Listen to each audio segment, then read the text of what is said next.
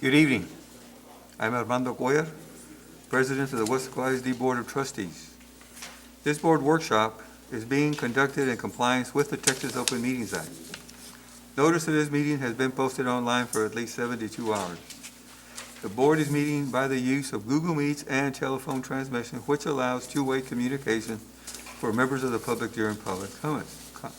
A recording of this meeting is being made and will be available to the public at a later date. The time now is 5:23, and I call this workshop to order. I'll now begin the roll call. Signify your presence by saying here or present when I call your name.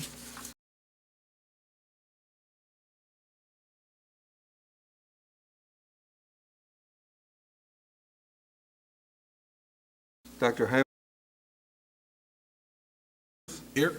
And Mr. Andrew Gonzalez. Myself, Armando Cuellar. Let the record reflect that a quorum is not necessary for a workshop, so I will now go to the next item. Public comments? There are none.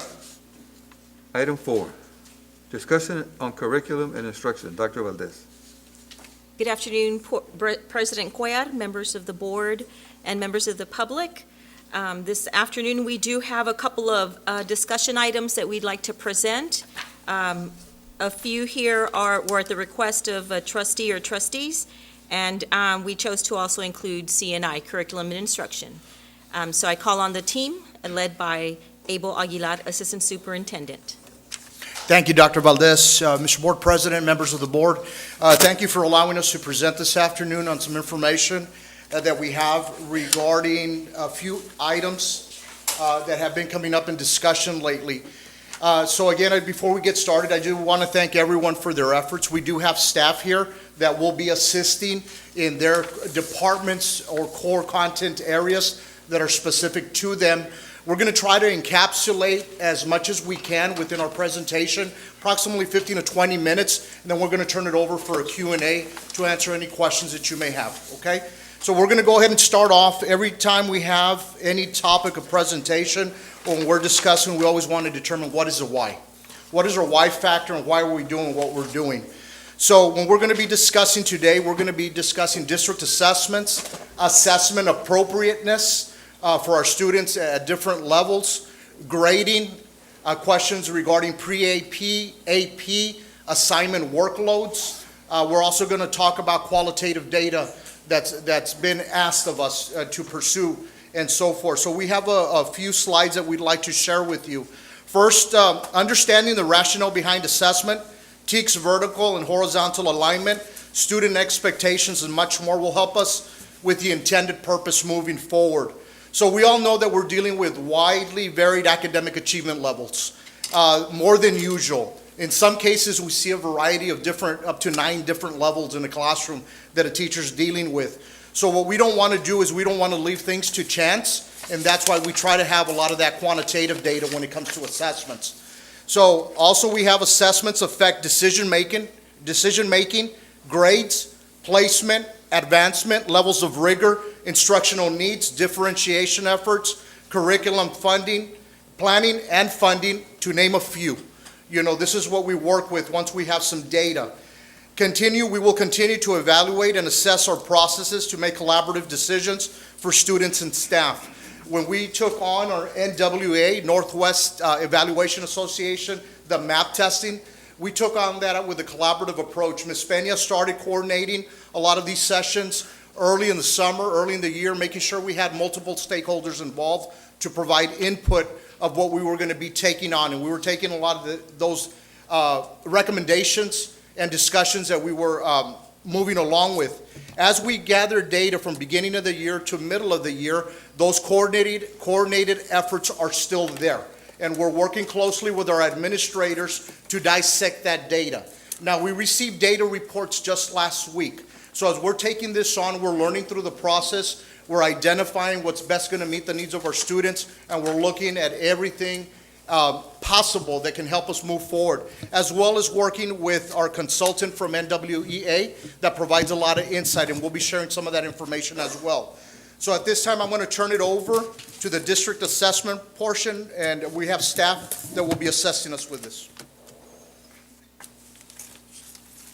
Thank you, Mr. Aguilar, and thank you, Board, for having us here today with you. So I want to talk to you a little bit about the difference between NWEA maps and our CBAs and benchmarks that are created by the district. The question has come up in the past, as we're adding NWEA maps, what are we taking away? We don't want to put too much on the teacher. And so I want to talk a little bit about the difference between them, what we're doing this year and what we plan as we move forward. And so before I jump into NWEA maps, I have two short video links that I'd like to play for you as we just met with our... Oh, you got it? Thank you. We just met with Tiffany Arce, who is our person with NWEA last week, and I just wanted to share a couple of comments that she made during our meeting.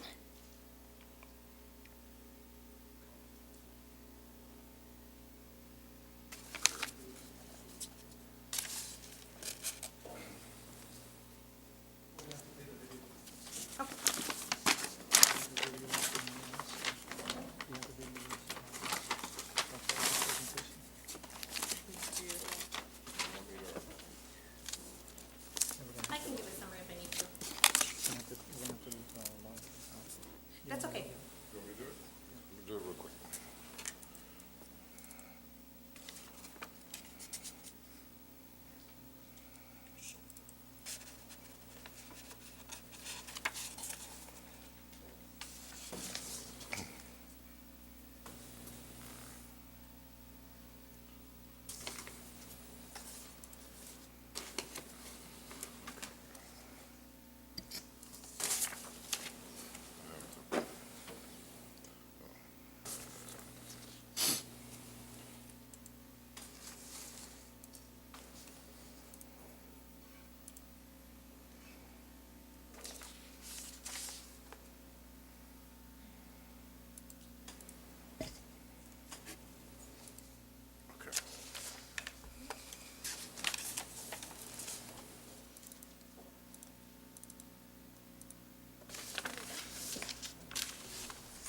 Thank you, Ms. Martinez. We grew in the right area with the size groups that you all have, right around 1,000 students in each of these groups. To move a percentage point is statistically significant.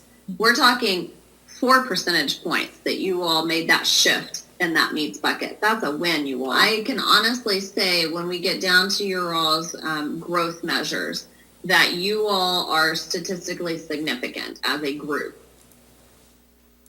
That was our first clip.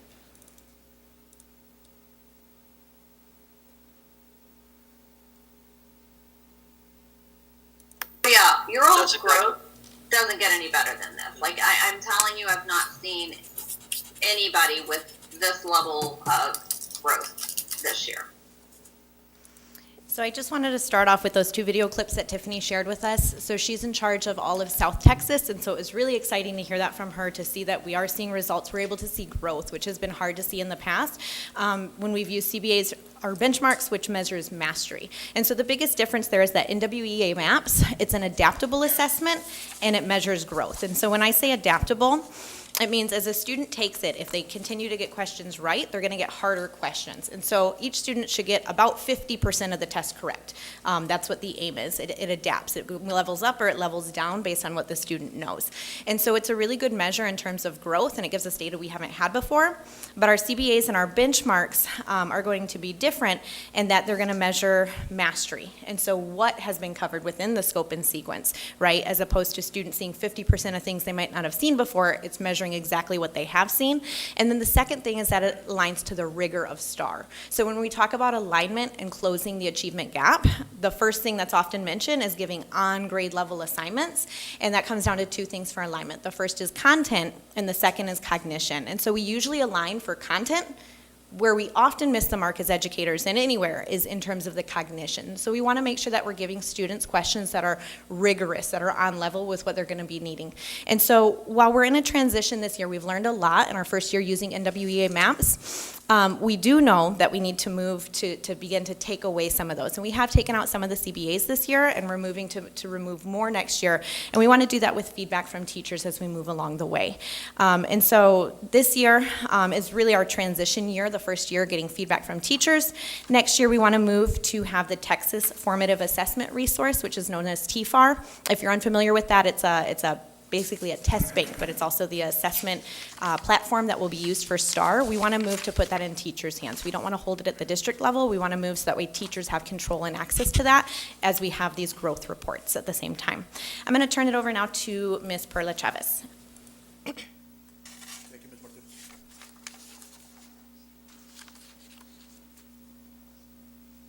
Good evening. We are going to be transitioning into the next part of our presentation, and here we wanted to engage on a little game and a little activity, and it's called Guess the Grade Level. So what we're going to be doing here, and we're going to be tying it into the curriculum and the instructional piece of assessments, is I'm going to be showing you a couple of academic vocabulary words. And this particular activity, we played it with our PLC members in terms of making sure that we are aligning our instruction to our TEKS, our Texas Essential Knowledge and Skills. So what we're going to be doing is we're going to be showing you an academic vocabulary terms, and what we want you all to do is we want you all to try to figure out where this vocabulary word is first introduced to our students, alrighty? Mm-hmm. And then the audience can also participate. And there will be a prize at the end. From the reading department. Of course. So, good evening, Dr. Valdez, Mr. Board President, members of the board. Thank you for your service. Thank you for being here tonight. So we're going to go ahead and start with this first academic term, synthesize. So, according to your level of comfort, whether you want to voice it or just think about it in your head, what grade level do you think our children here in Weslaco are introduced to this academic term? At what grade level? Third grade. Third grade? I know I use that in second. Yeah, synthesize. Okay, Mr. Trevino, you want to reveal the answer? And it is introduced in kindergarten. Ooh. And so the Texas State Standard K.58 states that students will synthesize information to create new understanding with adult assistance. Now let's, Isn't that one of the words on the 5 levels of, the blooms. right? Yes, it is. Okay. It but sure is. Kindergarten, okay. Yep. We're going to transition into a math word. Irregular triangle. When is the word irregular triangle first introduced to our WISD students? Regular. Kinder. Or in the state of Texas, because it's part of the TEKS. Yeah. Yes, definitely in the state of Texas. I'm gonna stay with third. Third. Kinder. Objectives K.6e states that our kindergarten students must be able to classify and sort a variety of regular and irregular 2- and 3-dimensional figures regardless of orientation and size. So you said kinder? Yes. So then later today or tomorrow, when I talk to my goddaughter, I'm gonna say, what is an irregular triangle? Because she's a first grader now, you know, and of course, the teachers do an excellent job, but that's good to know.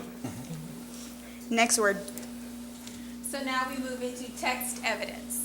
So once again, according to your level of comfort, where do you infer that this academic term is first introduced to our students? I infer it's in kinder.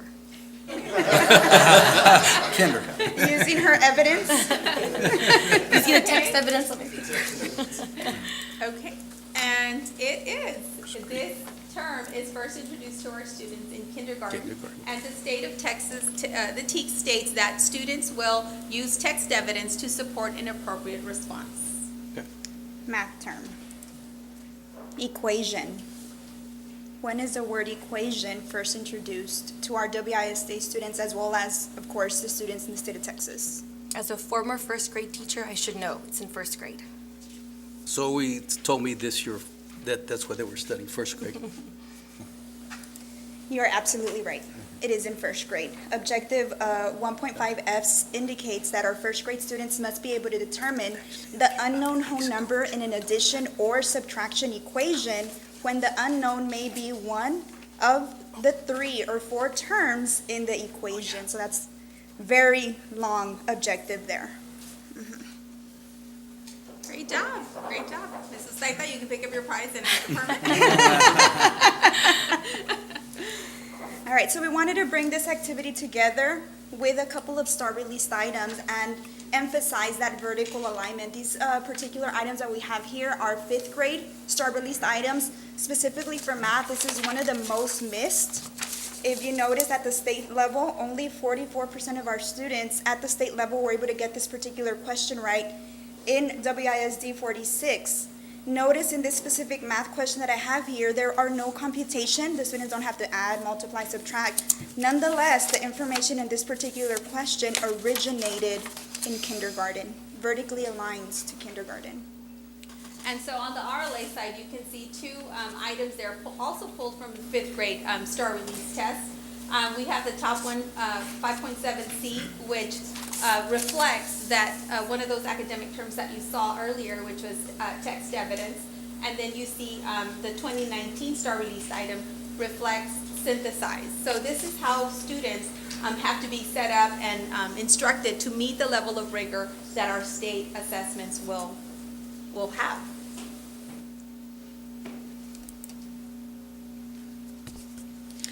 So in order to to ensure the assessment appropriateness here in Weslaco ISD, we faithfully follow, because it is the law, the Texas Essential Knowledge and Skills, our TEKS. Those are our state standards. This is what needs to be taught to all of our students here in Texas. So we follow those. In 2017, the RLA TEKS were adopted. So we already had standards, but we had new standards that were added. So that happened in 2017. The last time that happened in math was in 2012. We continue to do the important work of ensuring the vertical alignment across all our grade levels, because as you just witnessed, all of these assessments, all of these standards build upon each other at every grade level. It is very important and crucial for our students to be introduced to these assessments at the given time so that they are set up for success when they meet the rigor of our state standards. In terms of our district assessments, we also provide that appropriateness by grade level. Each grade level gets its assessment based on their abilities and based on their state standards. Of course, with our kinder through second grade, we follow House Bill 3, making sure that we close those gaps in early numeracy and literacy. And in third through fifth, we ensure that we follow state standards and our rigor to STAR assessment, and also following House Bill 3906 with the STAR redesign. And so now we have, we also, did you scope and sequence? Oh, and of course, we make sure that our state assessments support the scope and sequence, making sure that we're progress monitoring as we go through, and allowing our teachers that opportunity to progress monitor grade level expectations. And so now at this point, we're going to go ahead and turn it over to Ms. Peña for the next slide. Thank you all so much. Thank you. Thank you. Thank you, Mrs. Chavez and Ms. Longoria. As you can see with some of the student expectations, part of the key behind that is we see the complexity and the multi-level approach with some of those standards that it does take time to break down and really communicate that across to the students. So that was the reason why we wanted to discuss those standards and how much of it is packed inside when we're looking at them. Good afternoon, Dr. Valdez and members of the school board. I'm here to answer a question that was posed at one of the previous meetings, which was that I believe by Mr. Trevino that there was a pre-AP class that was having more assignments than another pre-AP class of the same content area. Is that correct? Yes. Okay. I didn't have further information as to what campus or what subject area it was. If I had more, I would be able to look at a spreadsheet that I have of all of the teachers that teach those core content areas, and then I could look into it further. But I do believe that to just address it broadly, some of the factors would be teacher experience with the content. We've recently adopted AP College Board or pre-AP curriculum that I've talked about before. And so there's learning checkpoints and performance tasks as well as other assignments with those units in addition to what the strategists are offering through TEKS resource. So I think that the level of knowledge of the expectations of how that should be implemented, plus how to implement it could be a factor. I did have the opportunity of speaking with some National Honor Society students at the middle school science fair and as well as the school choice event, and I kind of asked them some questions about how their pre-AP classes were going and if any of their teachers were giving them a lot of assignments or anything that they found to be too much or maybe not assigned appropriately. And there were a few students that said that, kind of reiterated a similar question, which was that they knew that there were a few other assignments being given in another class versus another teacher. So I plan on looking into that if it's a similar content area. But I suppose you could tell Dr. Valdez and then she could let one of us know and then we can look into it further so we don't expose like any teachers or subject areas, if that's okay with you. I think, so years of experience with the curriculum and just the perception. Sometimes the perception is that because it's an advanced class, it requires a larger quantity of assignments, and that's not the case. We really preach, and I'm sure like what the strategists would agree, it's quality over quantity. So solutions that I have today for you would be, we have monthly meetings every month. I meet with the coordinators at the campus who oversee pre-AP and AP, which is like our administrators. And so we talk about things that are going on at the campuses, making sure that teachers are doing the learning checkpoints and performance tasks. And I also meet with all of the teachers from 4:15 to 5 o'clock. Our next meetings will be on February 22nd and February 23rd for pre-AP and AP with the teachers. So at that meeting, I plan on discussing the Eia Local grading policy, as well as talking about quality of the assignments over quantity, and then asking them to fill out a spreadsheet with the number of assignments that they're giving in their class, so that I can assess that, and then meet with those subjects separately at a later date, just to kind of discuss if there's a trend that shows up in that data saying, like one teacher's giving like 12 assignments, another's giving 6. Well, there's a discrepancy there, and we want to look into what are those assignments. So all along, the idea was that at these meetings we would be meeting by subject area, but it's been a bit hard to facilitate that because we haven't been able to meet face-to-face because of COVID, because of the 4:15 release of the students. So it's posed some conflicts, so most of the time we meet virtually. But I do plan on discussing that with the teachers as well as with the coordinators, and I think that should help us get to the bottom of what's going on. I think in a sense it's good that teachers are being proactive, and I hope that they're using data when they're giving an additional assessment or assignment to students. I want to believe that that's what they're doing, because that is part of what pre-AP is asking the teachers to do, is to do like mini lessons, but sometimes those mini lessons could come in the form of a mini assignment, which might not be the best thing for our students. The next slide is the Eia Local. Oh. Okay. There we go. And so this is our Eia Local Policy. It's a reference to the grading policy. It's like a 2-page document, very vague. Really, you need to go to the student handbook to view the grading for the secondary and elementary education. As far as the grading policy is for these pre-AP courses, with the exception of dual enrollment, and this is as well as regular classes that are not pre-AP or honors, is the minimum number of assessments per grading period for all subjects and grade levels. So they are asking for a minimum of 2 major assessments and a maximum of 4 per 6 weeks, which would be the grading period. And then minor assessments. So the major assessments would probably be more of like a summative assessment, like a benchmark or an end of course exam, and a minor assessment would be more formative, which would be maybe like a kind of like a spot check assignment or like a paper or something along those lines. And they're suggesting anywhere between 6 to 8 during that 6 weeks period, with a total number of at least 10 assessments. I believe that they're using assessments and assignments interchangeably. That's correct. Correct. But I'm sure we could obviously go back into the Eia Local Policy after we have meetings with the pre-AP and AP teachers, as well as like form a committee with Dr. Sid and other counselors and administrators to maybe fine tune this so that we can safeguard these things from happening to students in the future.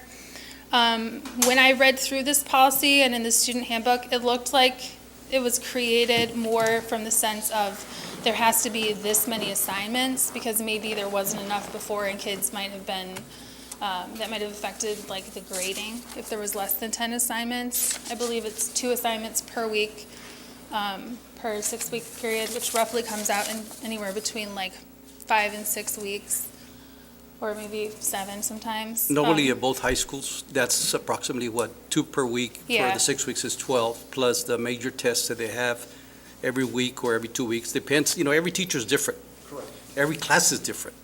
We always say we want to teach at a high rigorous level, but yet sometimes teachers and parents complain that too many assignments.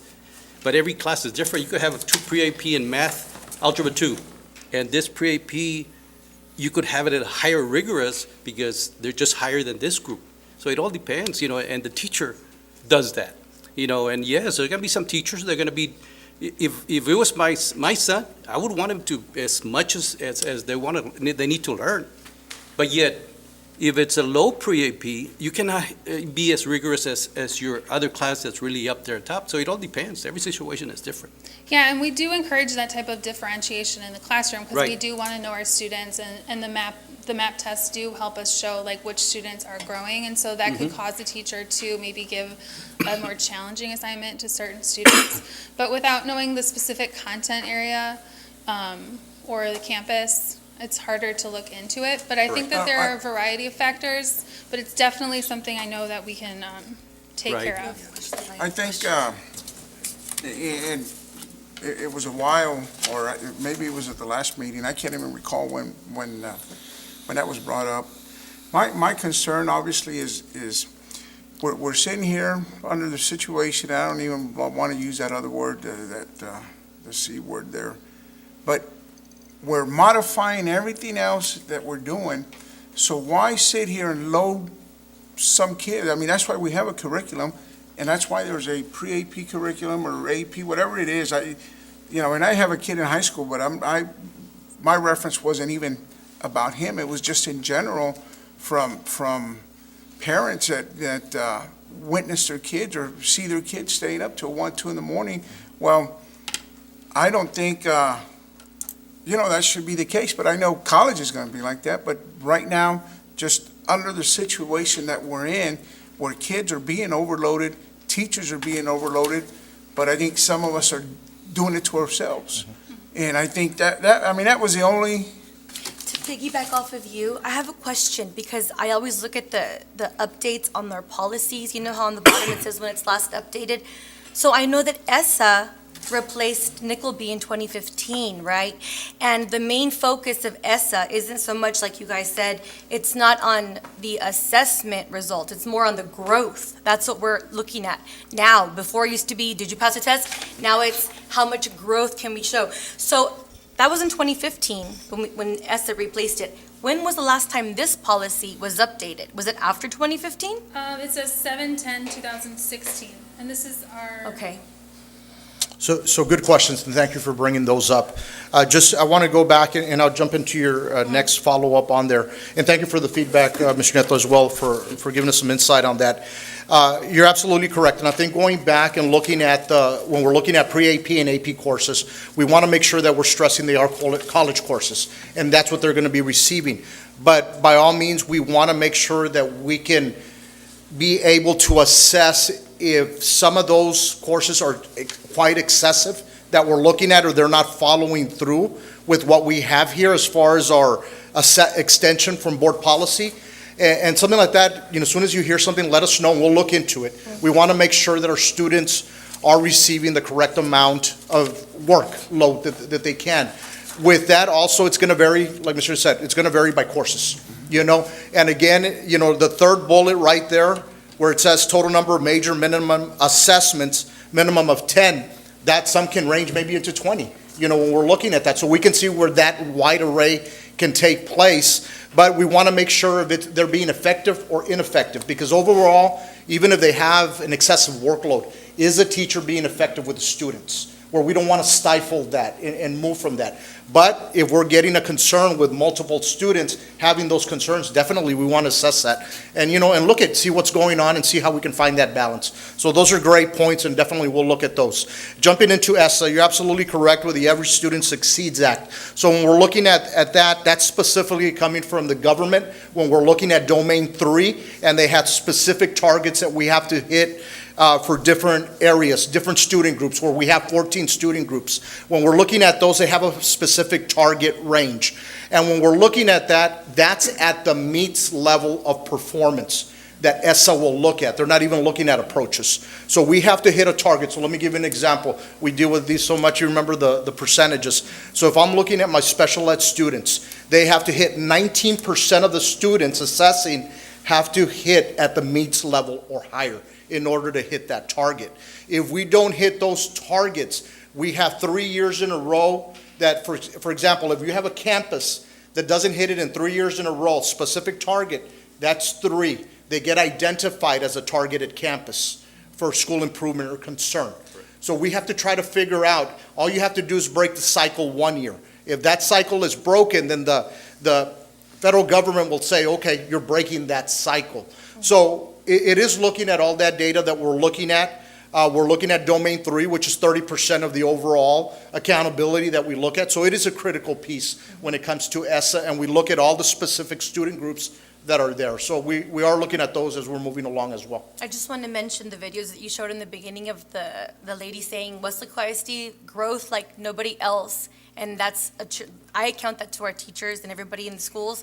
Great job, everybody. Yes, thank you. It's not easy. No, So it's that's not, good to and see. you're right, and being in the Growth. trenches, as you've been in, as a teacher, and we, and our teachers and everyone that's involved, it's a challenge, especially under these circumstances that we're dealing with, but everyone's still working hard, and we recognize everyone's efforts and hard work as we move forward. When we're looking at that data, we'll share a little more moving on, and of course, some areas that we have to focus on, and some areas that we're seeing that great growth as discussed in that video. We'll share that during our regular board meeting, during the superintendent's report. Any other questions regarding the grading guidelines for pre-AP or AP?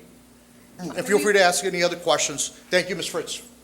So then we're going to close out this piece. I know there was a question asked earlier by trustee Mrs. Staita regarding qualitative feedback. So we've been discussing that with our team, and I'm going to go ahead and turn it over to Ms. Martinez so she can share what we're going to be moving forward with. Thank you. So as we mentioned earlier, we much in a transition between introducing NWEA MAP, between coming back and still working through a pandemic. And so we know that we need to, one, not only model what we want to see in the classroom, which is that growth mindset that we can always grow and improve and get better, but we want to strike the delicate balance between holding high expectations and high rigor for our teachers and students, but also providing that support. And so I provided on this slide that you have access a number of different types of feedback or surveys that we request throughout the school year. Just as an example of things that we currently do, and then that we know we need to continue to do this, especially as we decide to move toward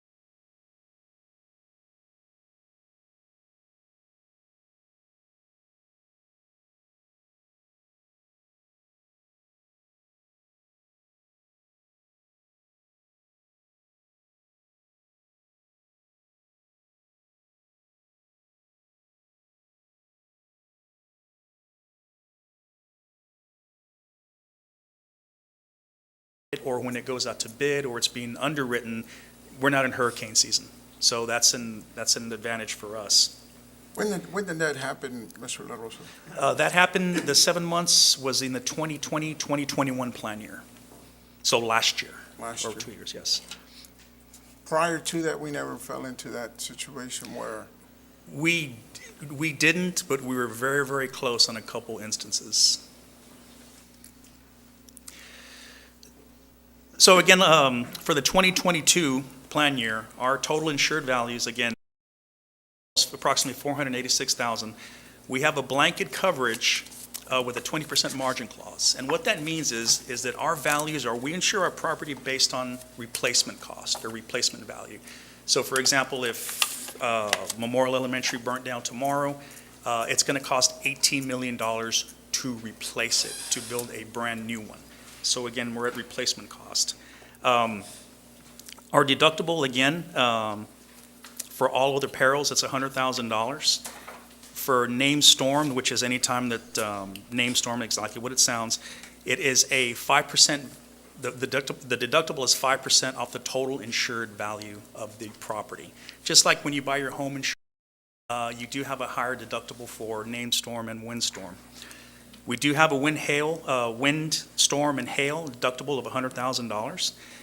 And our hurricane limit, if you will, is $75 million across the board. That is our loss limit.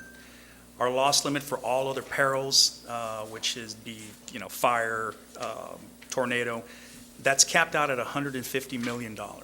Now, I know the question is, well, we have almost $500,000 worth of property, but we're saying we have a loss limit for all the perils of $150 million. So we get that's done for underwriting purposes, but the possibility that every single campus would burn down in a day is highly, highly unlikely, and if it did, then we have some other problems bigger than, bigger. So again, those are the limits on hurricanes. We do have flood insurance that's included with our policy as well, and that is a $100,000 deductible. And we do have a $15 million flood insurance limit, okay? So with the exception of, if you notice at the bottom, there's a little asterisk, we do have a $500,000 deductible for buildings included in a known flood zone or in a flood area. However, for those properties, we do purchase individual standalone policies through the National Flood Insurance Program. And I believe those are Roosevelt, Ibarra Elementary, Transportation Maintenance, and there's a couple other ones that we do purchase separately through the National Flood Insurance Program, excuse me. So talk about the inland marine and EDP.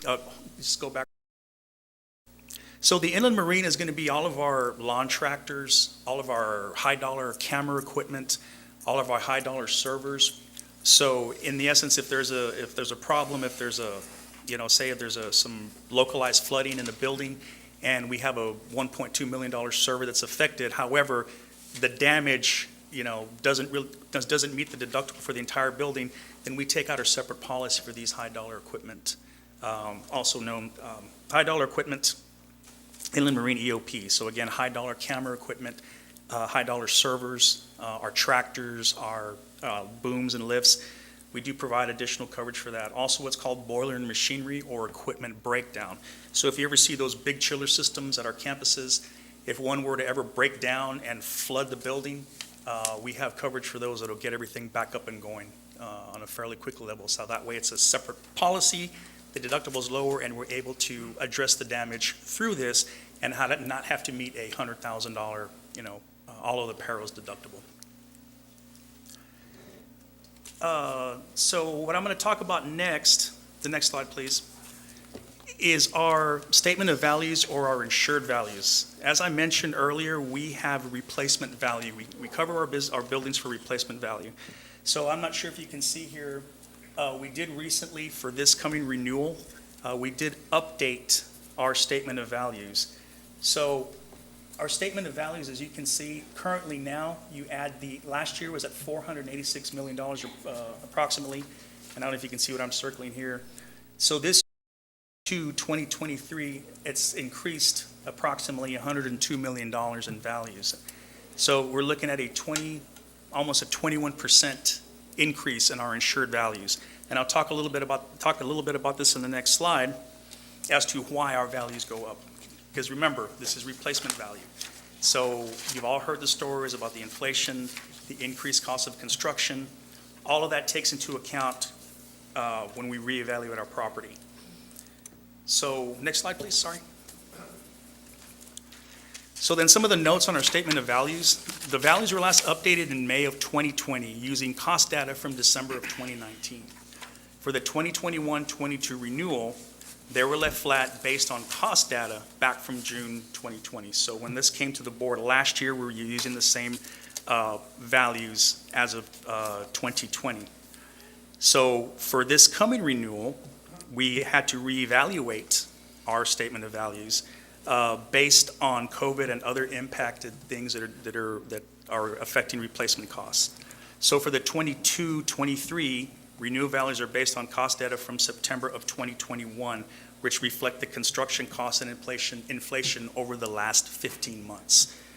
So it's going to cost, for example, if an elementary burnt down that cost $16 million, now it's going to cost us $18 million for the replacement value of that specific campus. So, excuse me, that being said, our 2022-2023 renewal rate is still pending, it's still being underwritten. It was on the agenda for this meeting to bring to you for consideration. The underwriters are still working on it, so hopefully we'll bring that to you in a future potential, special board call meeting for your consideration. And those are my slides. If you have any questions, and also Mr. Montalvo was here if you have anything. Now, Mr. La Rosa, this is information that I was looking for. My only concern at the time when I brought this up is, you know, I know the surrounding areas, Donna and some of your other school districts, surrounding school districts, at the time or throughout some of these named storms, were able to file some claims and get some roofs repaired or whatever, buildings, and yet we didn't have any. So that was my area of concern, was why not us? You know, why, when everybody else around us is getting hit, and not us? And I recall something being said about the deductible and so forth, and not being more than the deductible, so that's why we didn't. But I just wanted to confirm to make sure that we did have all the appropriate coverages. Yes, Mr. Trevino, and the last named storm was Hurricane Hannah. We did file a few claims, about 6 of them, and the damage was mainly water intrusion, water that came into the area through the doors or through the cracks. We did have another issue at one of the elementaries, which was Sam Houston. But the damages, when it was all said and done, they put the pen to the paper, the damage didn't hit or didn't meet our deductible. So if the value of the building is $18 million, say Memorial Elementary, so I'm doing the math right off the top of my head, 5% of that is about $250,000, $300,000, and I'm just, guessing. What normally happens in the event of a major disaster, FEMA will issue what's called a public assistance grant or public assistance declaration. That is intended to help public entities, cities, school districts, municipalities, to recoup the difference between the deductible and what the insurance actually kicked in. But for the last named storm, the damage was minor, that there was no public assistance grant that was approved for Hurricane Hannah. There was a private assistance, or individuals could apply for assistance, but as far as public entities, school districts, municipalities, we did not meet that threshold, so FEMA did not issue a public assistance grant. Okay, thank you, sir. Anything else? Not from you, sir. Okay. Thank you. Mr. La Rosa? Thank you. Thank you, Coach. Thank you, sir. Thank you, Mr. De La Rosa. Item 6, discussion on delinquent tax collections. Dr. Valdez. This item also was brought forth by a trustee on the delinquent tax collections, and we have Andres Sanchez here to present. You may proceed, sir. Thank you, Dr. Valdez, Mr. Cuellar, members of the board. Prepared a report that shows for the last 5 fiscal years, the collections on delinquent taxes done by our firm, Purdue Brandon Collins Purdue, Brandon, Fielder, Collins, and Matt, LLP. The first column showed the fiscal year, beginning with 2016, 2017, all the way down to 2020, 2021. The next column is the beginning balance of the taxes whenever the September 1 hit every year. The outstanding balance represents the prior year's uncollected taxes for both the current levy and the delinquent tax levies. In the next column is the taxes collected. The fourth column is the tax modifications and adjustments. Every month we bring to the board, every month, adjustments that you all approve on adjustment made by the appraisal district. And most of the time have been decreases every year. The total for every year has varied between 141,000 to 282,000. Then the fifth column is the taxes outstanding at the end of the year. The last two columns represent the percentage of collections. We always present that year and the prior year, and you can see the rates for every year. So I want to go through the last year to explain how the things run. For 2021, there were a beginning balance of 4,182,999. You go to the fourth column, there were adjustments of 140,916. When you subtract those adjustments from the beginning balance, you end up with 4,042,000. Then that is the amount that you consider as available, receivable. The next column, 1,167,000.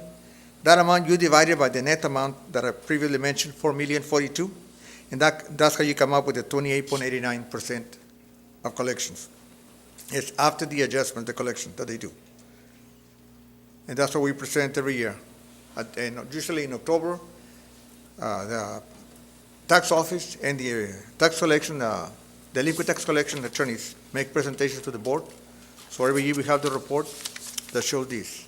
Plus, I present for the month of August every year the collection that we have as presented by the tax office. So I'll answer any questions that you may have. My concern with all of this and some of the concerns that have been brought up by the constituents is how do we compare when it comes to collecting or other surrounding districts as far as our collections go? I guess basically is we are ranked, when looking at all that data, ranked towards the bottom when it comes to collections.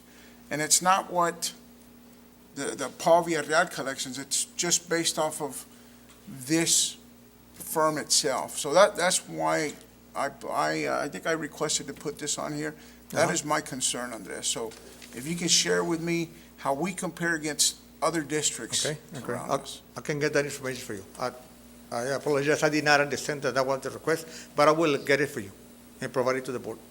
Mr. Sanchez, Yes, ma'am. there's a website on TEA, it's PEAMS Financial Reports and Data, and Okay. I'm actually looking at it right now. We compare Weslaco's local tax collection to every other, you just put in whatever district you want in Texas, Sure. and it gives us bar graphs of Okay. how we compare to the district that, and I've been looking through it, and Weslaco's down here compared to everybody else. And then it shows you by INS local tax, by M&O local tax, how much we're collecting. And for some reason, our INS is tiny Yes. compared to everybody else's, so they have way higher graphs than us. So they're collecting a lot more than we are, even though we, like Mission, for example, has had less kids in this bar graph, but they're collecting more. So what are we doing wrong? Not that we're doing wrong necessarily. On the INS, I had mentioned before, in 2011, November 2011, the board approved at the time, tax ratification election to move the 10 pennies that we had on the INS to the M&O, because the funding formulas from the state would provide us more money if we went through the M&O route. Then in the end, we collected more money, then we transfer money from M&O to INS to pay the bond payments and still keep more money left for operations and M&O. And we kept the rate like that. Lately, we've been trying to build up again the INS.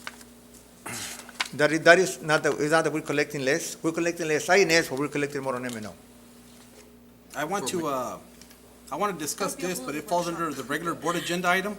Okay. That way the other members can show up I don't want to, and then that way we can take care of our awards and whatnot. Okay. But I do want to bring it back when we discuss one of the regular board items on the INS and the MNO. Sure. When I get to But the budget. so I'll ask my questions at that time. Okay. I found this website very helpful from TEA, and it gives you the visuals and the graphs, so we can Okay, really okay. understand it, so. Yeah, and I just want to understand, that is why the INS is less in collections, not that the company or the county are collecting less. It's because we have for a while, we didn't have anything.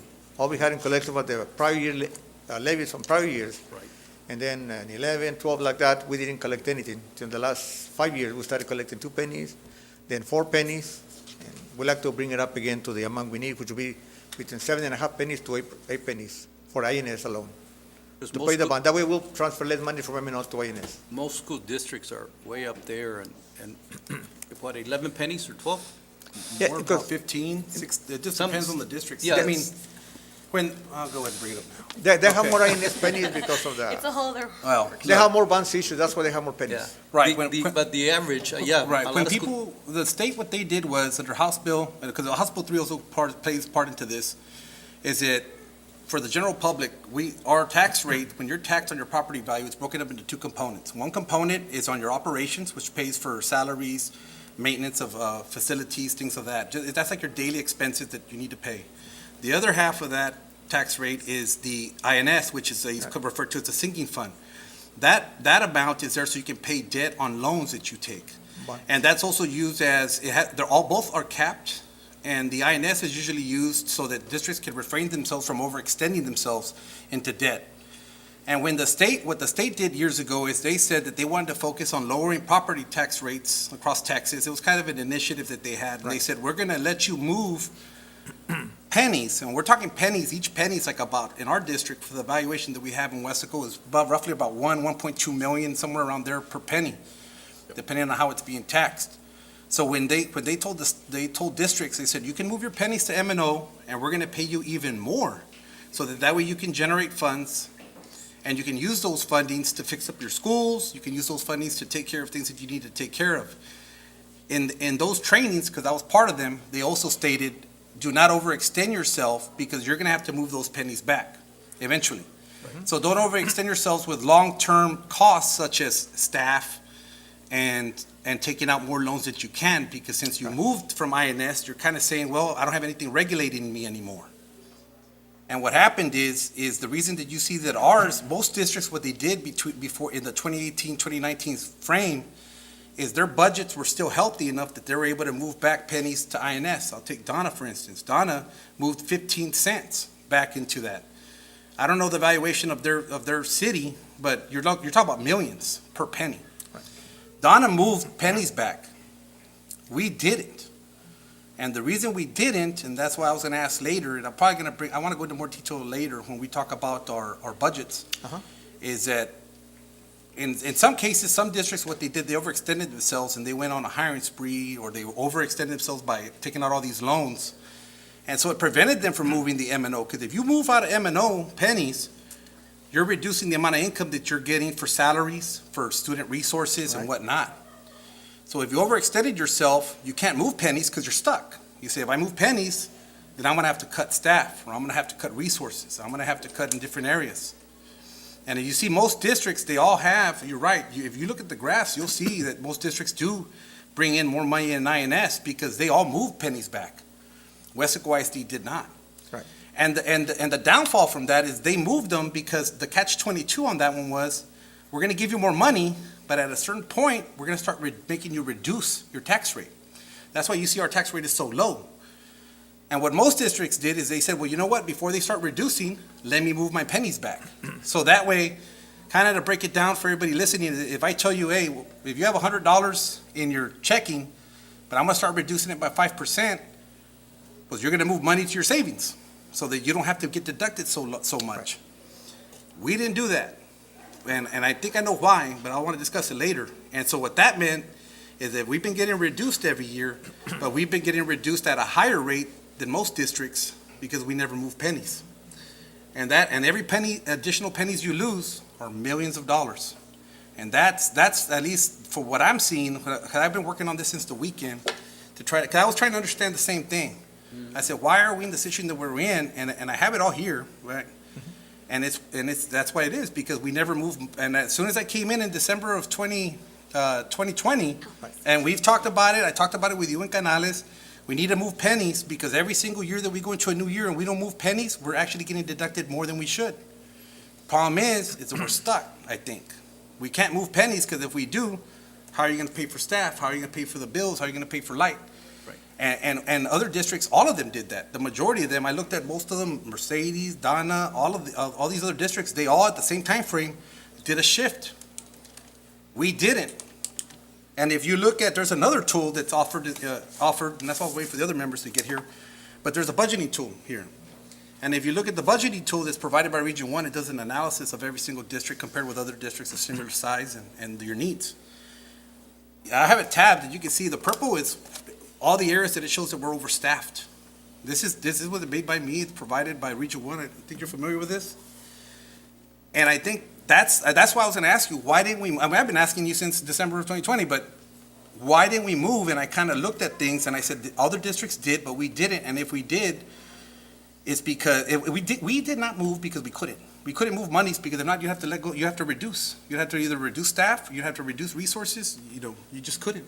So you're taking the loss, and we've been taking the loss every single year. Now we're down to 98 cents total, 94 cents for M&O, 4 cents in INS.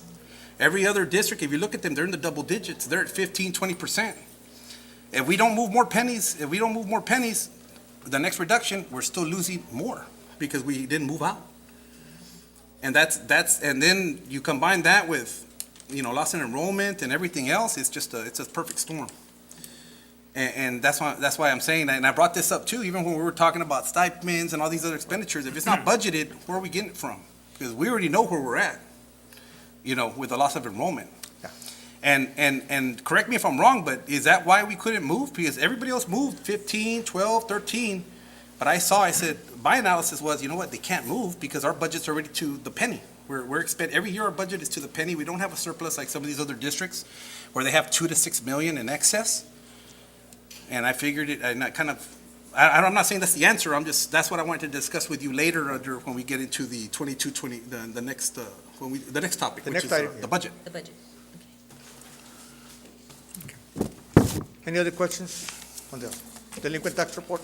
Now, if you can have that for me as far as our surrounding districts. Sure. And where they rank in collections as far as, and any other companies that are doing the collections. I know right here we put, Purdue Brandon is doing ours, but I want to see how effective is the other company. I know this was brought up several months ago, and I just want to confirm the information that I have, because I believe we're still ranking towards the bottom when it comes to collections.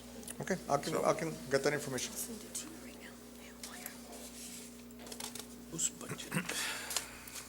Okay. Okay, Andres, thank you. Thank you, Andres. Thank you, sir. Anybody? Next topic? Okay, let's take item 7 now. Discussion on the 22-23 budget. Dr. Valdez? This too was an item requested by a trustee to be presented this afternoon. So, Mr. Sanchez, you may proceed. Okay, thank you. The fiscal year 2022-2023 will be a 12-month budget. As you know, the current year is 10 months because it's a transition year to start July 1 year. We have a timeline that we'll provide to the board on this week's board update that has all the meetings or the things that we'd like to do for your consideration.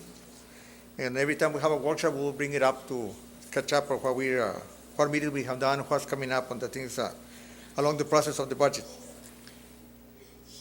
For right now, at the end of this week, February 18, will be the end of the 4-6 weeks.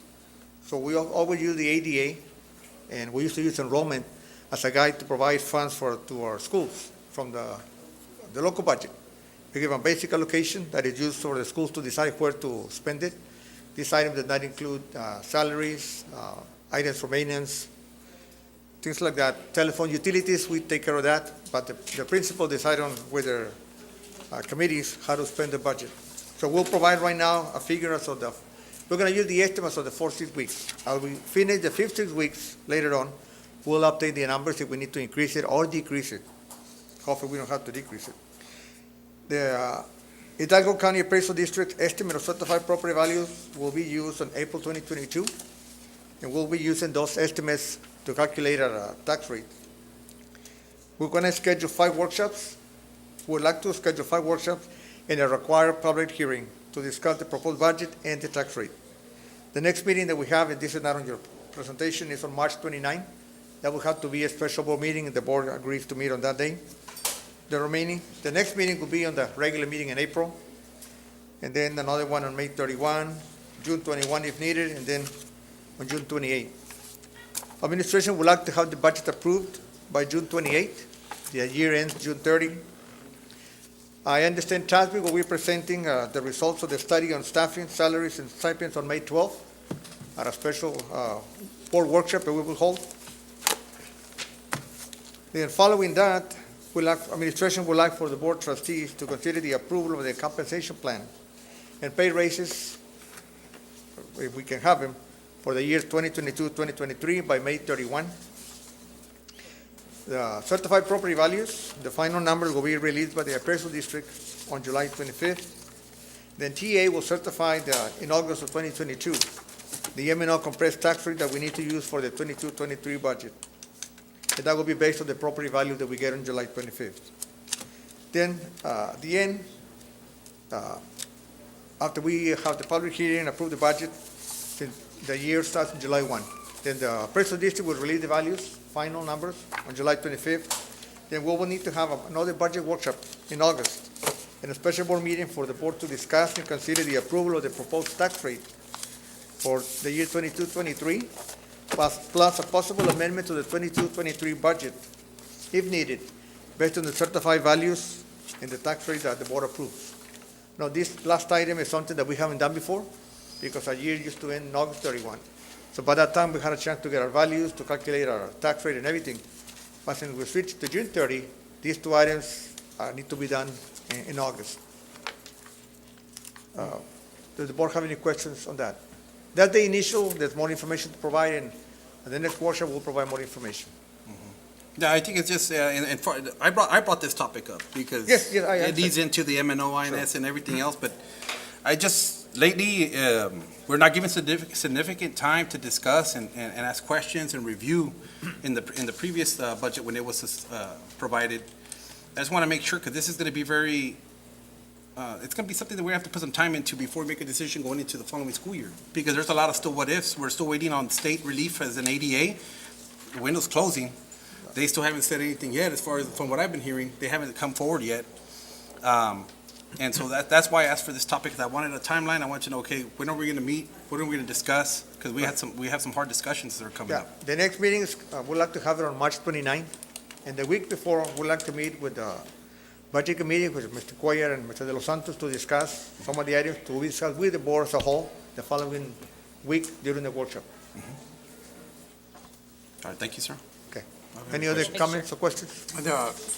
Here's another one, another topic you brought up here, compensation plan. I Yes, sir. actually was looking over the compensation plan that the rough draft that we looked at several months ago.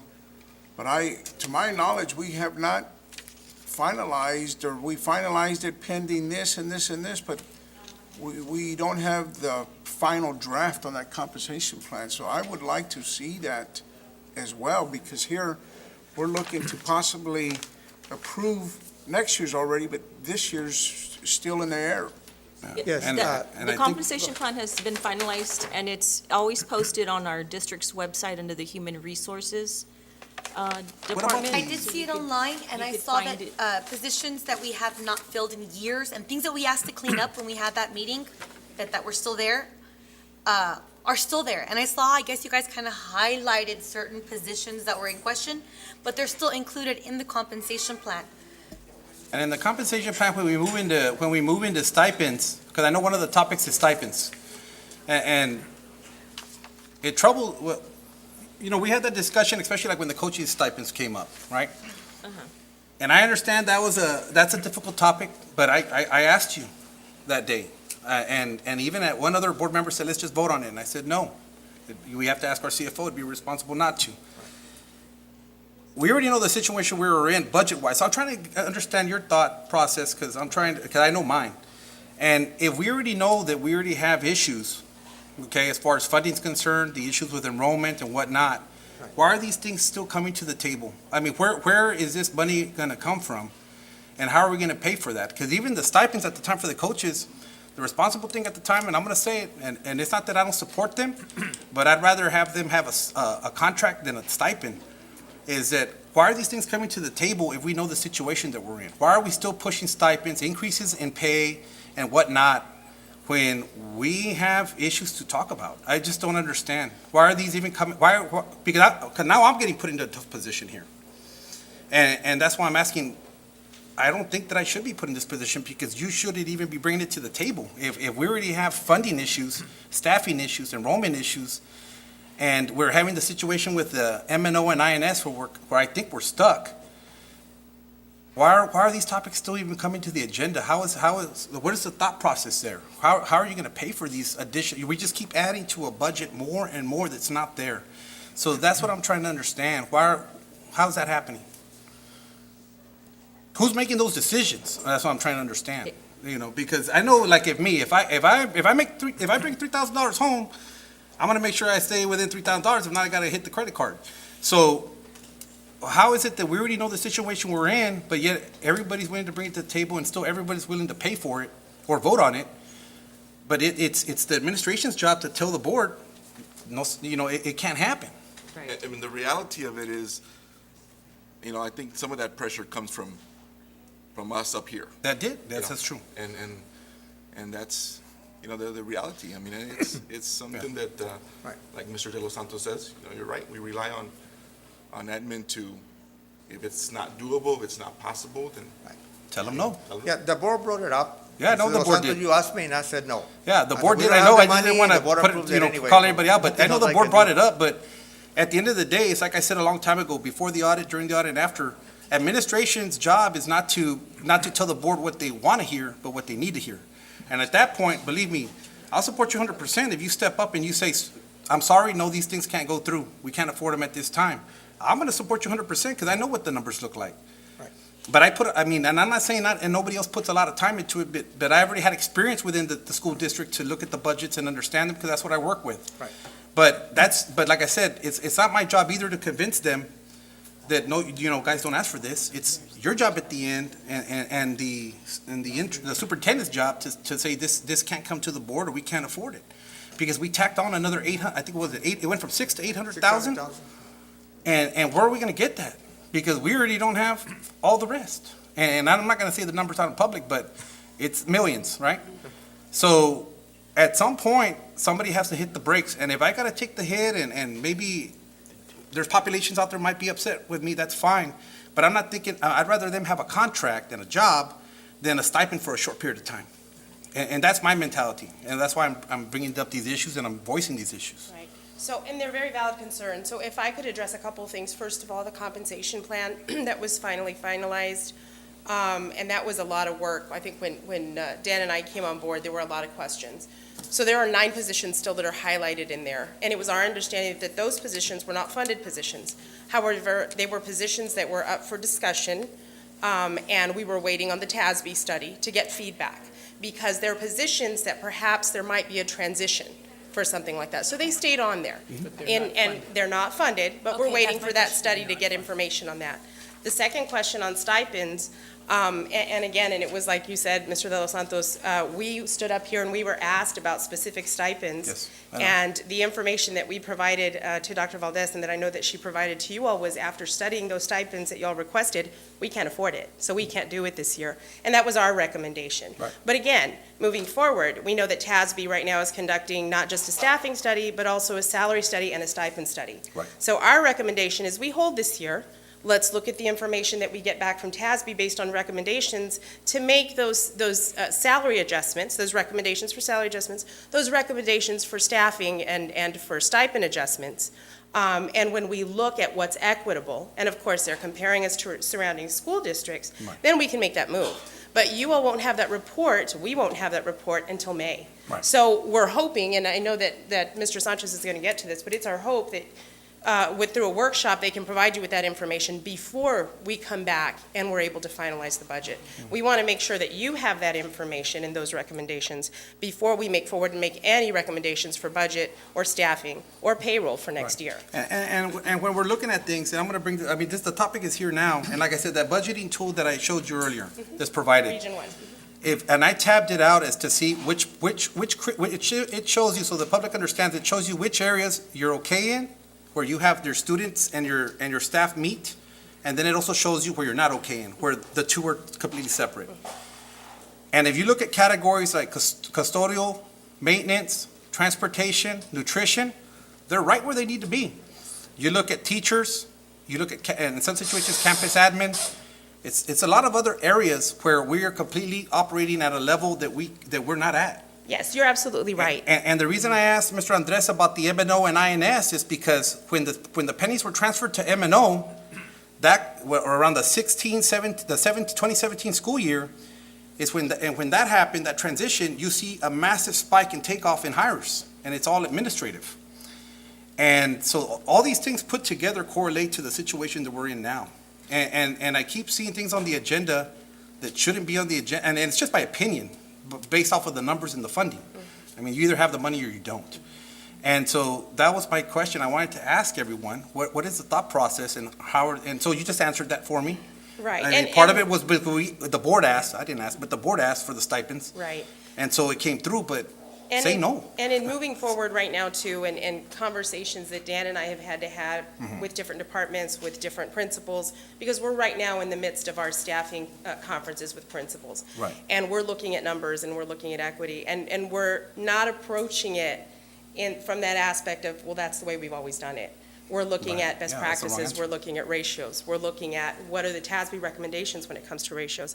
It's gonna mean hard conversations, and we've discussed this with Dr. Valdez, is that we're not gonna be popular because it is gonna come down to. That's what I've been saying, but it's the facts. Right. I want people to stay employed. It's gonna come down to what's best for students and what we can afford in this district. Right. And what those recommendations are for TASB. Now, the preliminary conversations that we're having with principals are based on these facts and are based on these numbers. But at the same time, we also know that we are undergoing this study from TASB, and we do want the experts to give us that information too. So while we're collecting this information from our campuses and we're providing feedback to them, we're also telling them decisions right now are not set in stone. We do need to get that feedback from the analysts that are looking at our data and looking at our information before we move forward. And again, our goal is May. And I wanted to say that I've been refraining from holding it back. Even when I decided to run for the board, I knew that there was financial issues by looking at the budgets, because I looked at them before I ran. That's one reason I even ran.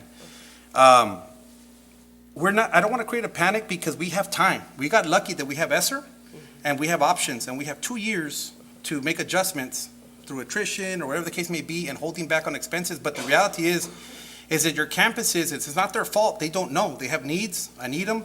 But they need to know the situation. Everyone needs to be on board and know, okay, this is the situation we're at. We have to make minor adjustments. We may have to hold in some areas on expenditures that are unnecessary. Right.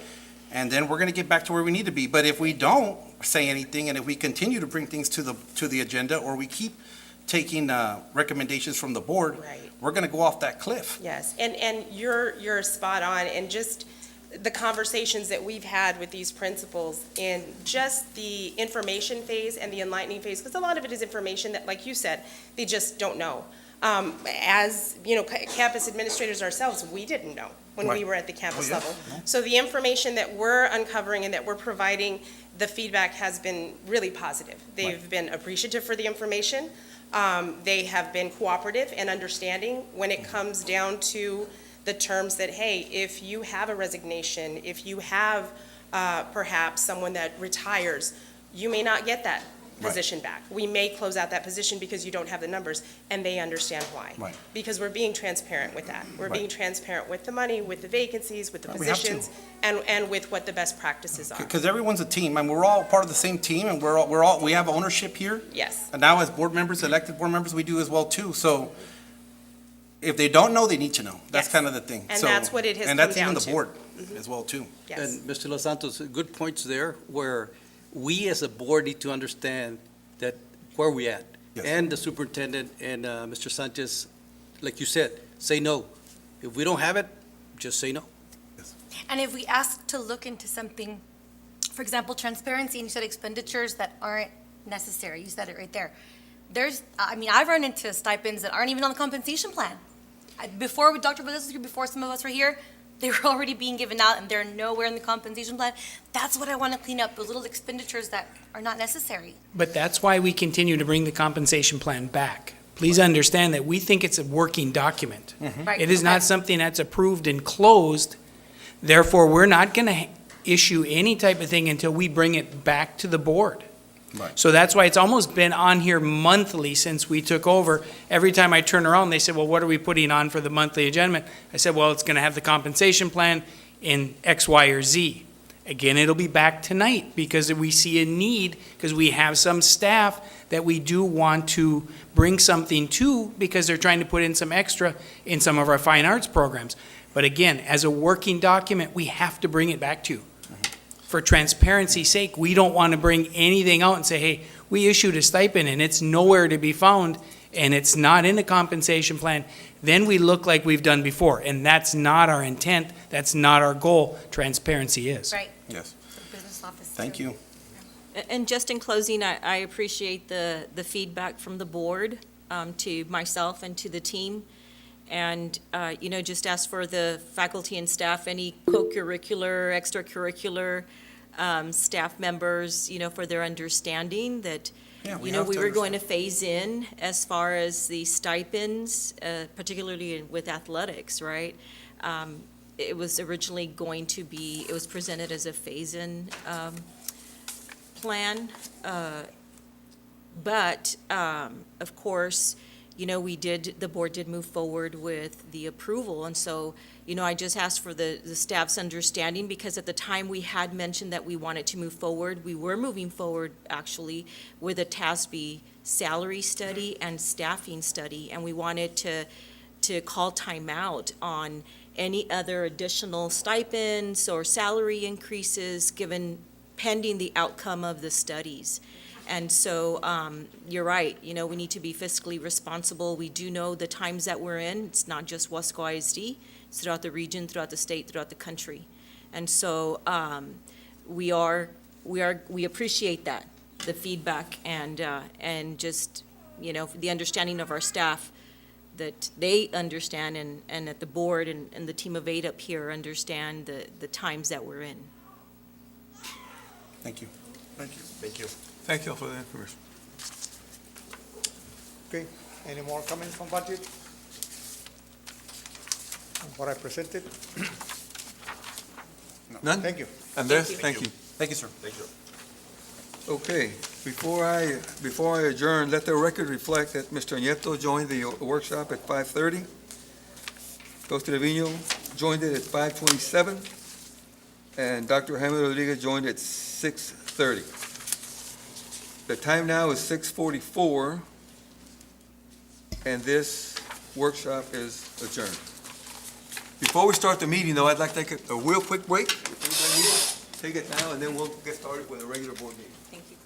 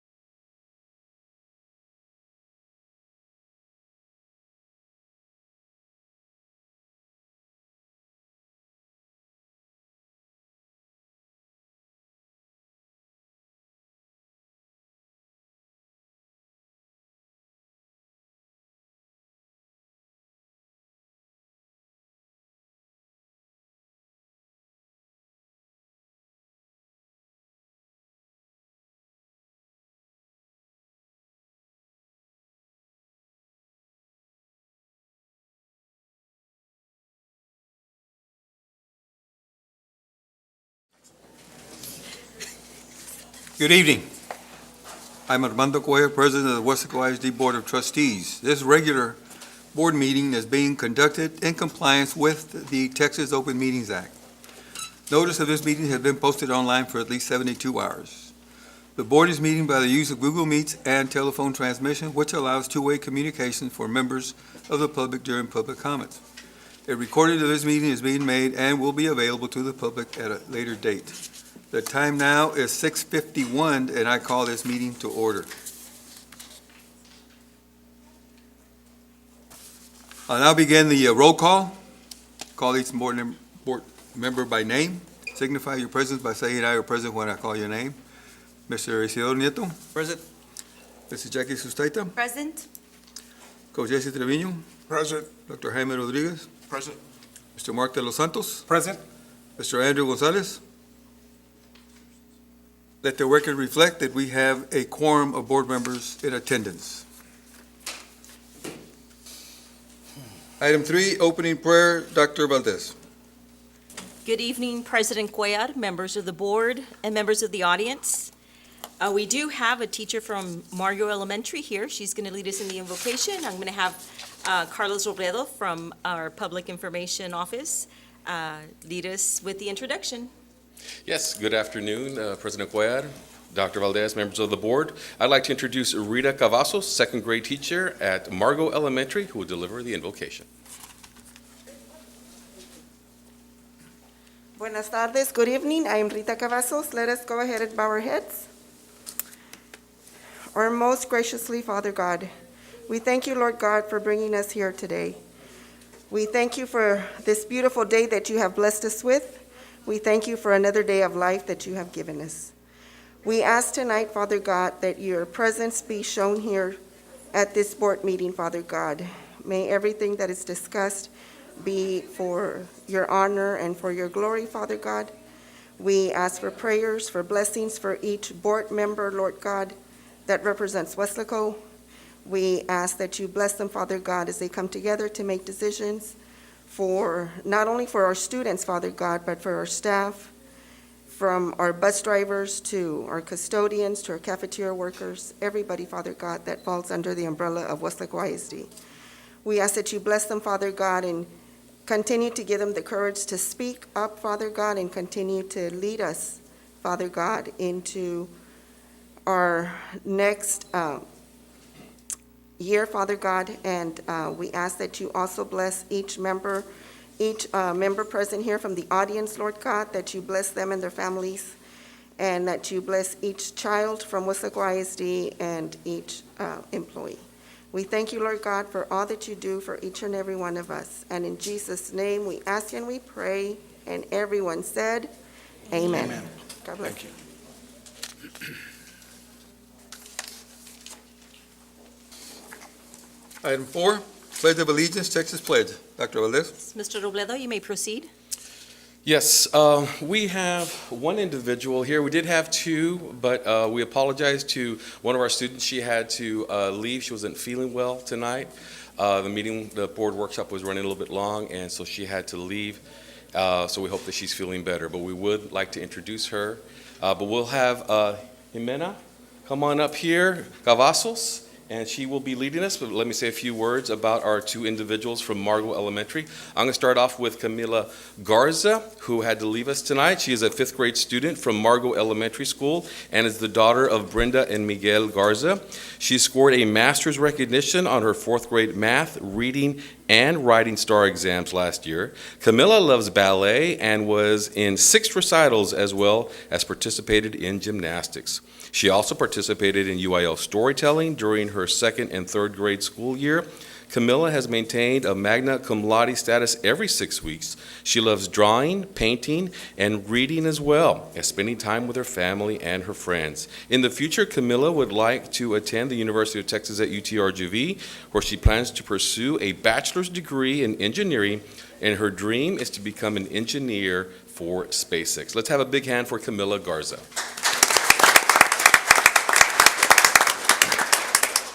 And with us here tonight is Jimena Cavazos, who is a 4th grade student at Margo Elementary and is the daughter of Zoraida and Jose Mireles. She also earned a master's recognition on Junior Lighthouse, participated in Battle of the Books and Spelling Bee.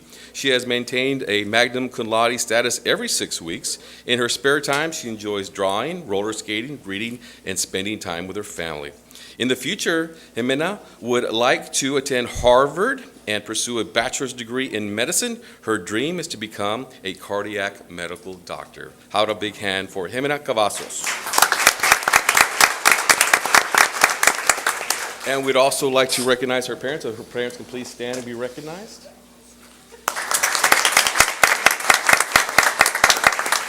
All right, if everyone can please stand as we recite the Pledge of Allegiance. You ready? All right, here we go. I pledge allegiance to the flag of the United States of America and to the republic for which it stands, one nation, under God, indivisible, with liberty and justice for all. Texas Pledge.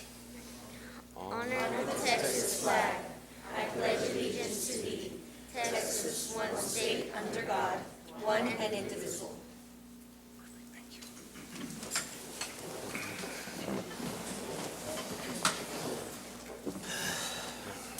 Thank you.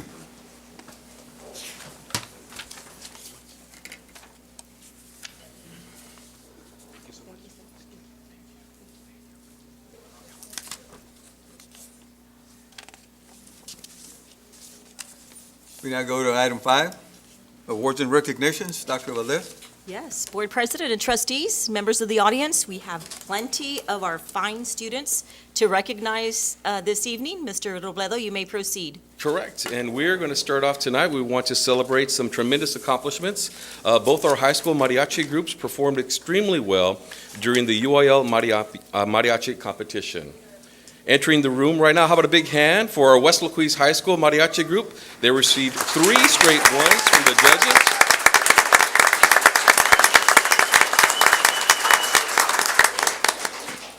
So these are our mariachi group from Weslaco ISD High School, received 3 straight ones from our judges. Not all the members are here tonight, but we would like to recognize those that are here this evening.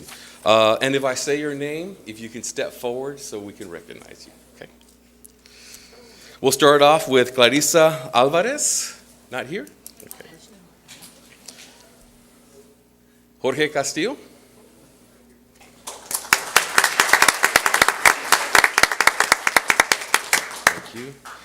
Samuel Covarrubias, not here. Christian de la Cruz. Isaiah Espinosa. Fernando Garza. Francis Isaguirre. Mario Montalvo.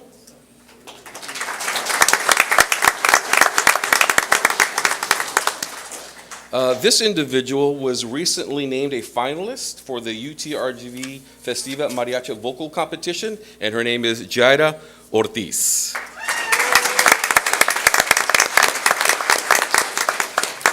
We also, John Carlo Ortiz, part of the group. And we would also like to recognize Leslie Quintero and Ricardo Sustaita.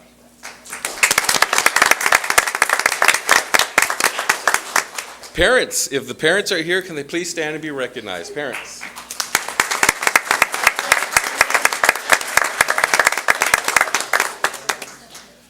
Well, congratulations. And we'll look forward to hearing you at the next event.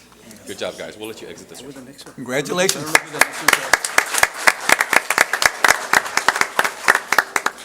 All right, up next, we'd like to bring out some members of the mariachi group from Weslaco High School. Are they here today? Oh, yeah. Yes, they are. How about a big hand as they enter the room?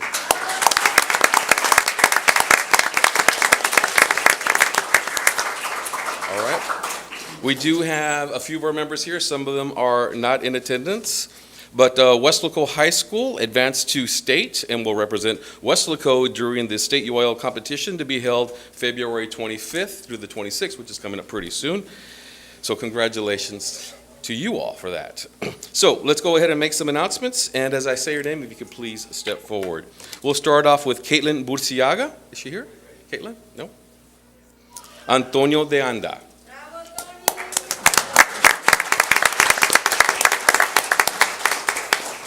Congratulations. Got Aiden De La Rosa. Aiden. Raul Garza. Athena Gonzalez.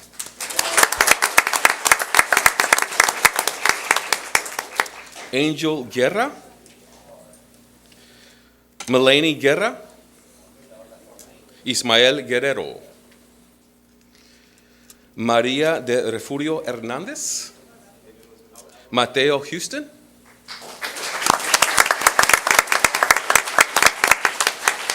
Alfonso Jimenez.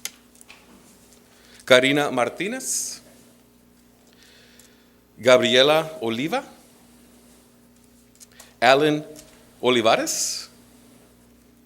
Anthony Ortiz. Fernando Perez. Angela Reyes. Camila Rios.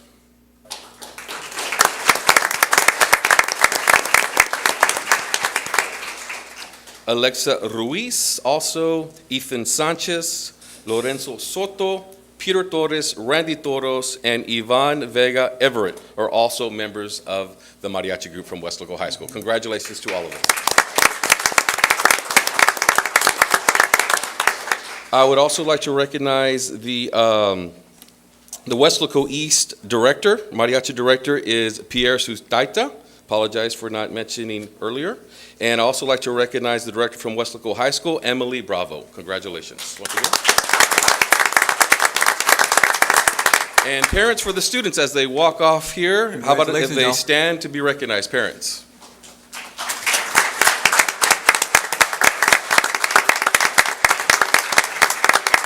Congratulations. Congratulations once again, students. Okay.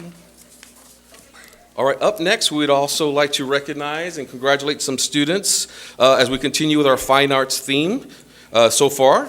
Several students from Weslaco High School Orchestra. How about a big hand as they enter the room? Some of these students you might recognize.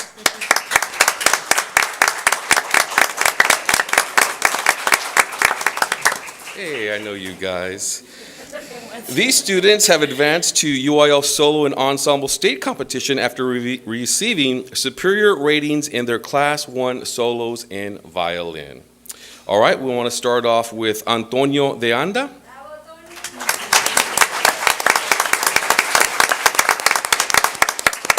Okay, we have Mateo Houston. Fernando Perez. Camila Rios. I'm sorry, ma'am, I don't have your name here. Your name? How about a big hand for Haley De La Mora? And did we get everybody? I need your name. Can I have your name? Athena Gonzalez. Once again, congratulations, UIL Solo and Ensemble Competition, High School Orchestra. Parents, if you're here, can you please stand and be recognized once again? Parents.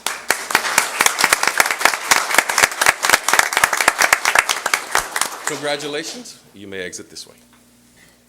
Congratulations, y'all. Congratulations. All right. All right, up next, we would like to celebrate and congratulate our Weslaco High School boys wrestling team. They are the 16-6A district champions and also dual champion titles. They are not here tonight, but we do want to recognize them. I will say their name and we can give them an applause when we're done. Team members are Bruno Valladares, Ethan Morales, Sebastian Lopez, Elias Rodriguez, Josh Garcia, Eric Pinales, Ronald Salaya, Robert De Anda, and we do have some individual district champions for the Weslaco Panther team. Gabriel Quiroga, who was the district champion in the 126-pound division. We have Gabriel Cáceres, district champion in the 132-pound division. Aaron Ramirez, who was district champion in the 152-pound division. Tomas Garces, who was a district champion in the 220-pound division. And we also have Roman Saldana, who was the district champion in the 285-pound division, and he will also be going to state. And we also want to recognize one of the young ladies from the girls wrestling team, Michaela Lasso, who was a district champion in the 102-pound division. Wrestling coaches are Rolando Becerra, Cruz Garcia, and Victoria Abdullah. How about a big hand for our wrestling team from Weslaco High School? And their coaches.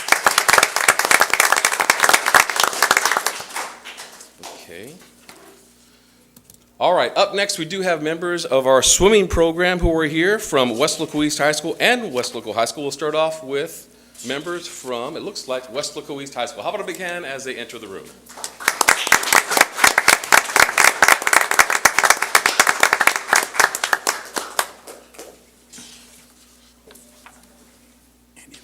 Let's see. All right, we have members of both our high school here tonight, Weslaco East and Weslaco High School.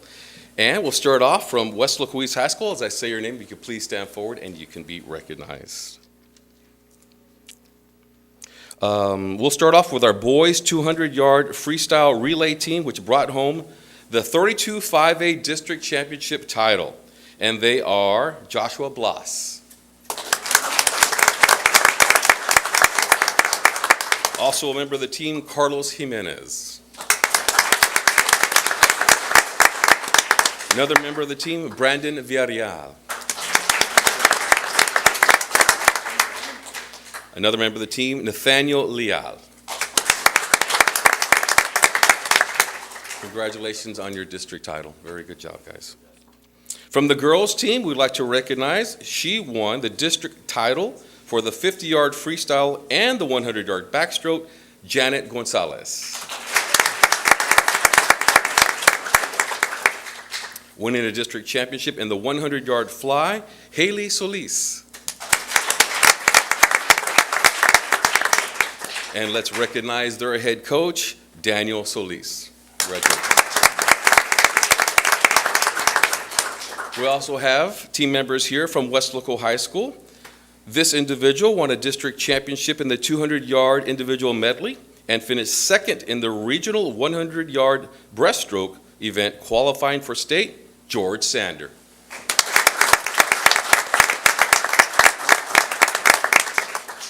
This individual won a district championship title in the 100-yard breaststroke, also won the district and regional championship in the 200-yard freestyle, qualifying for state, Henry Sander.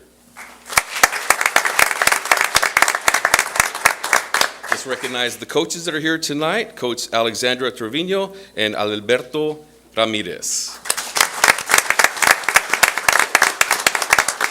Parents, if you are here tonight, can you please stand and be recognized? Parents of these individuals here tonight.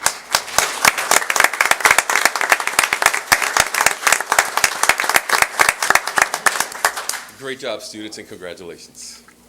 Congratulations.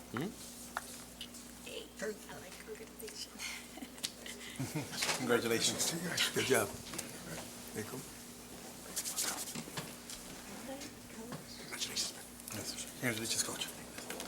All right, we do have a special presentation. So tonight, I would like to introduce a special guest from Washington, D.C., and U.S. Congressman Vicente Gonzalez, currently serving his third term in the U.S. Congress and represents the 15th District of Texas, the 15th District of Texas, and tonight he is here with a special check presentation. Of this for Mundo. Oh, yes. Superintendent. I know. Here we go. With the answer 3 you're talking about? Thank you. It's truly an honor to be here, and congratulations to the students who were recognized. It's clearly an example of the great education opportunities here at Weslaco ISD. So I'd like to thank everyone. I'd also like to take a moment to recognize Superintendent Dr. Valdez, Board President Armando Cuellar, and trustees, faculty, and staff for your steadfast leadership during this past 2 years. I think everyone in this room knows that it's been nothing but hell for the last couple of years, and together we've made it this far, and we will continue to work through it. But without you, our students and teachers would be in a very different place today.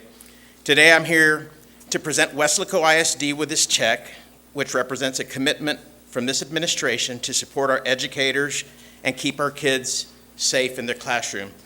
After 2 years of uncertainty for our schools and remote learning, this funding will help mitigate the effects of learning loss and keep faculty and students safe as they continue to learn. Last year, I proudly voted for the American Rescue Act that provided vital resources for communities, small businesses, and schools across South Texas, including here in the city of Weslaco and in Weslaco ISD. I'm happy to announce that thanks to the American Rescue Plan, Weslaco ISD will be receiving a total of $63.2 million.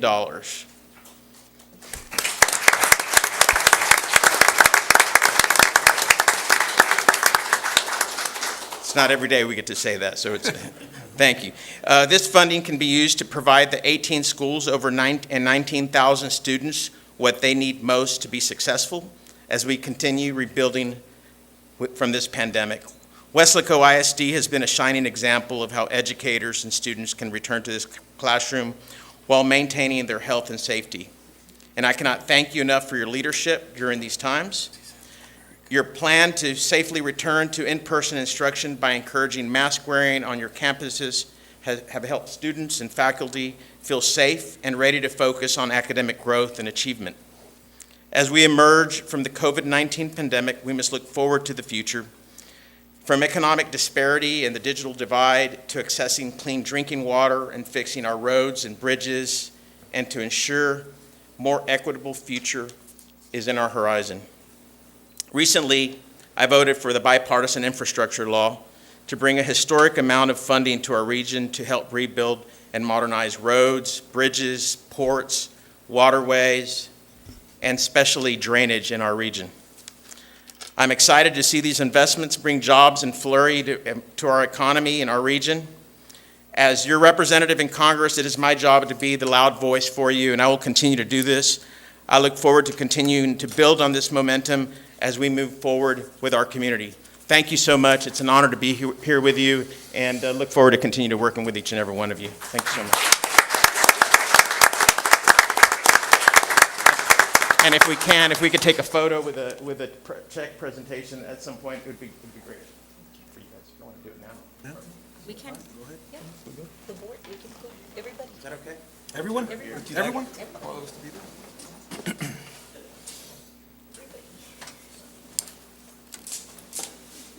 What is this?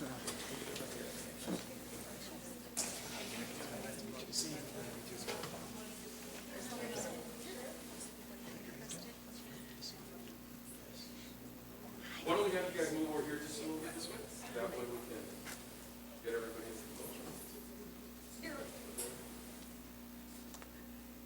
Okay, if y'all can look right here. 1, 2, 3, hold it. One more. 1, 2.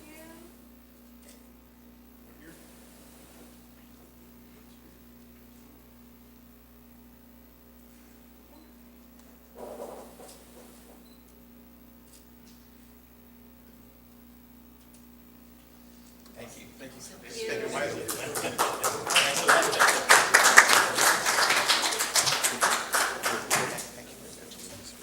Thanks, sir. Congressman. What do you want to tell Joe Biden right now? You got it.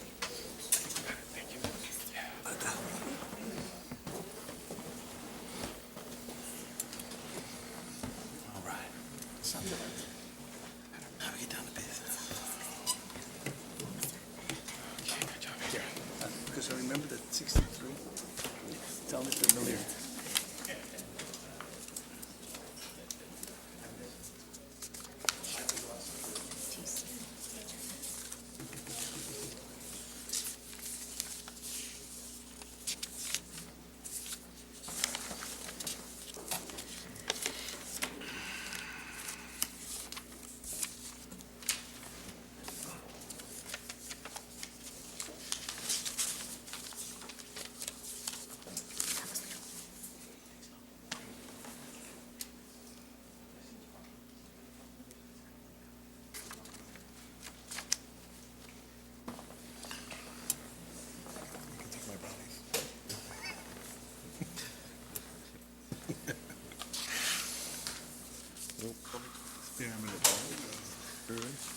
Next is STC.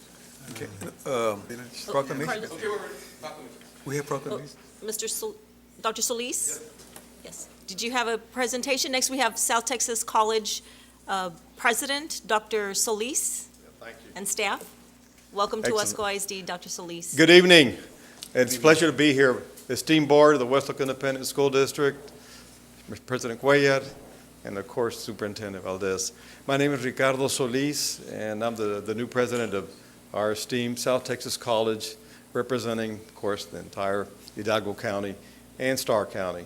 It's a pleasure to be here. I've been here for 6 months, and I've been anxiously waiting to want to come and meet with you formally. Traditionally, we have the Board Appreciation Month in January, as I understand, and of course, given the situation, it wasn't possible, but I wanted to make an effort to come here and demonstrate and convey our appreciation to have such a unique partnership with the Weslaco District. It's been a phenomenal one, despite the situation with the pandemic. We have been, although we did have a little bit of enrollment issues, we've seen that we're coming back. And secondly, I wanted to congratulate you after observing, witnessing what you're doing with the students, the events, from the mariachis to the athletes, to all the other civic events that you're doing with our students. That is a remarkable achievement. And this, of course, is a clear testament of the leadership of the Weslaco Independent School District. So we're here just to make a very brief, of course, appreciation, and of course, I wanted to introduce myself. And then thirdly, our director, Dean Rebecca De Leon, is going to give you just some very quick updates, some facts on the dual credit program that we are so well have been celebrating with your esteemed school district. Again, thank you very much for having me here, and we look forward to be able to delivering more programs, expanding on this concurrent dual credit program with you. We see a lot happening, especially now with what our students require, primarily looking at short-term advanced certificates in technology. And of course, you've seen our latest in the health and nursing. We see that Weslaco is primed to be able to expand our health and advanced nursing and other medical programs. I think this is a unique partnership that we would like to pursue with you in the very near future. And finally, I want to congratulate you, of course, on this great check that you just received from the Congressman. We look forward to continue working with this relationship. Thank you very much. Thank you. Thank you, sir. Thank you. Hi, good evening. I'm Dr. Rebecca De Leon, and I serve as Dean for Dual Credit Programs. So I just wanted to go ahead and thank you all for your partnership. We've had many accomplishments. I just wanted to highlight a few. Last spring, we had 58 of your students graduate with an associate's degree. This is truly a milestone for your district, despite everything that's been occurring with the pandemic. Additionally, right now, you all have over 800 students that are enrolled in dual credit classes. You all are one of our partners for the Texas Pre-Freshman, our Tex Prep program. So we want to thank you for that summer initiative and the opportunity you provide for students to advance during that time when they are in middle school with us.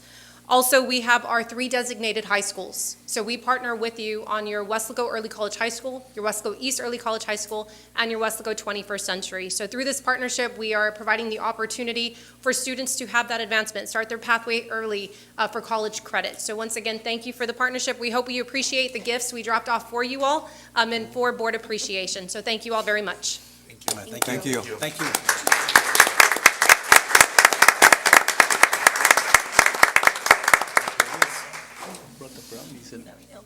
Now we know. Okay, Carlos. Item 6, proclamations.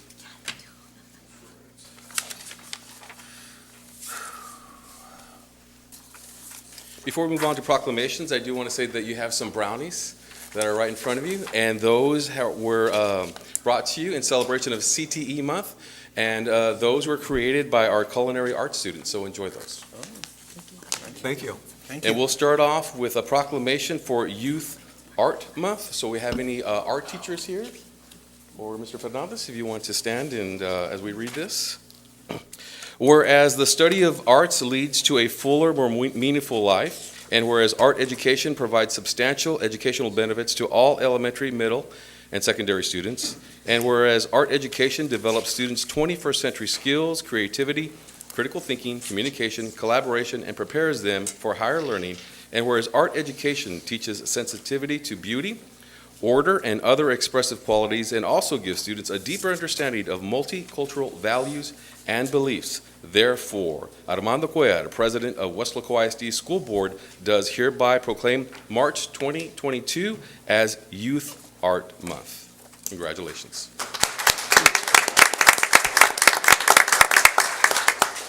I would also like to read this proclamation for National Athletic Training Month. If we have any trainers who are here, or if they're watching on their computers, this is for you. Whereas athletic trainers have a long history of providing quality health care for athletes and those engaged in physical activity based on specific tasks, knowledge, and skills acquired through their nationally regulated educational process. And whereas athletic trainers impact health care through action, provide prevention of injuries, recognition, evaluation and treatment, rehabilitation, health care and administration, and education and guidance, therefore, Armando Cuellar, President of Weslaco ISD School Board, does hereby proclaim March 2022 as National Athletic Training Month. Congratulations.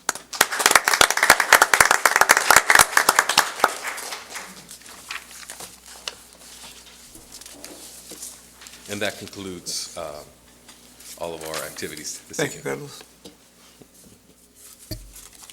Item 7, public comments. We have none.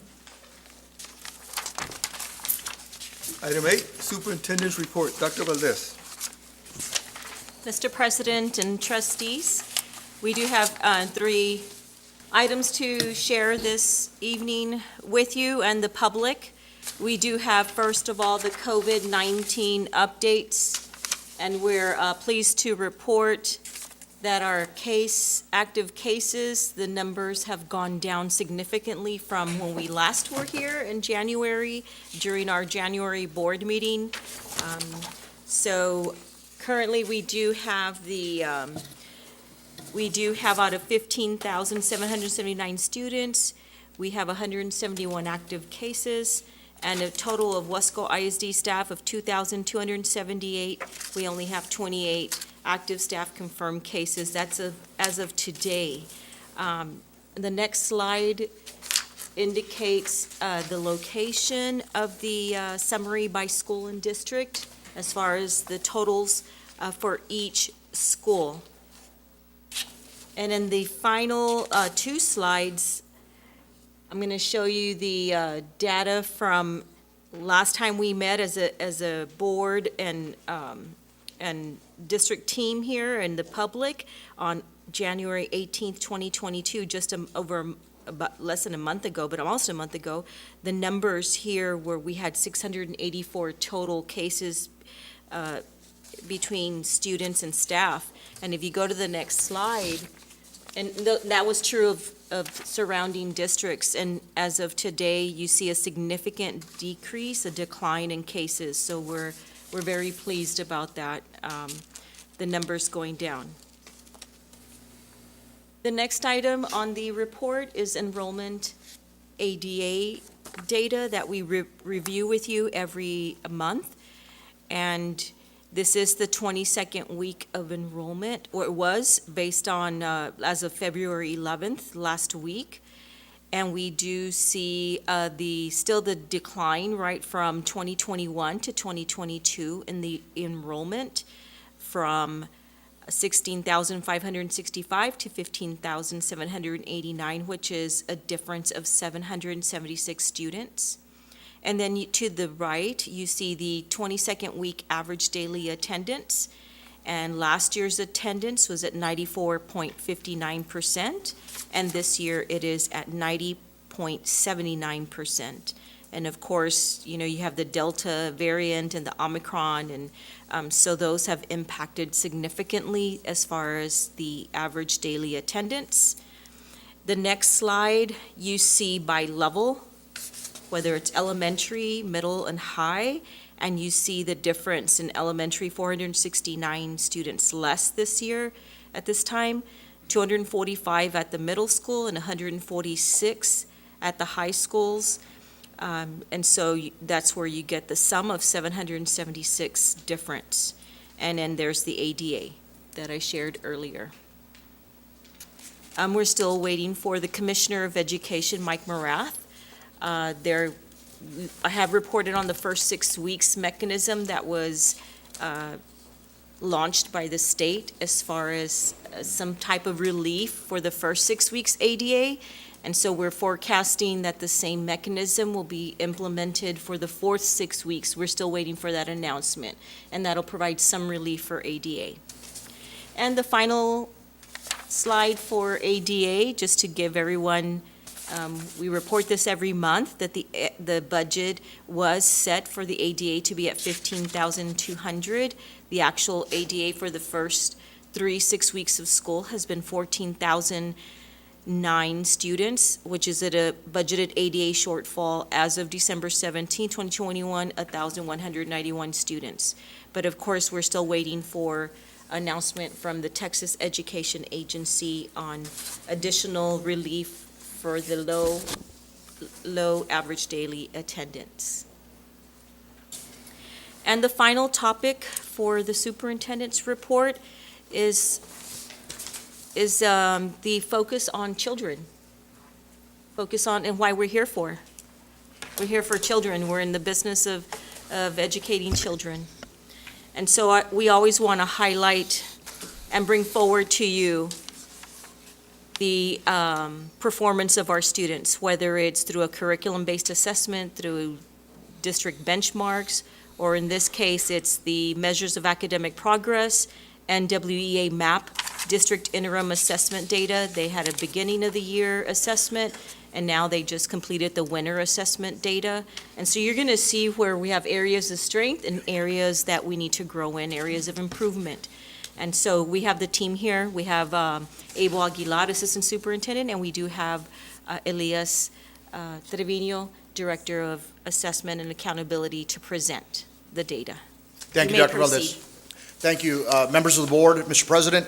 Again, we did share some information earlier with you regarding our district assessments. We're going to talk a little bit more about NWEA MAP assessment, and we do have some figures from beginning of the year to middle of the year. But before we do that, we want to talk a little bit about the interpretation of the language that we'll see in some of the slides. The first one that we have here is RIT. So the acronym for RIT, for MAP growth, and I hope I'm pronouncing it, RASC unit. It's a scale to help you measure and compare academic growth. So let's look at the highlighted portions. It also looks to measures levels in academic difficulty, which we were talking about in levels of rigor earlier through our presentation. The RIT score mean also what we want to do is get students ready to learn at the zone of proximal development, which is a lot of research with Les Vygotsky, the well-renowned psychologist, and we've studied his work through the years. That's going to be optimal for learning at that zone. So again, how does this RIT translate to the relation to the learning standards, and how does it relate to instruction? Again, we're going to be looking at data.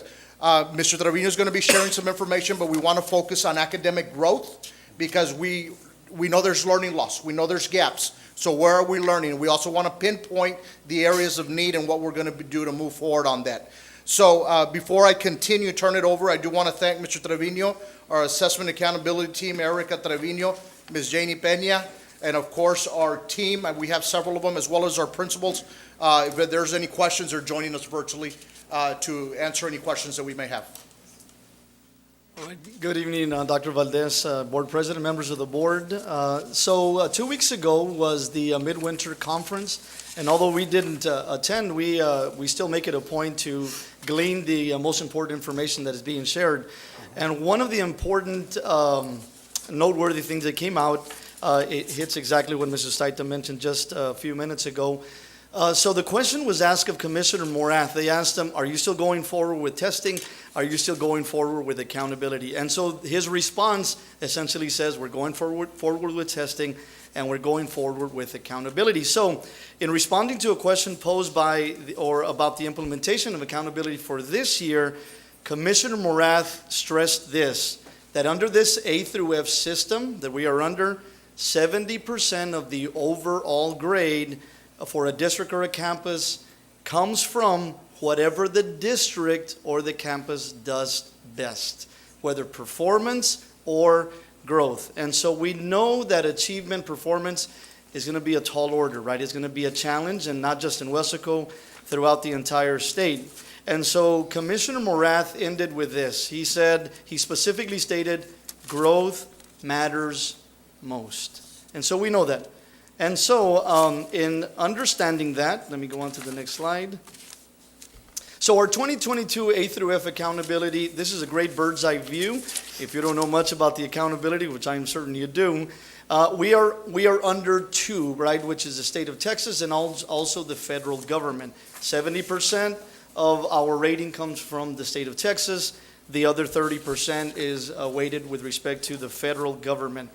If you look at that yellow bar, that large yellow bar to the left, that basically is umbrella over the state accountability. And so what the state of Texas does, there are two domains. Domain one is that student achievement, just straight out performance. How does your school does, better yet, with respect to performance, just straight out. They add up all the grades, they add up all the subjects, they add up all the tests, and they come up with a domain score.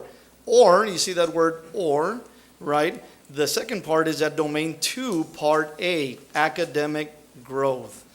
And so essentially what that means is they will take last year's assessments and they're going to measure with this year's assessments, those students that came in a test, they're going to measure their growth, right? And so essentially we've been meeting with our administrative teams, right, to discuss the accountability. All students matter, every single one of our students. That's what's great about this system, is that it doesn't only look at performance, it looks at growth. Those of you that have been in the education field know that we used to be under a system that we were labeled, or we had that label based on straight out performance. And as a teacher, we would say, yes, but you don't know where that student was at the beginning to where he is now, right? And so the system brought in growth. And so we're really hoping and believing that this is going to be a great opportunity for Weslaco with respect to growth. Domain two, part B, is relative performance. They essentially look at our district and compare our campuses or district to other districts or campuses with similar demographic numbers or data, specifically to the economically disadvantaged.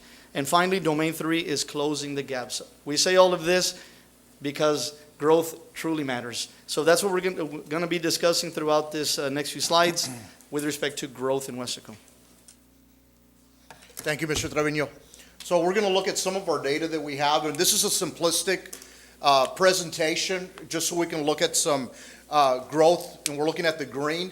We're going to give you an expanded version of some of the data we received from MAP, but we wanted to start off with this in just a bit. So we want to look at green. If we're looking at green, we know that we're growing.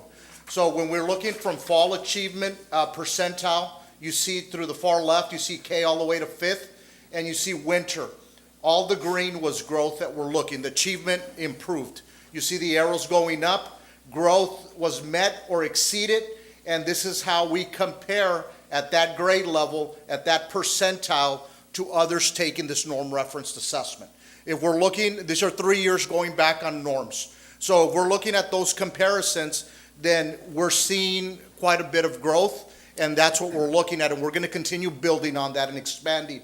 We have had our meetings with our administrators, as Mr. Trevino mentioned, and we're having robust and detailed discussions on what we can control versus what we can't control, dealing with the circumstances. And we're trying to regroup and say what is controllable, how can we move forward, how can we plan accordingly, and how can we best provide that instruction. So those robust discussions have been taking place. Next slide.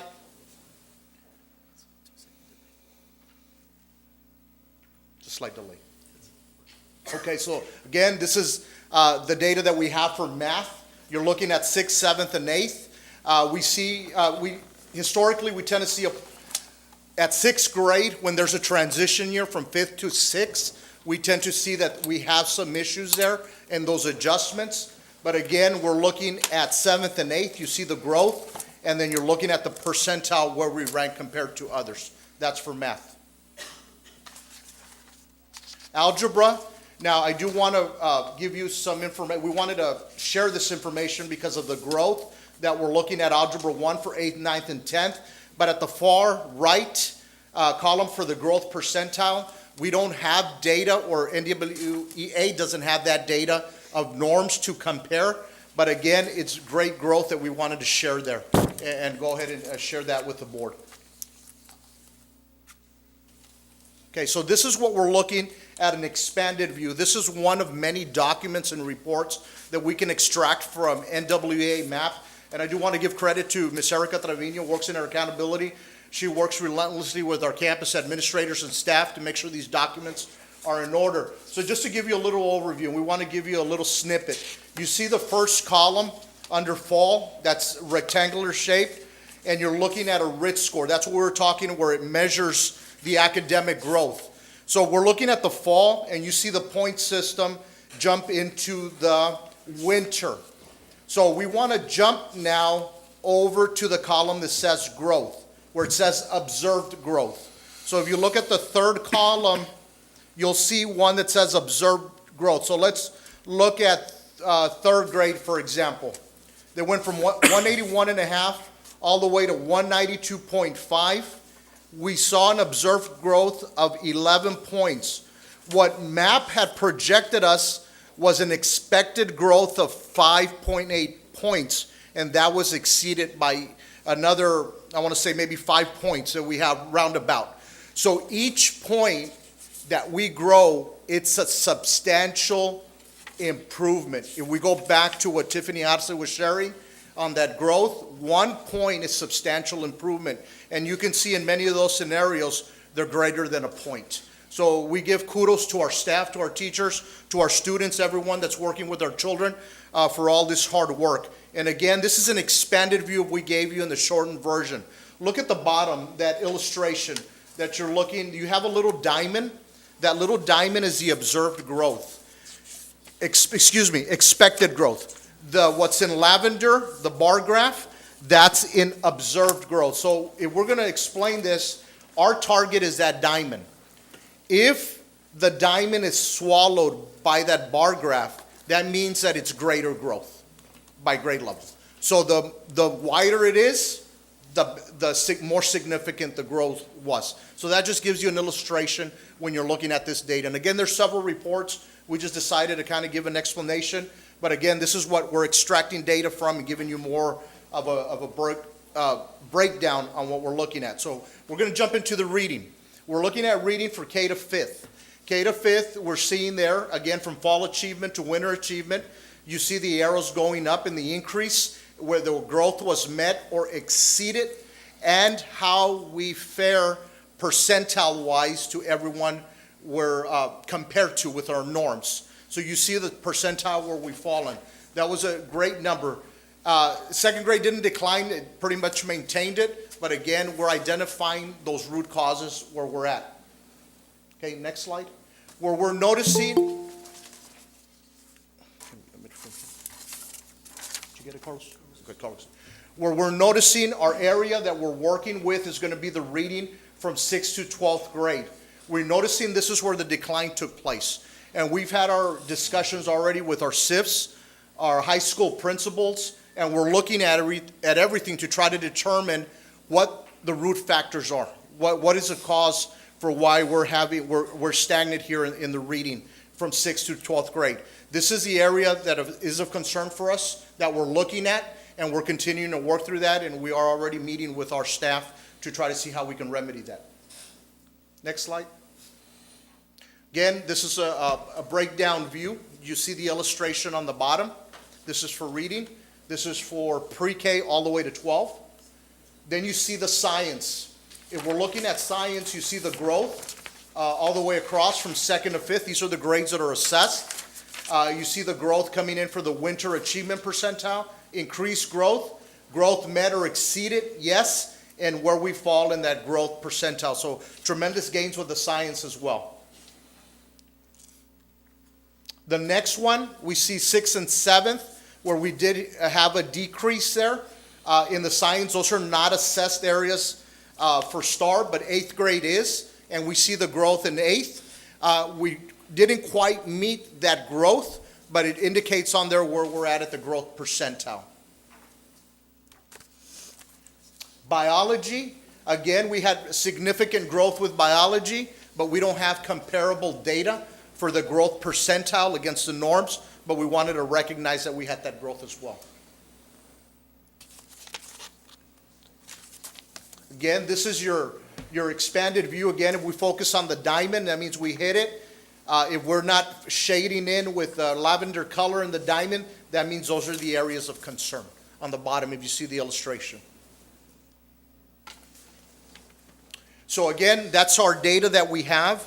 We're following up with our campus administrators.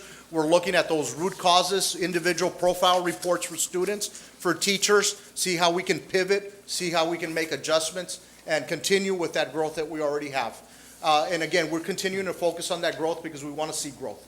And that's what's going to be continued focus. Any questions regarding our report?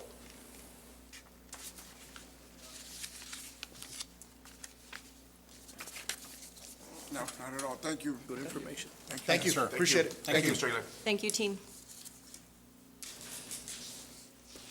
This concludes our superintendent's report. Just want to always keep children at the forefront of all that we do. Thank you, Dr. Lewis.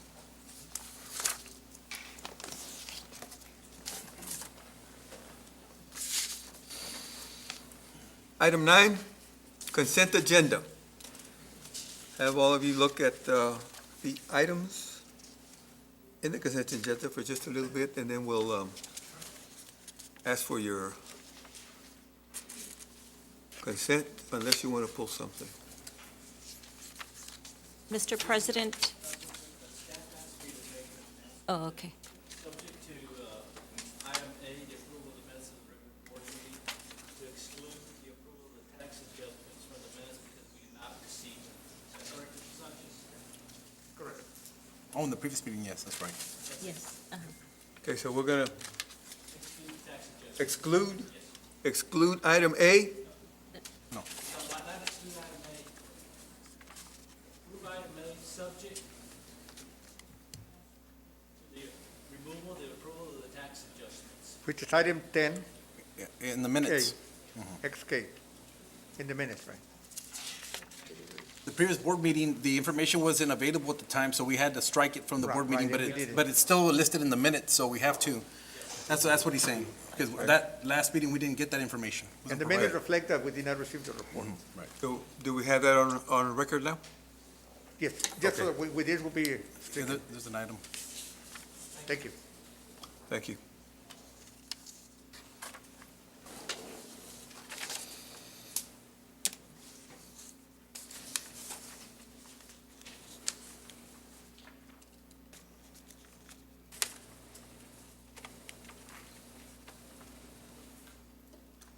Okay.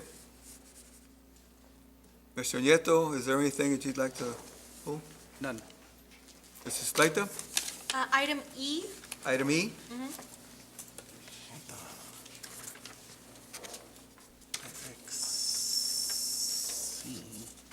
Costa Trevino, Item K. item K.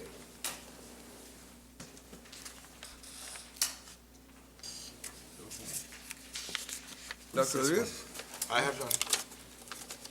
Mr. Los Santos, Somebody pulled item K? Yes. Okay. No, nothing else. none? I'll move to approve the consent agenda, excluding the tax adjustments in the minutes for item A and excluding item E and K. Second. Okay, we have a motion by Dr. Rodriguez and a second by Mr. Los Santos to approve the consent agenda except for the item on the minutes, on the tax adjustments, item E and item K. Let's take it to a vote. Signify your approval by saying aye when I call your name. Mr. Nieto? Aye. Mrs. Staita? Aye. Mr. Trevino? Aye. Dr. Rodriguez? Aye. Mr. Los Santos? Aye. Okay, motion carries.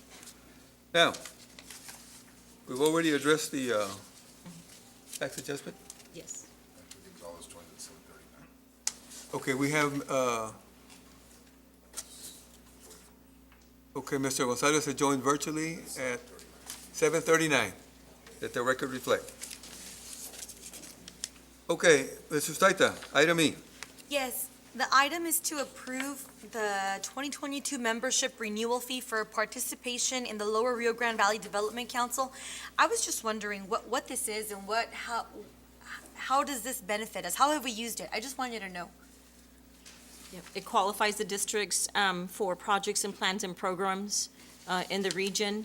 I don't know if staff has, Mr. Sanchez, if you have more information as to any benefits to the district in previous years? I don't have any that come to mind.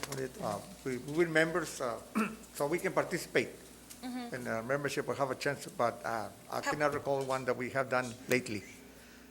Have you actually used a membership for anything? Like to be part of any special developments or anything? No. Plans? To my knowledge, no. No. And it's a $300 membership Right. fee. Annually, okay. Yeah. Yes, annually. And how many years have you been a part of it? It's been a while. It's been a while. Yes. We've never used it? Well, we have used it in the past, but in the last 3, 4, or 5 years, I don't recall. So we had prior administrators that were more involved with that part, that Okay. took part in the action that we had before for that. Okay, I was just wondering, what the benefits are, because I hadn't heard of us using it, so that's why.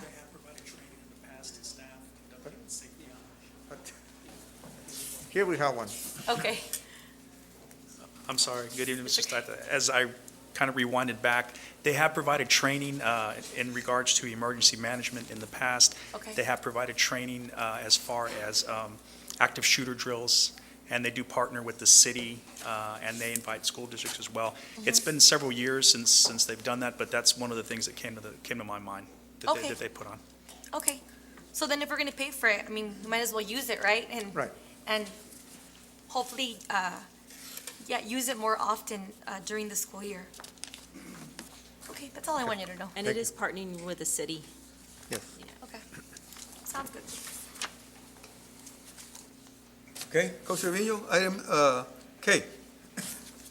I had a question here, looking at local funds being reclassified or being basically deducted from the local fund balance to cover these expenses. Were these expenses not budgeted prior, or why are we digging into the local fund balance for some of these items here?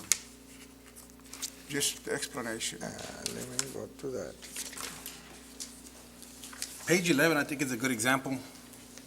You'll see, because like I said, I know last time we were here, we voted on passing additional funding to replace a track. That was around $800,000. Right. That was coming out of the unassigned fund balance. Correct, yes. And it's nothing against sports, but that's one of our biggest ticket items, right? And so we talked about that. It was necessary, needed. It was a poor job the last time it was done, and for safety of students and whatnot, it was necessary. Understand.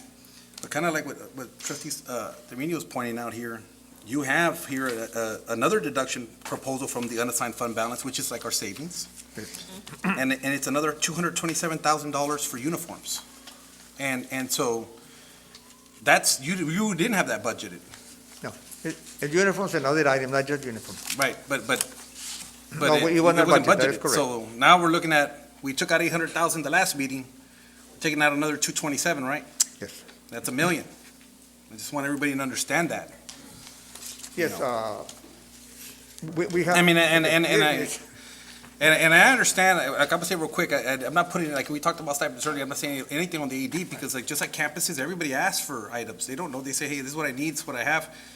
But I just wanted to point that out so all the board members understand that it's necessary for the track. I understand 800,000, pulling it out of savings. Now we're taking out another 227, a proposal for 227 for uniforms and other items. That's already $1 million within the last 2 meetings. Yeah, and I talked to Mr. Sanchez, we discussed this prior, and we both agreed that for next year, we should include it, allocate it within this year's athletic budget. A lot of it's for our August sports, Mr. De Los Santos, which is football, volleyball, because to order supplies, the hardware, the football helmets, and we need to get in time. Right now, we're still missing orders from this past year from the fall. Right. So if we wait until July. Yeah, they came over to the Yeah, budget. and then we won't get our equipment in time. Right. So, yeah, that's the plan, is to go ahead and just bring that back into that same year budget. Of next year's Yeah. budget to reduce. So we don't have to be coming up and asking for okay. additional funds. So take it out of the fund balance now, and then after next year's budget, you're gonna take it off of next year's budget, project it, to replace it. Yeah, or allocate it within that budget that we get, so we'll have to be coming up and asking Mr. Sanchez for additional money for the fall bill. Okay. That's gonna be, really just adding more to the athletic budget, so we won't ask in the middle of the year or the fall. Okay. I know uniforms are needed, especially like middle schools. Like the coaches have told me their Yeah. uniforms, the kids are like moldy from the water that leaks in, which is another Right. thing with the roofs. I know that the kids have a need for the uniforms, so. Oh, and I understand that too, but the unassigned fund balance is your that's what they call the rainy day Yeah, fund. yeah. Rainy day fund means for when things get bad and you need to kind of cover certain things, you have shortfalls in enrollment, ADA, projected budget for next year's. Those are the ones you can say, you know what, I'm gonna take out an extra 10, 12 million out of our savings so we can cover salaries, cover resources, and cover whatnot. That's what I'm saying, and when people think and they hear 30 million, 40 million, 50 million in the general public, it is a lot of money. But when you're talking about budgets for school districts, it can go like that, really fast. All it takes is a few bad situations, or, like I said, drop in enrollment, things like that, unexpected costs that you didn't project, maybe a chiller goes out or whatever the case may be. And you're 300,000, 400,000 here, there, everywhere, adds up real quick, and before you know it, your unassigned fund balance is at a level that puts your district in a difficult situation, and then also drops your rating. And it's nothing to do with you, sir, because you're gonna ask and try, everybody's gonna fight for, it's like they say in the administration, everybody fights for real estate, right? Everybody's, fighting for their campus, departments, resources, everything. But I just, again, I'm just putting it out there so that it's documented for later. I'm just saying, we're dipping into the unassigned fund balance, and here we go. So I just wanna note it and put it on the record. Completely understand, like, for example, most of our hit in athletics goes on student travel. Right. Feeding our students after games and Playoffs, traveling, things like playoffs. And right now, we have approximately about 2.5 months left in the season. Yeah. If I were to ask for these funds for next year, I'd be coming next month, and we'd have this discussion, because Right. we'll be short. And I'm gonna ask Mr. Sanchez, hey, I need this in order to cover officials, travel. So, discussing this with Mr. Sanchez, I go, listen, how come, we're short every year, and this has been going on prior. Just give me those additional funds, so I don't have to be amending, Right. coming to you guys and asking for money. It's just, let's do it the right way. And yes, it's gonna be more for next year's budget, and we're gonna ask for more to cover the year instead of coming up and asking for you guys and having these discussions again. And it's a situation right now where it's kind of unfair because you're just the biggest ticket item at the time, but there's multiple items Yes. that also did dip into the unassigned fund balance. So I just wanted to bring that up because I know that we haven't had many workshops on budgets and whatnot, but what does that mean? Like kind of when Dr. Valdez talks about the difference in ADA, we hear 1,100 students. Most people don't understand what that means, but when you put a number to each student, it's millions. And so that's kind of why I just want to bring awareness to the situation, that this is what we're doing, this is what we're agreed to, but, who knows what the future holds. And you so. said it right, it's a big ticket, athletics is a big. It's a big ticket item, yeah. We have a lot of kids playing, they're doing very well, they're very successful, the teams are doing great. So I understand. I mean, I played sports my whole life, and I played also at Bobby Lackey. So, I mean, since I was 6, I've been on the field, and so I'm a supporter. I don't want people to think that, but I'm also a supporter of budgets, finance, and employment. Yeah, and I appreciate your support, but when an ice machine goes down, we're looking at $4,000, $6,000 right off the bat. And we have several ice machines that go out at the same time, or washing dryers. Big ticket items, yes. Or uniforms that get torn up and beat up. Need to get replaced. Yeah, it's expensive. I'm learning that. It's very expensive. Oh, yes. It adds up quick, yeah. Okay. Guys, can we go back to item K? This is item K. That is item K. This is item K number, we just picked, there's multiple items under K that are having budget transfers. I have a question. Reclassifications, I'm sorry. Mr. Sanchez, item K number 3 is, it says, set up budget to purchase a 4-year maintenance agreement for the AEDs, District What? What is AED? Those are the automatic, the defibrillators. Yeah, for defibrillators. Defibrillators. Yes, ma'am. Okay, I wasn't sure Yeah. what AED was. Okay. Yeah. We meant to spell it out, we forgot to spell it out. That item, I've discussed it with director to remind me, because when we got it, we got a 4-year, we got a lease, 4-year lease. Okay. That included that. and we just did not include at the time of the budget that we needed to renew this item. Okay. And that's something important that we need to do, so that's why we requesting the money now. But for the future, when this comes up, we will have it. We're working on our reminders, a table schedule for things that we need to add to the budget. So things like these, so the athletics we won't miss them. Yes, that would be a good plan to have what we have to renew every year, every 2 years, every 3 years, have them ready in the budget. Yes. Instead of coming and amending them later. Another question. I know we have 10, 12 elementary schools. Do they all have access to requesting this amount of funds? Or is it just these particular ones? Or I notice here, some of these schools are asking for 44, 34, and so forth. Do all the elementary schools have access to this type of funding? Good question, Mr. Trevino. Those are 169 early education allotment monies that we have. They were just in different accounts. So as we're making purchases, they're needing some more expenditures, and we just need permission to move them into another account. We're just reclassifying. The monies are already there. But they all have the option to, it's just these particular schools chose to Correct. go with the reading and math or Correct. whatever They all have program. that option. I know, but here, And it's not coming from the general Fund, fund. No. No. No, And they all have that's, the same budget It's amount? within their Or own. It's different? no, it's allocated based on their. on the numbers. Yes, number of students. So what we're doing, is if you recall, where we hit a snag with spending those monies was during that COVID period that we were out. And that's why, when we had that audit, they said this was one of the areas where you need to work on spending, because we have those 2 years to get it spent.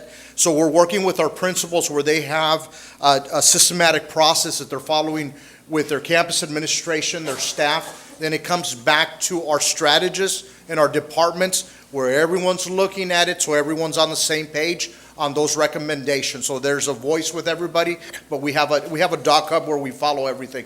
And that's where we're moving along with those expenditures to meet those needs. okay. But those monies are already allocated Already for them. allocated. No, thank you for that clarification. You're welcome. Thank you. If I can make one more comment on the last one, the last amendment there, for $53,000, that was not in the budget. The Purdue company, they helped us with appeals of property values, and they have been doing audits or appeals to the state comptroller. And last year, we got about $700,000 additional on the budget. Most of them went into the local fund, some of them went to the INS fund, the debt service, and they hadn't billed us for it. This year, we already received another amount, 600-some thousand. So I asked them already, give me the invoice for that so that I can add it to the budget. And that's why there was no way to put that one in the budget before, but we need to pay it, and we don't have the money for that. That's what that is for. All right, okay. Thank you. Okay. Thank you. Thank you, Andres. Okay. Do we have a motion to accept items E and K from the consent agenda? I'll make a motion to Have approve a motion? item E and K. By Dr. Rodriguez, and a second by Trevino, second. Jose Trevino. Take it to a vote. Signify you approve by saying aye when I call your name. Mr. Nieto. Aye. Mr. Staita. Aye. Mr. Trevino. Aye. Mr. Dr. Rodriguez. Aye. Mr. Los Santos. Aye. And Mr. Gonzalez. Aye. Motion carries.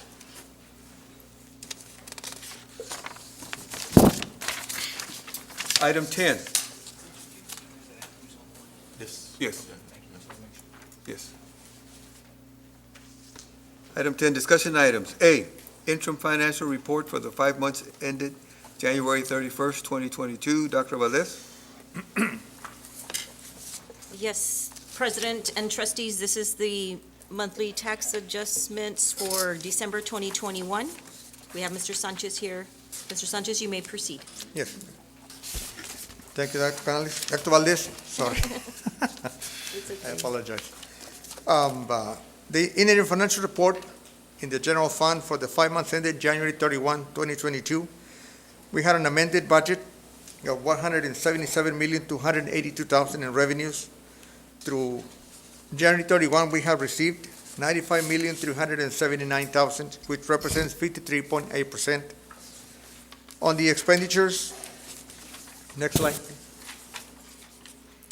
We have an adjusted budget, the initial budget that the board approved as amendment that we have brought to the board.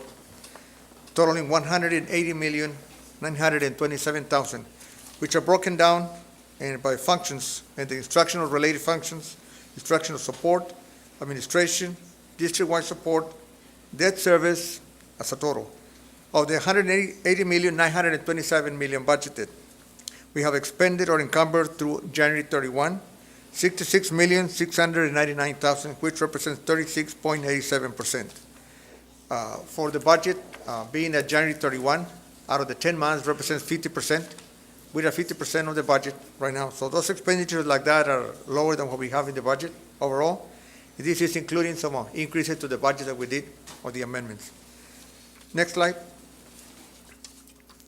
The next 4 slides involve amendments I just discussed to the budget that we took from the unassigned fund balance. The major one is on the carryover of state allotment funds of $6.6 million. Mr. Aguilar mentioned a while ago that one of the items we had in the audit was the early education allotment. We hadn't spent all the money. So from that item and all the grants that we have 3 years to spend the money. And if we don't spend it by the end of the year, we have to set it up in a restricted fund balance, not unassigned. It's restricted.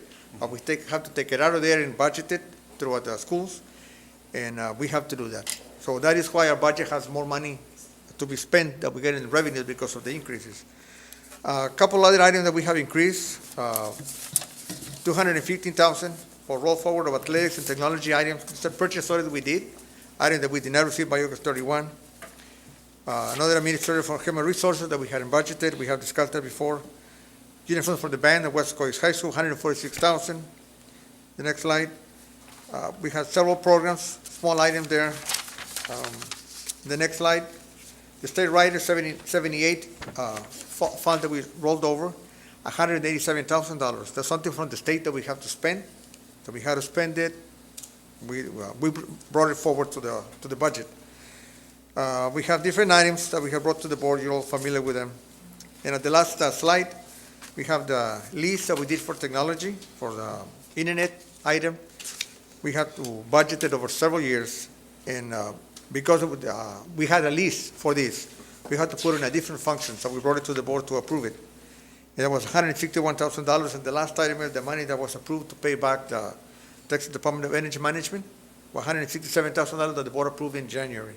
All those together, those increases to the budget are $8,052,000, which, in the next slide, when you add into the original budget, approved for expenditures of $172,874,000, totals $180,927,000, which is the amended budget through January 31 for expenditures. Do you have any questions on that? I know I went through it fast, but some of us have repeated it before, so I don't want to go into a lot of detail. And that is the report for January 31. No question? Thank you, Andres. On that one. Yes. Thank you, Andres.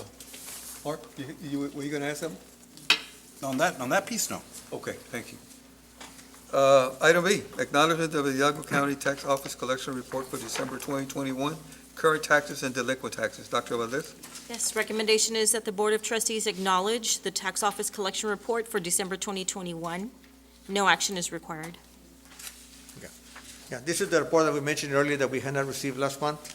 So for the month of December 2021, in the current taxes of $26,211,000 included in the levy, we have collected to December 31, $12,994,000. There have been increases to the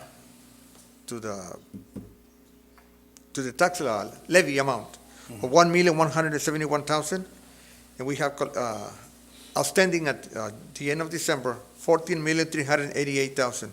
Those collections represent for December 47.46% of the levy. The prior year, for December 2020, we collected 42.41%. So that is an increase of 5% more than the prior year.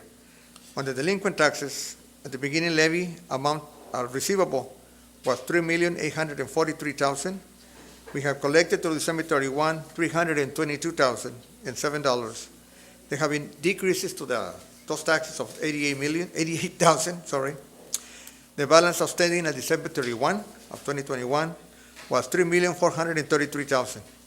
The collections through December 31 are 8.57% for delinquent taxes. The prior year, in December 2020, they were 9.75%. That represents 1.18% less collections for December compared to the prior year.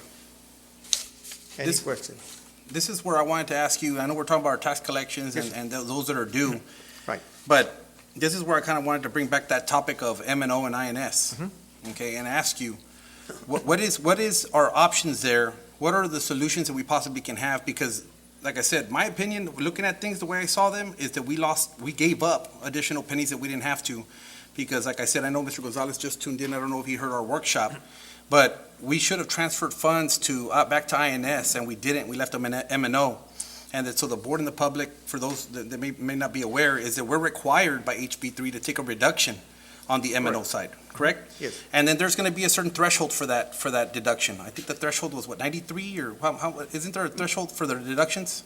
No, and that has to do with if the property values go up. Right. Then we have to do 2.5%, the NTA. So we have to wait for the values to come up. Right. The NTA decides whether our tax rate is going to be compressed. How many more reductions are we looking at now at the M&O? This year, perhaps one more. One more, right? Biennium. That's why I figured one more coming up. We should have moved pennies, when we had the chance. And that's that's my main concern there. Right. It's one that we discussed, me and you, in 2020, 2021, and now again.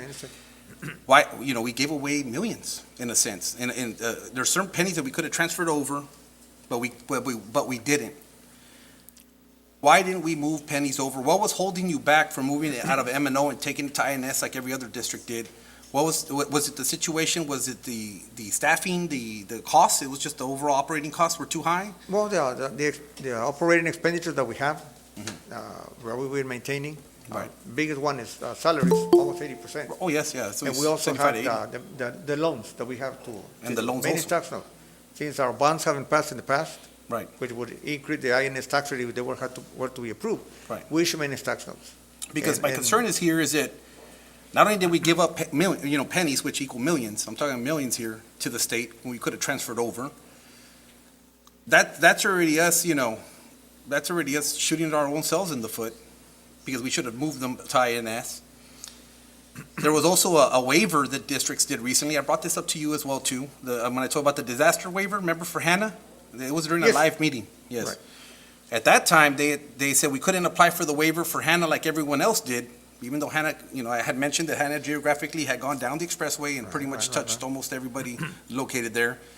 At the time, you stated there was no claims or no damage, so we didn't apply. Correct. That's what I said. But Mr. De La Rosa, during his presentation, said that there was damage to a certain extent on certain buildings. And we didn't, because the disaster waiver that they gave is that we're forced to do a reduction, right? That's what I've been talking about even since the workshop on M&O. They gave a disaster declaration the state did, because they knew the financial situation. They said, hey, you don't have to do a reduction this year, which was saving about 4 pennies. More or less, I think it was 4 to 5 pennies you would save. You don't have to do, or how many pennies was it you'd save if you didn't reduce this past year? It was 2.5. I don't know. It was a few pennies. Few pennies means a few million. Numbers. I don't want to give you the wrong number. Right. And so there was a significant amount that we didn't take advantage of the disaster waiver. So all these things kind of trouble me, because the taxpayers, it's not the district, it's students and taxpayers that are losing funds, because we're lowering our rates, but yet we really can't, because we're operating at a very high level, 17,500 according to the budget tool from Region 1. Right.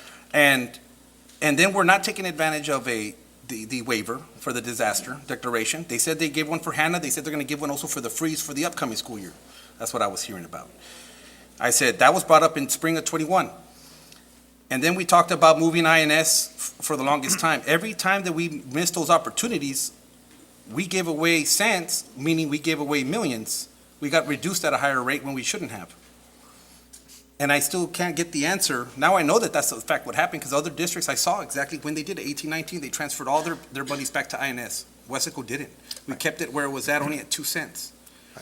When we should have made the change. Who's to be advising us on this? Who do we employ? Is this Hilltop Financial, or who do we employ? I think that's I think it's a district. Who is it?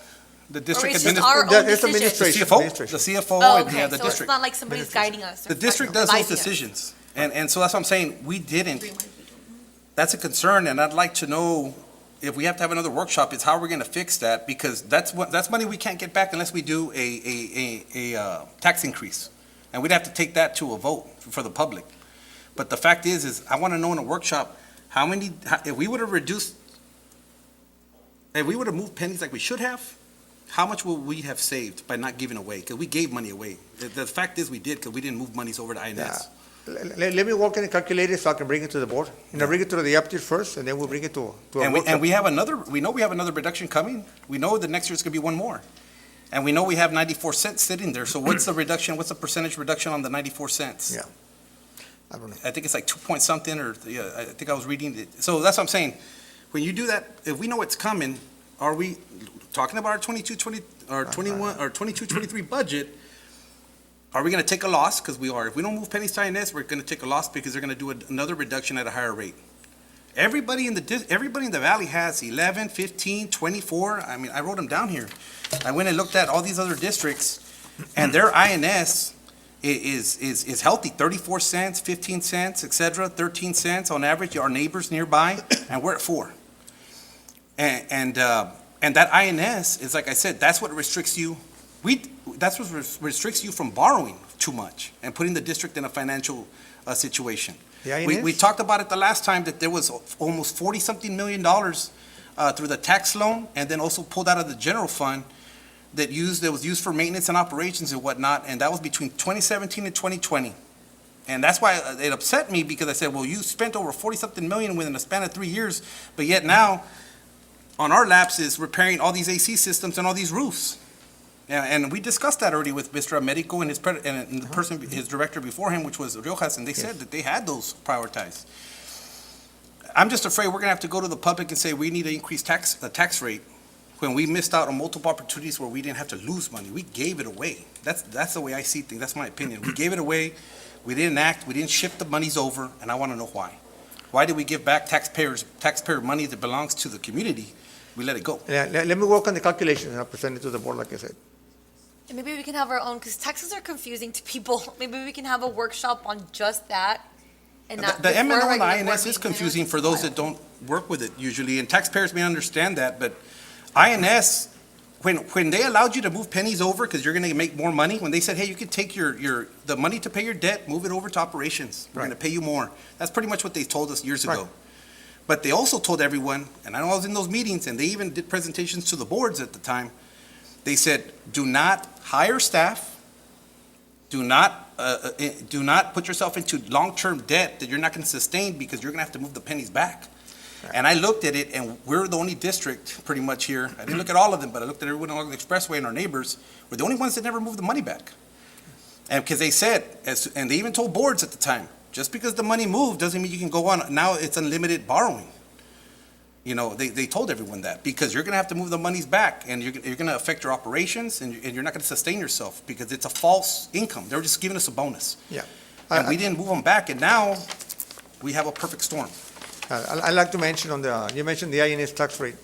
Yeah. The most that we will need to pay the bond debt that we have is 8%, Right. 8 pennies. Right. It's not more than that. Other districts have more pennies in the INS because they have more bonds passed. Right. Because our Yeah. community has an approved bonds, we don't need as many INS pennies. Right. So we need about 4 pennies more in the INS fund. And we've been moving them as the tax rates get compressed, as the MNO goes down. So part of the decrease that goes down in MNO to move it to INS, increase it. And I understand. To help us bring that up. And you mentioned earlier, as property tax rates go up in Weslaco, it frees you up some opportunities to possibly move, or whatever the case may be, but the situation is that we did lose more than we should have. And that's as a taxpayer myself, and whose kids come to the school district, I mean, how do we give away what they're giving us? That's kind of the way I feel. Mr. Sanchez, the districts that have the higher pennies in the INS. Yes, sir. Do most of those districts, is that because they have more debt, or what's the purpose of that? In essence, yes. The most we could have is 8 pennies. But those that have more pennies because they have more debt.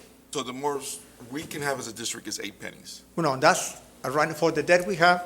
All we need is 8 pennies. For the debt we have. Yeah, we could borrow up to 50 pennies. Up to 50 pennies is the limit. Right, that's a max. huge bond to do. But usually the higher the INS, it usually correlates with higher debt? Yes. Is that? Yeah, last time we were trying to issue a bond for $100 million, you'll remember, in 2016. we were looking at 10 pennies to increase that, to pay that bond. With the assistance of the instructions facility allotment, the IFA funds from the state, and the property values. But now, as the property values go up, and our ADA goes down, then we need more money from local funds. Yeah, and Dr. Rodriguez is right, because but my point is this, is that it's like everyone else. Everyone knows their bills when they get paid, right? They know what they gotta pay, and then they know what they can spend. But by stuffing it into M&O, you're giving yourself a false impression because you only have 4 cents, but you need 8, or you need more, right? And then we're still looking at possible loans for, another loan for the roofing, which was, I think, another 26 million. And then we talked about that. That's what I'm saying is it should have just started, but my question is, why wasn't it moved? So you say that we can, for the next budget, we can move 4 pennies already. We'll be healthy enough to do it. That's something that we can consider. I cannot tell you that But we we can won't, do it no, because but we we won't. might need it like you said. Well, I already know we can't. Okay. Yeah, I know we can't. And because you got yourself in a bind where your staff and your operating costs are now more than what you're bringing in. And that's what I'm saying. It puts you in a situation, that's what I was trying to say, Dr. Rodriguez said, it puts you in a situation where you're going to get yourself into a bind because you should have just moved them and had them there already from the beginning, but it wasn't done. And I saw you transferring over. We talked about it one time. You said, we transferred because we're moving to pay off the interest and the debt. But it should already be there because you're giving yourself a false impression. That's just my mentality. And you're having a reduction on your M&O that you shouldn't have. A big part of the giving away situation money. is that the ADA enrollment has decreased Yeah, in ADA, so that's affected us a lot. exactly. But we also gave away pennies. I mean, I'm just asking, did we not give away pennies? If we would have moved what we should have to INS, we wouldn't have, because it's like I said, I'm telling you for the public. If I'm going to deduct your checking, but not your savings, and I tell you, anything that's in your checking, I'm going to deduct you 5%, okay? But you're going to move monies from your checking like anybody would to your savings. Right. I understand what you're saying. And because if not, if I leave the $100 there, pues it's the whole 100. I'm going to lose 5% of the whole 100. I'm going to lose $5. But if I take out half and I leave 50, then I'm only going to lose 250, right? Simple math. That's what happened here. We should have moved pennies, and instead we're getting reduced, and we're losing those to the state. The state's taking them away, and we're never going to get them back. They're not going to turn around and say, here's your 8 pennies back, or here's your 10 million back, or your 12. And we're talking millions. When I say pennies, I mean millions. So that's why it upsets me that we this bell has been ringing since December 2020, and yet now here we are with our worst case scenario. And that's why I'm bringing it up, and that's why I keep pushing it through, because we need a workshop, and everybody needs to understand this. I'll look at that information, I'll provide it to the board, and then we can have the workshop later on. Thank you. And just specifically on the tax rate and then Yes. options that we have moving forward. Okay, sure. Any other questions, comments? Now, just, if you can gather that information as far as how much we could have made or did, and Sure. possible, and lost as well. I will. Thank you. Thank you. Thank you. Thank you, Andres.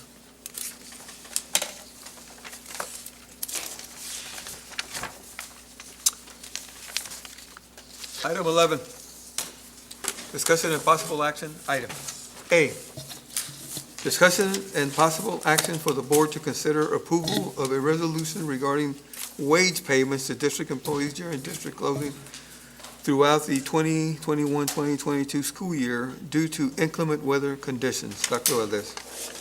Yes, Board of Trustees, we do need to bring this forward to you as far as the wage payments to district employees. This is for closure during inclement weather conditions. As you know, we did have a freeze warning, and we delayed the school start earlier this month. And so that now we have to bring this forward to you. Last month, it was the resolution for COVID, and this month it's for the inclement weather. Motion to approve? I have a motion by I'll second.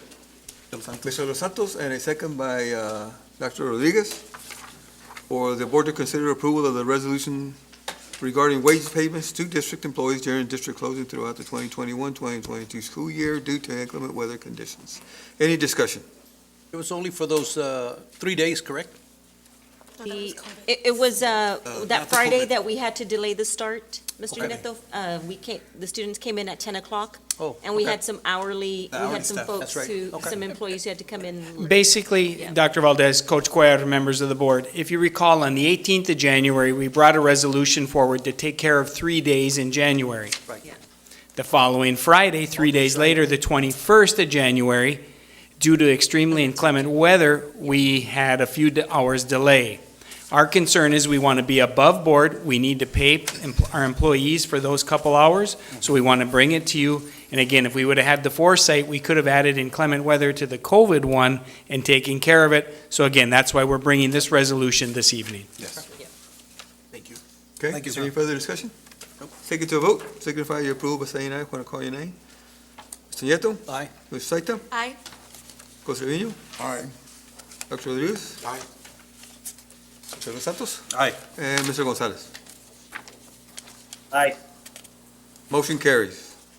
Item B, discussion and possible action for the board to consider approval of revisions to the Weslaco ISD compensation plan for fiscal year 2021-2022 to reflect stipends for assistant directors for fine arts programs and change to the title and job description of construction maintenance manager. Dr. Valdez. Yes, we're bringing forward the compensation plan. We are going to pull the portion of the agenda item that stipulates the stipends for assistant directors for fine arts programs at this time. The only item that we'll bring forward would be the change to the title and job description of construction maintenance manager. And we have staff here also to present, should you have any questions. I'll move to approve. Okay, we have a motion to approve by Dr. Rodriguez, Second. a second by Mr. Nieto to take the superintendent's recommendation just to pull the stipends, Correct. but to address the title and job description of construction maintenance manager. Yes. I have a question. Oh, is it discussion? Is this going to be an inter-district hire, or is that what this position is, or, because this, I know, I mean, you would be bringing in somebody new into this position, or are you looking inter-district? So if I can address that, Mr. De Los Santos, if you remember, this is the position that was vacated by the passing of Mr. Carrillo. Right. So it's a position that was budgeted for, that we had open, and we would be opening it up to outside the district as well as internal if anybody is interested. My concern with this position is it was one that was mentioned in our forensic audit as not being approved by the board when it came on as a position. And the TASB salary study is taking place and won't be done till the end of May?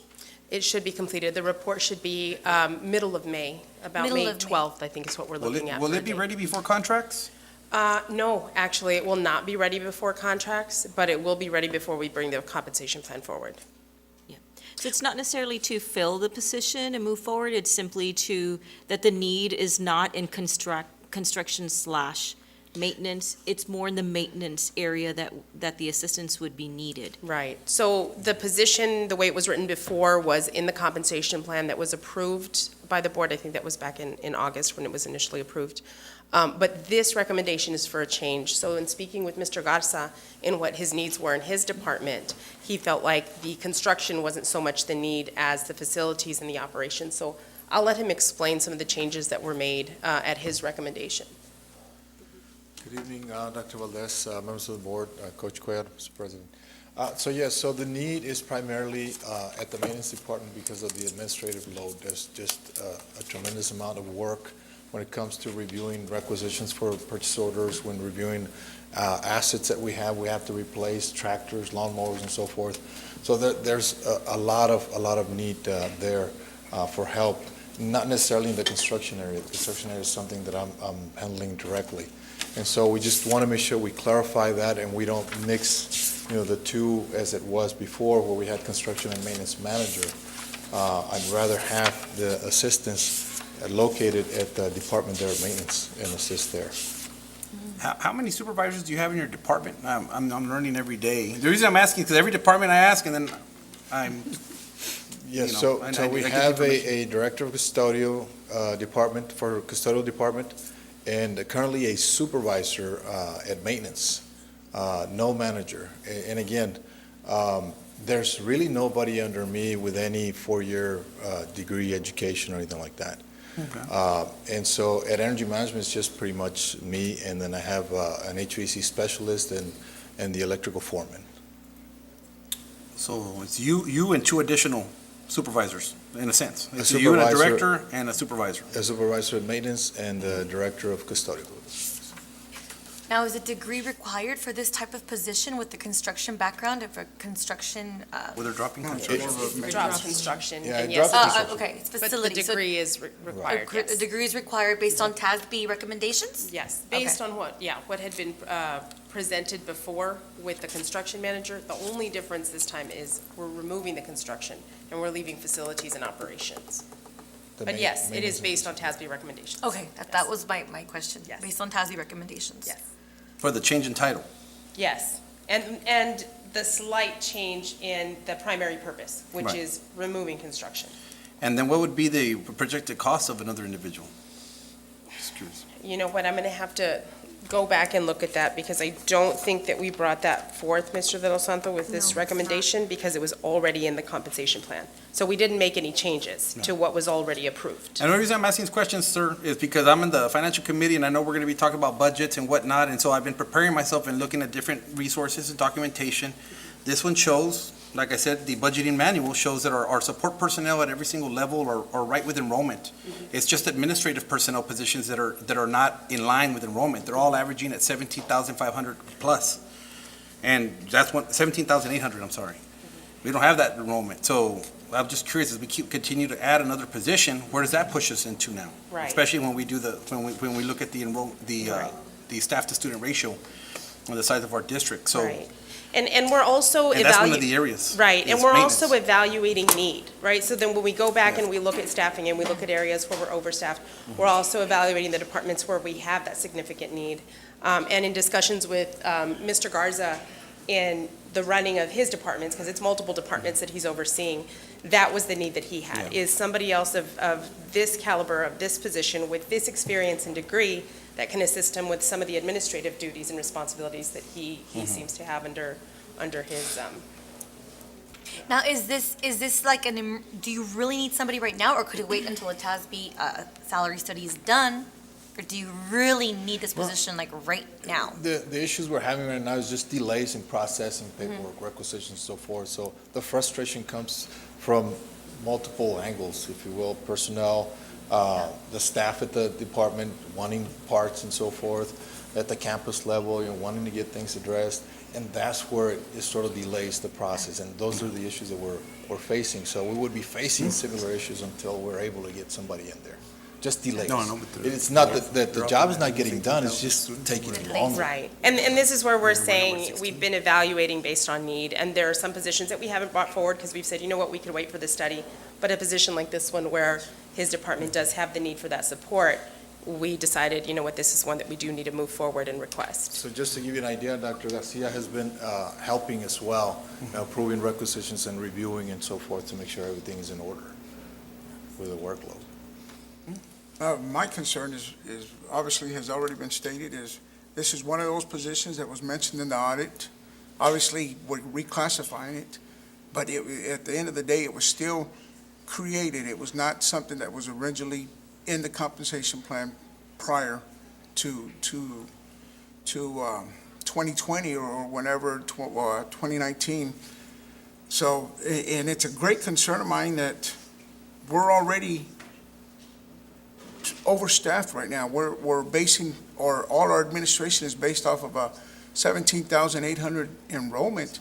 We know we're clearly not functioning there, and we just about an hour ago to an hour and a half ago talked about, maybe in the near future having to make some reductions in force or something. Or lose through attrition. But Yes. as Mr. De Los Santos pointed out, and there is overstaffing, but it's based on specific departments. And in Mr. Garza's specific department, we are not overstaffed. We're pretty much on par. And again, this would be support, an administrative support position, just to alleviate some of the load that he has in the multiple departments that he himself has to oversee.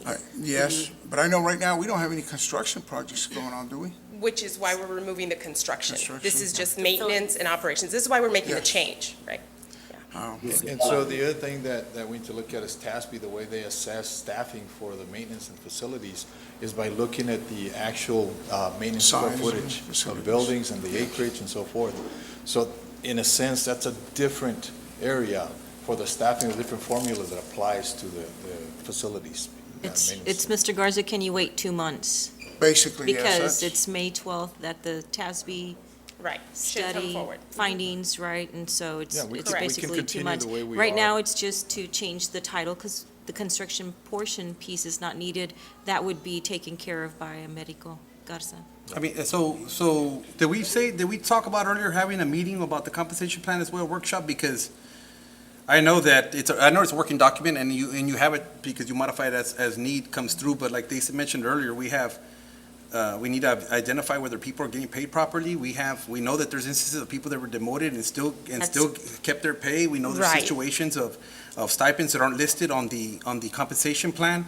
I mean, there's still critical areas that we haven't addressed. Right, And correct. and And we right did around the mention corner it. is contracts. That's And correct. And- that's the plan as well for May 12th. That's been our target date that we scheduled with both of the analysts that we have with TASB, both the staffing and the salary and stipend, is that they will come together May 12th, and it will be a workshop, because their recommendation was they feel that they need that time to be able to provide that back and forth with the board, and then to be able to discuss what some of their findings are and what some of the recommendations are before we bring it to the board as a plan. and I So yes, understand. that is the plan. And with HR, I know you guys barely came on board, and these are all topics that we've been, I don't want to say sitting on, but topics that haven't been addressed for months prior to you all even arriving. I'd really like to go into the new year, making sure that we don't have these things still hanging, Yes, And that's- as would we. that's the That's our plan. goal, yes. Yep, that's the plan. And what you highlighted this evening, Mr. De Los Santos, we too highlighted that with the TASB We did. representative. We did with our kickoff. Yeah. Thank you. Sure. Any other questions? No. Thank you. Thank you. Thank you. Okay, so what we're going to vote on is to change the title and job description of construction/maintenance manager? So to get this straight, we're just voting on changing the title, but we're not voting to say, let's go out and look for somebody Right. yet. Correct. Okay.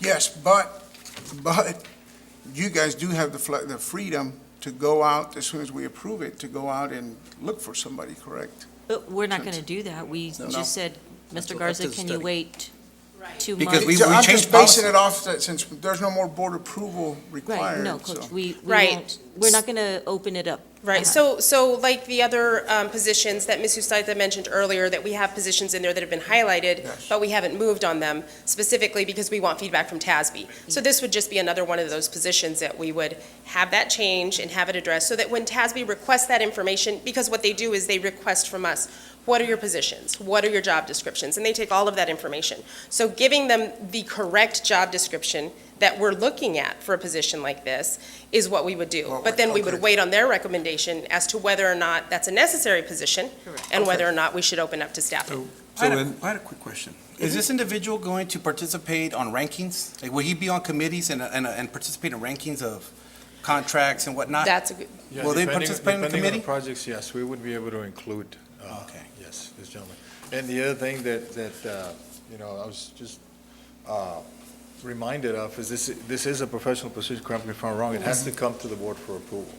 yeah, it wouldn't be one that would be hired without your approval. Okay, oh, so it's going to be a professional position? Yes, it is a professional Yes, position, yes. yes. Yes. Okay, I thought it was clear. I know that we had changed it. We're not professional. You all just approve as No, well. no, it should be. And you should have the job descriptions in your packet there. Yes. So if you have any questions, just. Mr. Garza, I think your title is an Executive Director of Facilities. I thought we, Yes.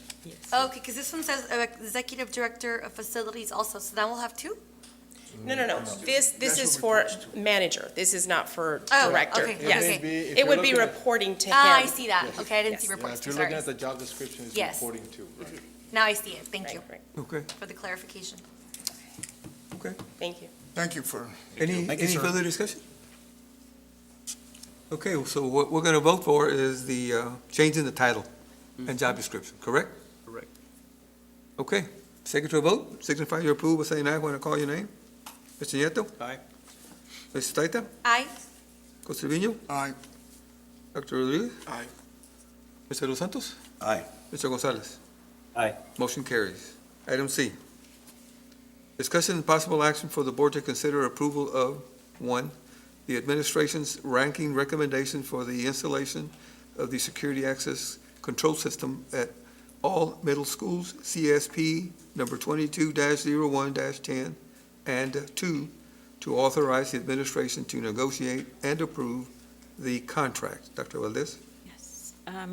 Recommendation is for the board to approve administration's rankings of the proposals received for the installation of the access control systems at all our middle schools. This would constitute approval for administration to start negotiations and approve a contract for the project. We have Mr. Americo Garza and Mr. Garza, and Mr. Sepulveda, right, when we have multiple items, we'll two separate recommendations. Okay. Mr. Garza, you may proceed. Yes, so this is the item on the access control systems for the middle schools, and we've ranked the bids as they came in, the bidders, and you have them before you, and the committee is also listed on there on the agenda item as well, who ranked the bids. So we're asking for your approval of the top ranked bidder. I'll move to approve the rankings. Administration's rankings. Okay, we have a motion by Dr. Rodriguez to approve the rankings, and a second by? Mr. Nieto. For part one, the administration's ranking recommendation for the installation of security access to all middle schools, CSP number 22-01-10. Any discussion? I had a question. Mr. Garza, when you receive the sealed bids, this was a sealed bid process? Yes. When you receive the sealed bids, do you time and stamp them when they're accepted by the district? Yes, so they're received at our business office, and so based on the advertising, then we do open or disclose that they're going to be open at a certain time. So they're open at that time without, any delays, and we welcome anybody who wants to come in and witness the opening. But and we read out loud the Right. amounts for everybody to hear, and after that, then we rank them. So okay, but you do that. So you do Yes. you do time and stamp when you get a company submitted, Yes. the date and the time and stamp. Okay, when it was like whether they were first, second, third, or last. Correct. So as long as they make the deadline, then they're valid bid. If they're late, a minute late, we just won't take them. Anything after the set time, then we won't take them. Okay. Only because I'd like to know that information. Like if you get 15 sealed bids, when you submit the 3-4 companies, I'd like to know, okay, who was first, or, if it's 1 out of 15, 3, 4, number 15. Like I would like that info, Okay. Yeah, just to we can see how the certainly, process works. Yes. And this absolutely, company we was the low bid, correct, Americo? Yes. Right. Yeah, it's always the lowest bid. I see here that we got the grant funding for it for almost half, a little bit over half for this project, and it says here that if we don't use it on time, they might take the funds away.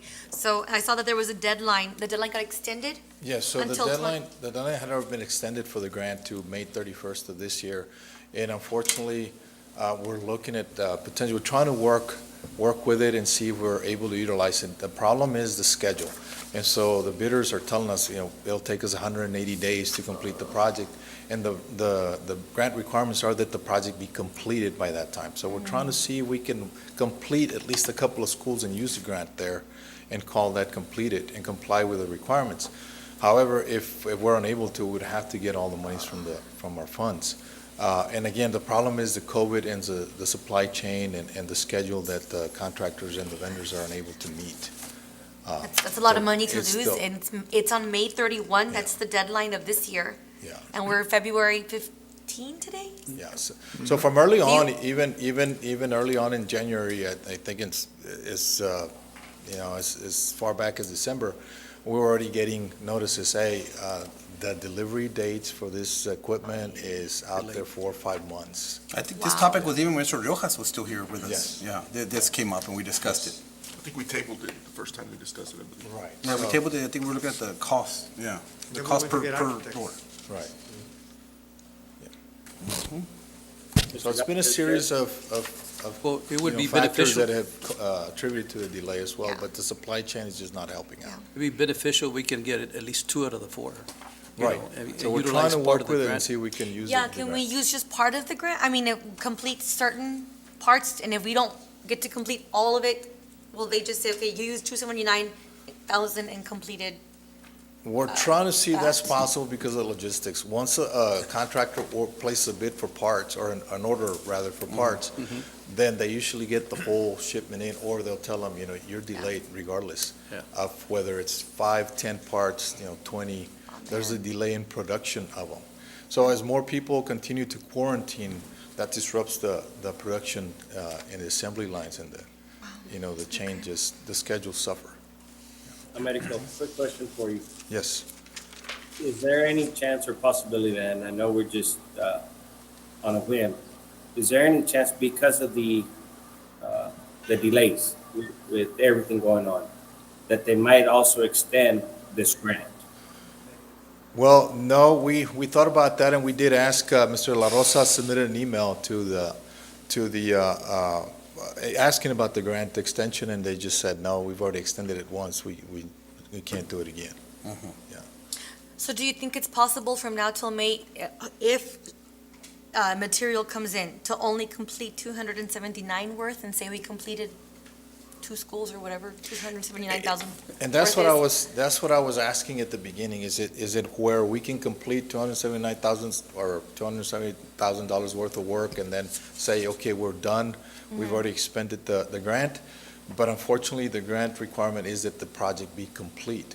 So we're trying, right, so we're trying, and that we start using the product or the system. And so- I'm just gonna put this is my opinion on the topic. We just discussed other expenses, whether it was athletics, uniforms, and other things that were being pulled out of the unassigned fund. I have no problem with pulling out of the unassigned fund for this project, because this is school safety. This is securing doors, securing access to our schools. And if we're willing to do it for other items, such as like what I mentioned before, in an earlier discussion, I'm more than supportive to pull out the difference out of the unassigned funds for this. I mean, this is about student safety. Yeah, certainly. I mean, we've had situations in the past where I know for a fact that right next door where I'm at my office at Energy Management, at Central Middle School, we had an incident where somebody walked into the campus off the street and we had to escort them out. And unfortunately, I believe the person who walked in there was under the influence of some illegal substances. And so, yeah, it's imperative and very critical that we do safeguard the doors of the campuses. And so just to address that, Mr. Dos Santos, that's hence the request for this to separate part, to authorize administration to negotiate and approve the contract. So if the number one ranked vendor can't get the parts in time, then that could allow us to go to number 2 and see if they're in a position to get the project completed on time. Yeah, student safety doesn't have a cost, so yeah, I mean, that's right. This is for the 4 middle schools, correct? Yes. Okay.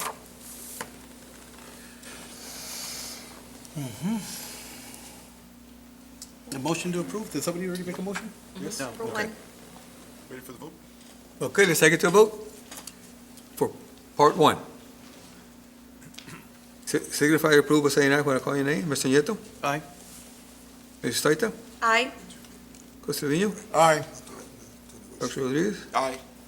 Mr. Dos Santos? Aye. And Mr. Gonzalez? Aye. Motion carries. Part 2. For the board to consider the authorization of administration to negotiate and approve the contract. Move to approve? We have a motion by Dr. Rodriguez to approve, and I said second. a second by Mr. Dos Santos. Is there any discussion? Okay, let's take it to a vote. Signify your approval by saying aye when I call your name. Mr. Nieto? Aye. Mrs. Staita? Aye. Costeño? Aye. Dr. Rodriguez? Aye. Mr. Dos Santos? Aye. And Mr. Gonzalez? Aye. Motion carries. Item D, discussion and possible action for the board to consider approval for the replacement of the HVAC units and related roofing project at the Weslaco East High School Gymnasium, CSP number 21-10-05, as follows. 1, a deductive change order for the unspent balance of the owner's contingency, and 2, final completion of the project, including rain and delay days. Dr. Valdez. Yes, this too is a 2-part agenda item. And the recommendation is for the board to approve, first, the deductive change order for the unspent balance of the owner's contingency, and we have Mr. Americo Garza here for questions. I'll move to approve Part 1, a deductive change order for the unspent balance of the owner's contingency. Okay, we have a motion by Dr. Rodriguez for Part 1, Second. second by Mr. Gonzalez Yes. for deductive change order for the unspent balance of the owner's contingency. Any discussion? Okay, let's take it to a vote. Signify your approval by saying aye when I call your name. Mr. Nieto. Aye. Ms. Slater. Aye. Coach Trevino. Aye. Dr. Rodriguez. Aye. Mr. Los Santos. Aye. And Mr. Gonzalez. Aye. Motion carries. Number 2, final completion of the project, including rain and delay days. Move to approve. Move to approve by Dr. Rodriguez, Second. second by Mr. Los Santos, for the final completion of the project, including rain delay days. Take it to a vote. Signify your approval by saying aye when I call your name.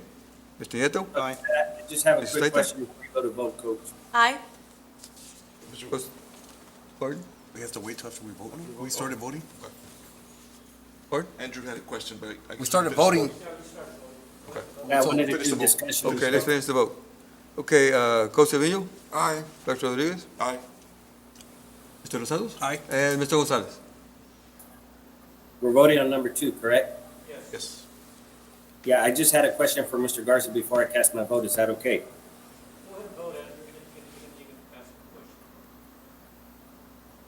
I can't hear you, Lloyd. I'm sorry. Oh, he said to go ahead and vote, and then you can ask the question. Okay, aye. Okay, motion carries. Okay, Andrew.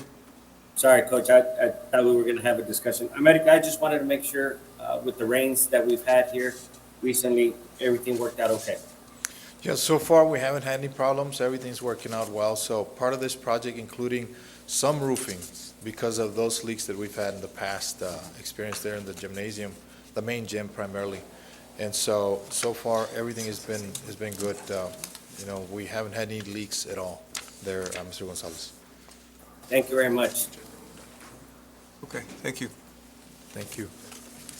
Item E, discussion and possible action for the board to consider approval of a contract with a law firm of Flores and Velez Brada, PLLC, on a contingency fee basis and a corresponding resolution related to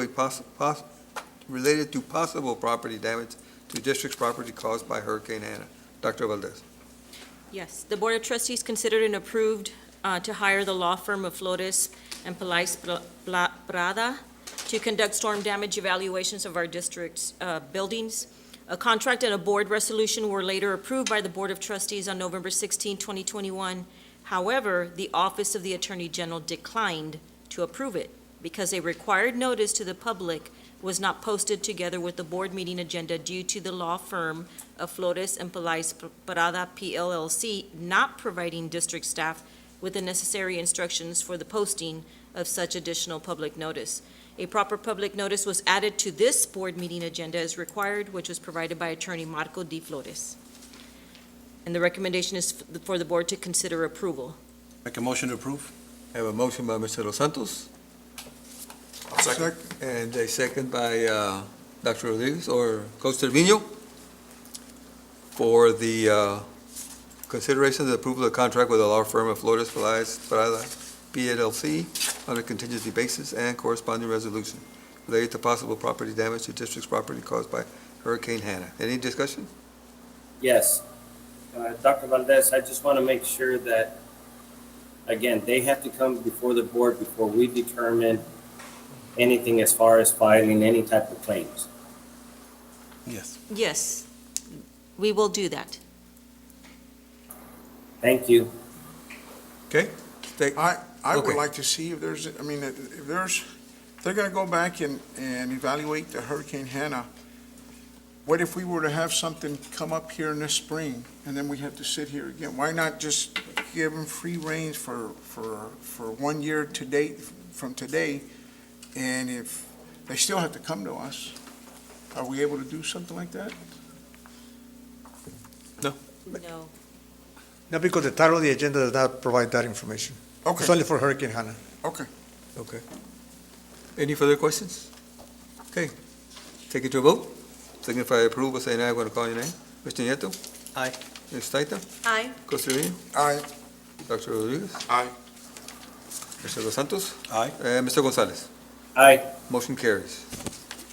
Item F, discussion and possible action for the board to consider approval of the communication process between the superintendent and the Board of Trustees to function as a body corporate. Dr. Valdez.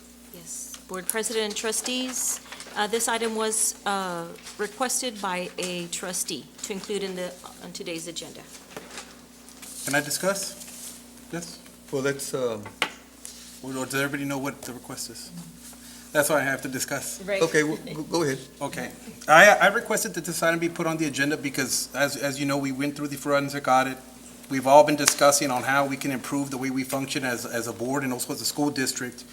And I had also talked to Dr. Valdez as a board member and her being the interim superintendent on how we can improve communication and transparency. One of the major things is that, and some of us have mentioned it before, that we need to make sure that we govern each other as board members and as a team, as a body corporate, that we don't cross the line between governance and micromanagement.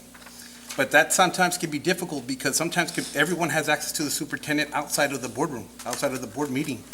And so I had talked to this topic with Dr. Valdez, and I had gotten with legal before I proposed it to see if it is allowable. And it is something that not a lot of districts have in policy. It's something that some superintendents do. In fact, Dr. Valdez already started to do it recently.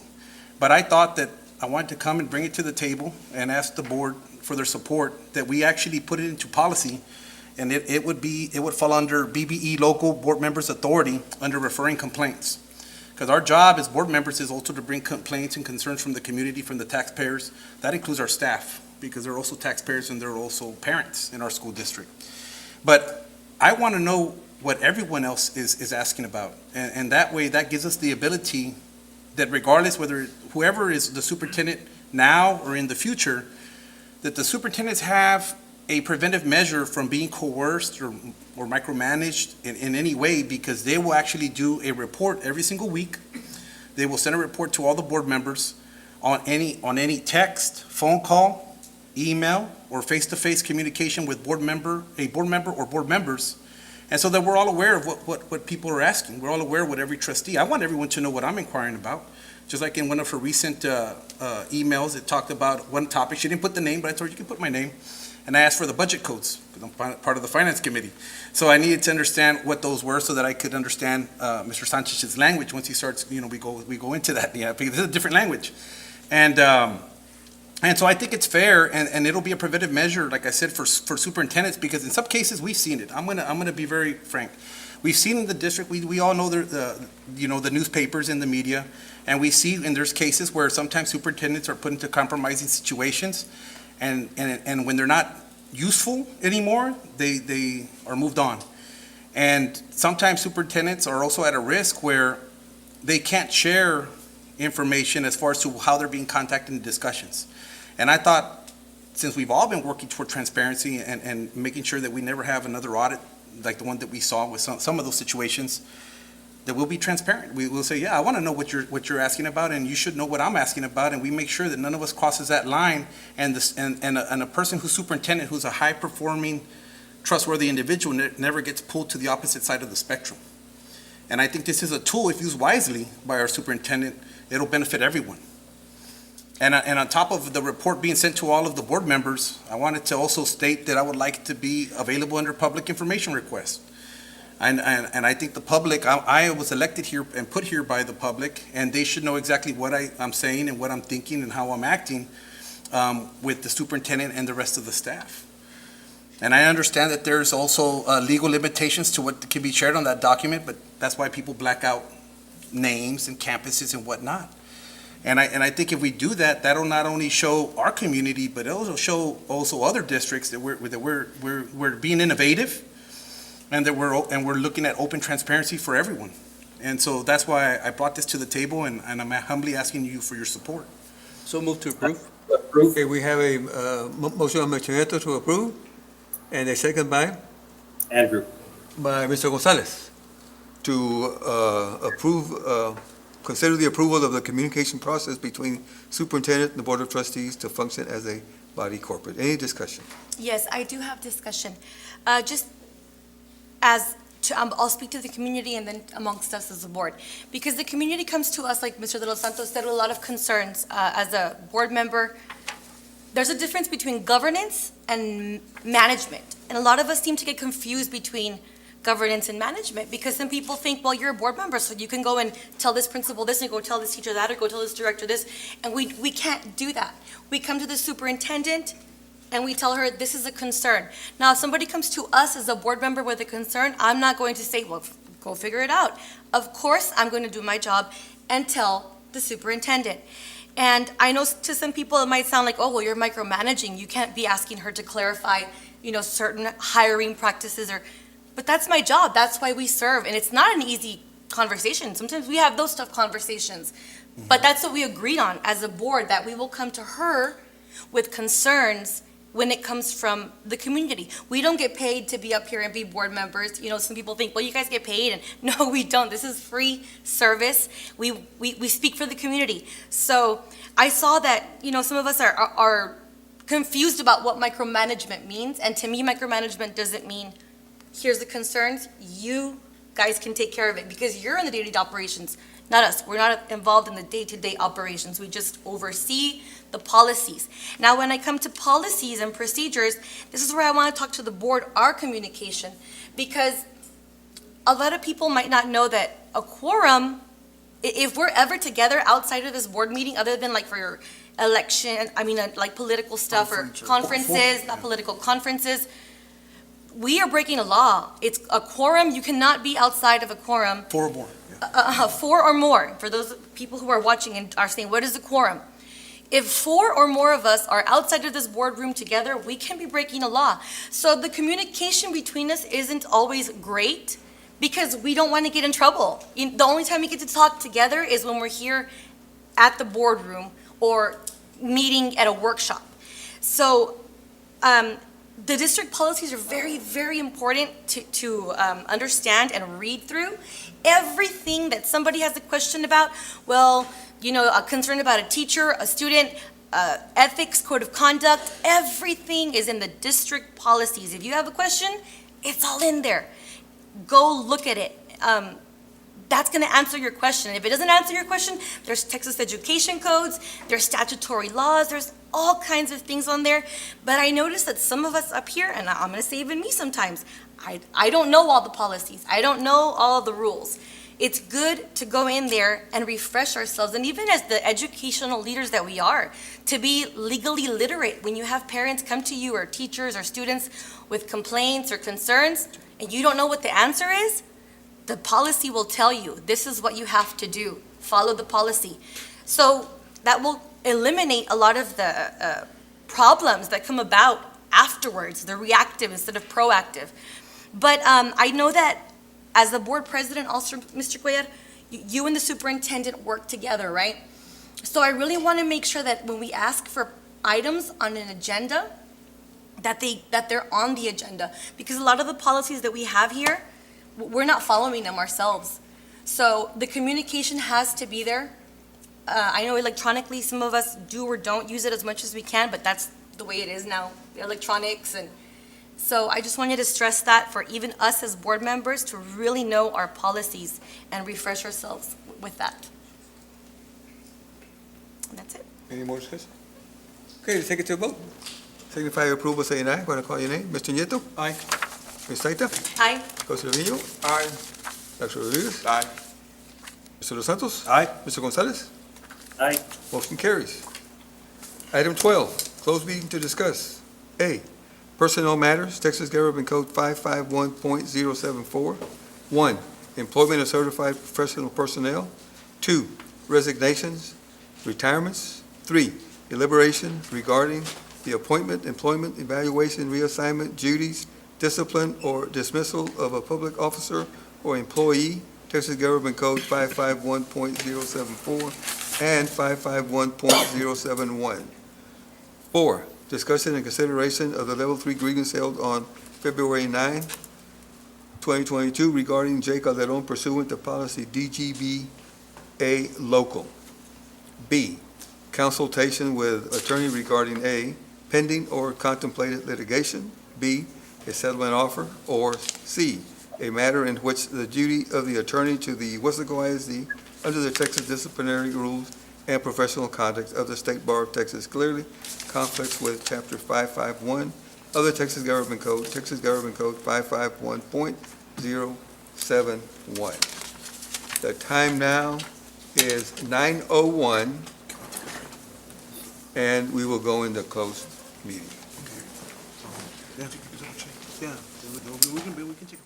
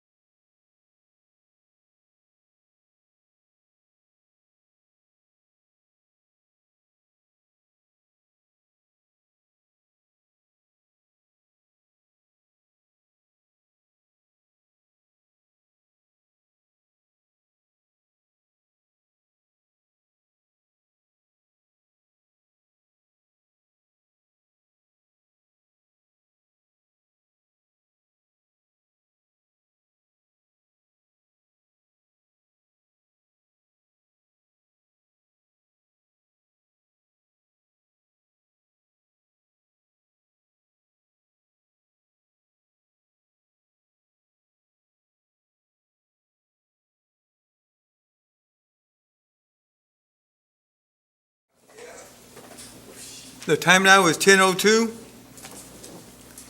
and this meeting is now reconvened to open meeting. A, possible action if necessary on items discussed in closed meeting.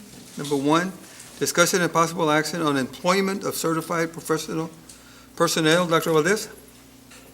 Yes. Recommendation is for approval as discussed in closed session. Move to approve?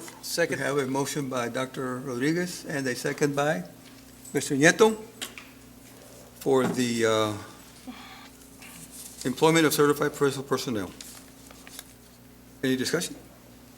Nope. None? Let's take it to a vote. Signify your approval by saying aye when I call your name.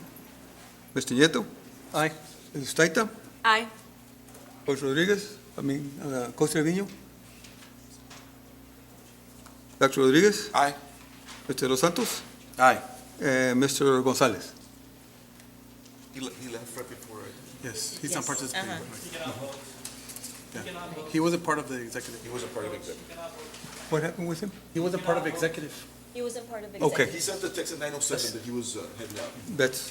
But did he leave and will not 9:07. at 9:07? Let the record reflect that at 9:07, Mr. Gonzalez was not, has left the meeting. And Coach Trevino, we're voting on the employment of certified professional personnel. Everyone has voted? Yes. You vote aye. Yes. Okay, motion carries. Number two, discussion and possible action on resignations and retirements. Dr. Valdez? Recommendations for approval as discussed in closed session. So move. Got a motion by Dr. Rodriguez, second by Mr. Los Santos. Any discussion? Take it to a vote. Signify your approval by saying aye when I call your name. Mr. Nieto? Aye. Ms. Taita? Aye. Coach Trevino? Aye. Dr. Rodriguez? Aye. And Mr. Los Santos? Aye. Motion carries.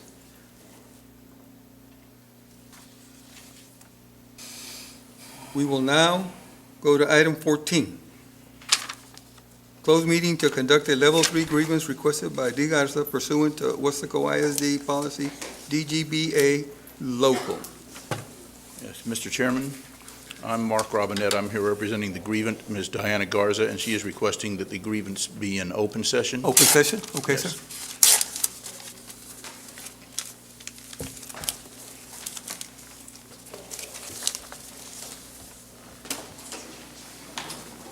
We'll begin. Thank you, sir. Okay. Today is Tuesday, February 15, and the time now is 10:05 p.m., and we're here in the boardroom in open session at the Weslaco ISD Central Administration Office Building for the purpose of conducting a Level 3 complaint hearing requested by Diana Garza pursuant to Weslaco ISD policy DGBA local.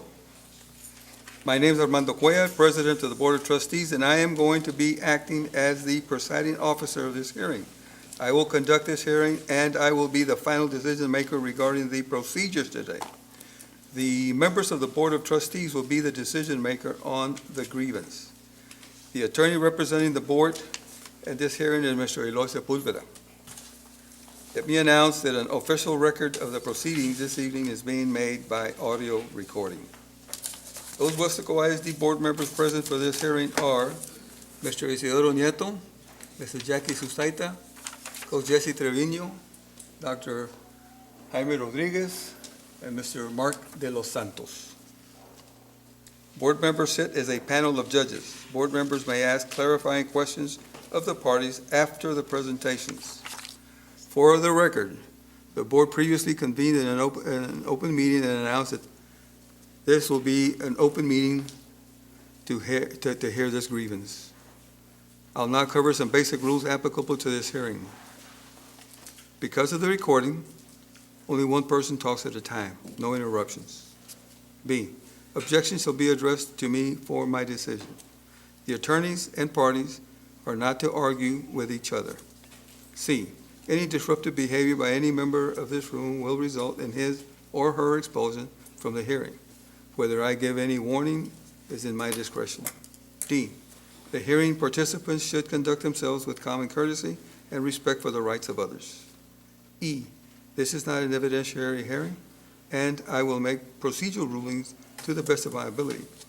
There will be no questioning of the board or any witnesses during tonight's presentation. I will now instruct the parties regarding the procedures to be followed during this hearing. Each side will have the opportunity to make initial presentations, which shall be limited to 10 minutes. The order of procedure: 1, grievance presentation. This may be done by the grievant or his or her advocate. This presentation shall include a clear statement of the complaint, the remedy sought, and the reasons and evidence in support of that position. 2, administration's presentation. This may be done by the administration or their advocate. This presentation shall include a clear statement of the administration's position with regard to the grievance complaint and reasons and evidence in support of that position. 3, a rebuttal or in closing. This is an opportunity for the grievance first, then the administration to address the position of the other party and make a closing statement. This time will be limited to 5 minutes. All questions or of procedure should be directed to me for decision. All parties in attendance other than the board and the board's counsel need to identify themselves for the record. If any party is a licensed attorney, please indicate so during your introduction. Will the people present for the grievance side please identify themselves and their role, title, and position?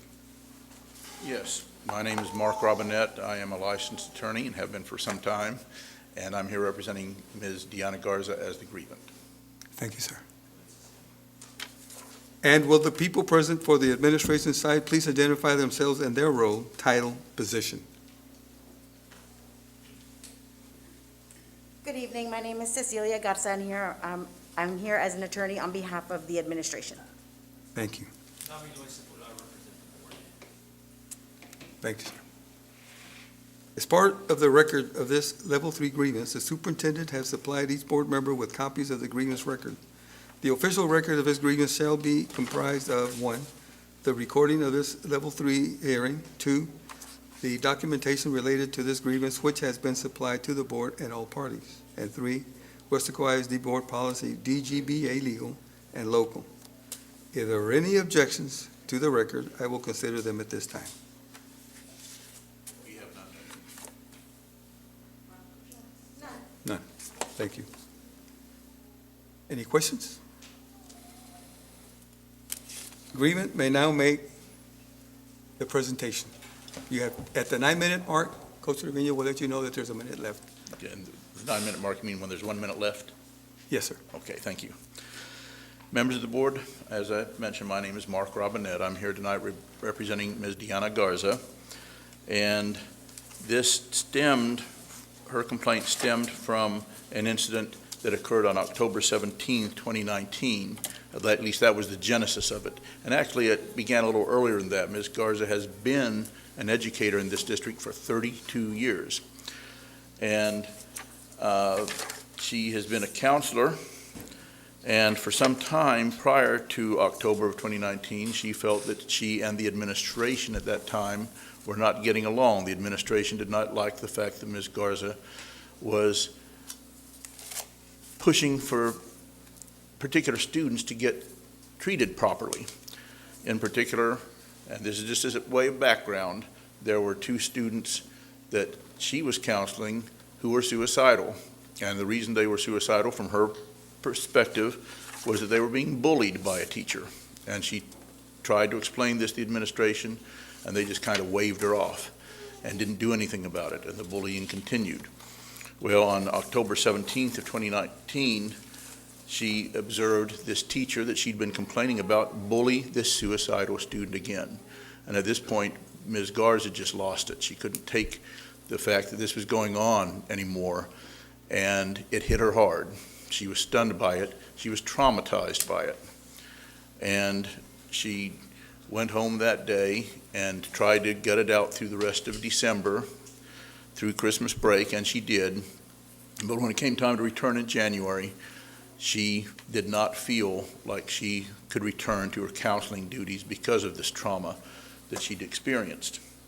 And she had consulted with a specialist who told her, look, you can't go back and be a counselor for some time now. It might even be up to a year before you can go back to doing that. You've got to get over this. You've got to take some time to heal.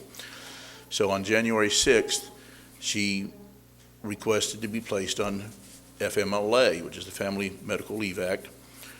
And she was on that for a few days, and that was covered by the few days of sick leave time she had. At that point, if she wanted to continue to be paid, she had to return to work. So she couldn't go back to being a counselor in those duties. So she requested what's called a reasonable accommodation, which by law, the employer is required to give someone who has a disability, like Ms. Garza had at that point, as long as it's not something that is unduly burdensome to the school district.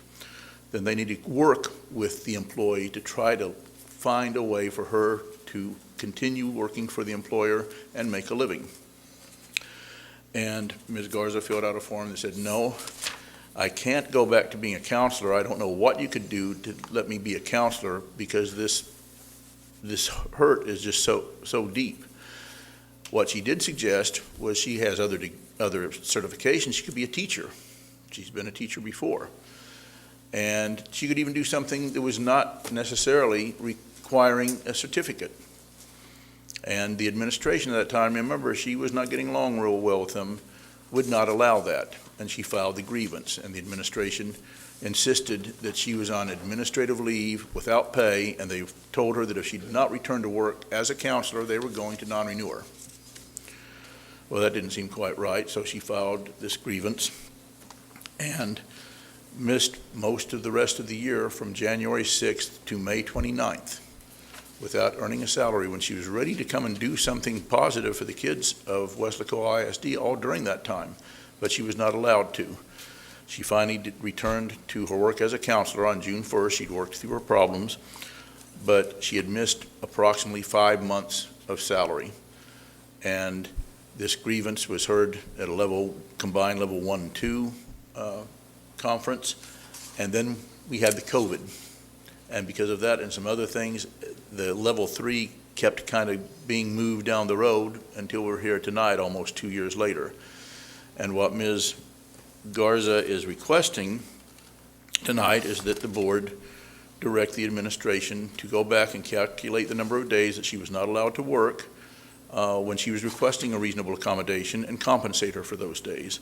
Now, Ms. Garza, as I said, has worked here for 32 years. She's proud of being an employee of this district. She feels like she's an integral part of the district. She feels like this is her family, and she absolutely would prefer to end this tonight. She does not want to go on and have to bring a lawsuit or be in court because of this situation. On the other hand, she lost 5 months of salary, which isn't a great amount in the grand scheme of things. It's not like she lost 5 years of salary, but that's still an important amount of money to a school employee.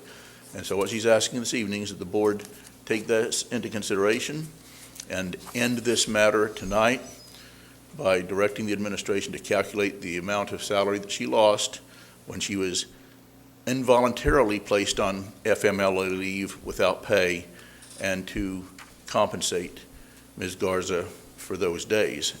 And I know we only have 10 minutes, which is why I've kind of glossed over it. If there's any more details that the board members like, I'm sure Ms. Garza can answer them, and I'm going to ask her, in fact, if there's anything that she wants to say at this point in the time we have left. Yes, I do. Okay, so really, I need for y'all to, I know the new members don't know, but I want you to know how I ended up to begin with at Silva Elementary.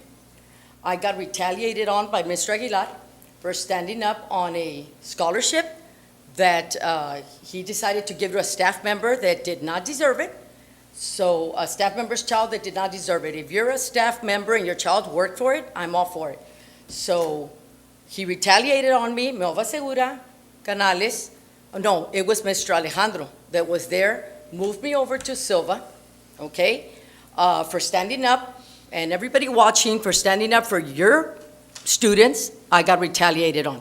Coming before you all, public comments comes with a price. I have been retaliated on, Mr. Aguilar, and you know what? I thank God publicly. Don't mention names. That you know, the people that have retaliated on me, God has weeded them out one at a time. Two former superintendents are not here anymore. Counseling director is gone. My department at Silva Elementary has always been targeted. There was a time when I was by myself for 3 months without a clerk. Yet at Sam Houston, there were 2 counselors, and before the lady left over there, they were already training someone. I have been retaliated so much. The time that Mr. Aguilar retaliated on me and sent me to Silva, I lost a big chunk of money. I fell into a depression for standing up for children. I lost half a year in salary. My attorney, Connors, was in cahoots with a previous attorney here, so he said, they can move you. It was clearly retaliation because all of my evaluations are clearly outstanding. And I look at Mr. Nieto right there. He was one of my bosses, so he knows the counselor that I am. And Ms. Ustaita was a teacher at Sam Houston when I was a counselor over there. Yeah, I had established a rapport over there, was doing great. The minute I stood up for what was right, and for the boys and girls of this school district, I got retaliated on. At that time, I lost a big chunk of money. If you look at my last 5 years in this district, they've been the worst under the last 2 superintendents. So you know what? You know what's been going on. Lots of retaliation. Why do you think you all don't see any employees here at public comments? It comes with a huge price. It has hurt me. My family's here to support me. Friends have seen. My sons are here. My husband's not able to be here because he's working, trying to make a living. It has hit me. Lots of sleepless nights, crying. Can't believe that we have bullies in the district, that we have, if you mess up, you get promoted to central office, and the people that stand up for the kids of this district get retaliated on. But guess what? I will continue for as long as I'm an educator, and even when I retire, I will be here for every boy and girl that needs me, no matter what. It's not about the money. It's about doing what's right. Like I came before you before on that assault of that child. It's about what's doing right. So, this evening, I ask you, what? I've been wronged. Every one of you knows me. I've been wronged. Let's fix it. I don't have time to be going to the courts, and filing lawsuits for all the times that I've been wronged and adding them all together. Let's just take care of what was happened in 2019, 2020. Give me what I lost. It belonged to me. It was taken from me. Okay, so with that being said, I appreciate every one of you for doing what's right, and God bless you. Thank you. Thank you. Administration position. The administration will now make its presentation. You have 10 minutes. At the 9-minute mark, you'll be notified that there's a minute. I don't think I'll get to that 9-minute mark. And Ms. Gottis, it's nice to meet you. I'm here to represent the administration's findings at the level 1/level 2 grievance hearing. Just very briefly, with regards to the claims of retaliation, which were not the subject of the level 1 grievance. The level 1 grievance was that she was placed on FMLA involuntarily. I guess there could be some reading between the lines or some subtext of retaliation, but retaliation claims were not made and the retaliation route was not followed through the grievance. So the grievance that we're here to talk about today is whether she's entitled to back pay because of what Ms. Garza deems to be involuntary placement on FMLA. The timeline and what's set forth in the exhibits is she requested the FMLA on January 31st. So she was actually got the relief that she requested. In February, she got the medical certification that she could not return to work. So, I'm sorry, I take that back. She claimed that she could return to work. So in February, she wanted to return back to work, regular job duties, regular salary, and remove the FMLA. Then her doctor determined that she could not work under the reasonable accommodations. So what they did, or what the district did, was they gave her leave with pay reinstated in February so they could do an investigation to determine whether this was a reasonable accommodation, could she come back to work or not. So that was not truthful in terms of between January and May she didn't get paid. That is untrue. There was a period between February and March where she did get leave with pay and the FMLA was taken back while there was a determination made as to whether there were reasonable accommodations. She is correct. Her doctor made a finding that she could not go back to work as a counselor. And she did request she requested an accommodation under the ADA to be placed at a different campus in a different role. Now, during that time period, what the school is required is the reassignment of someone is a last case scenario.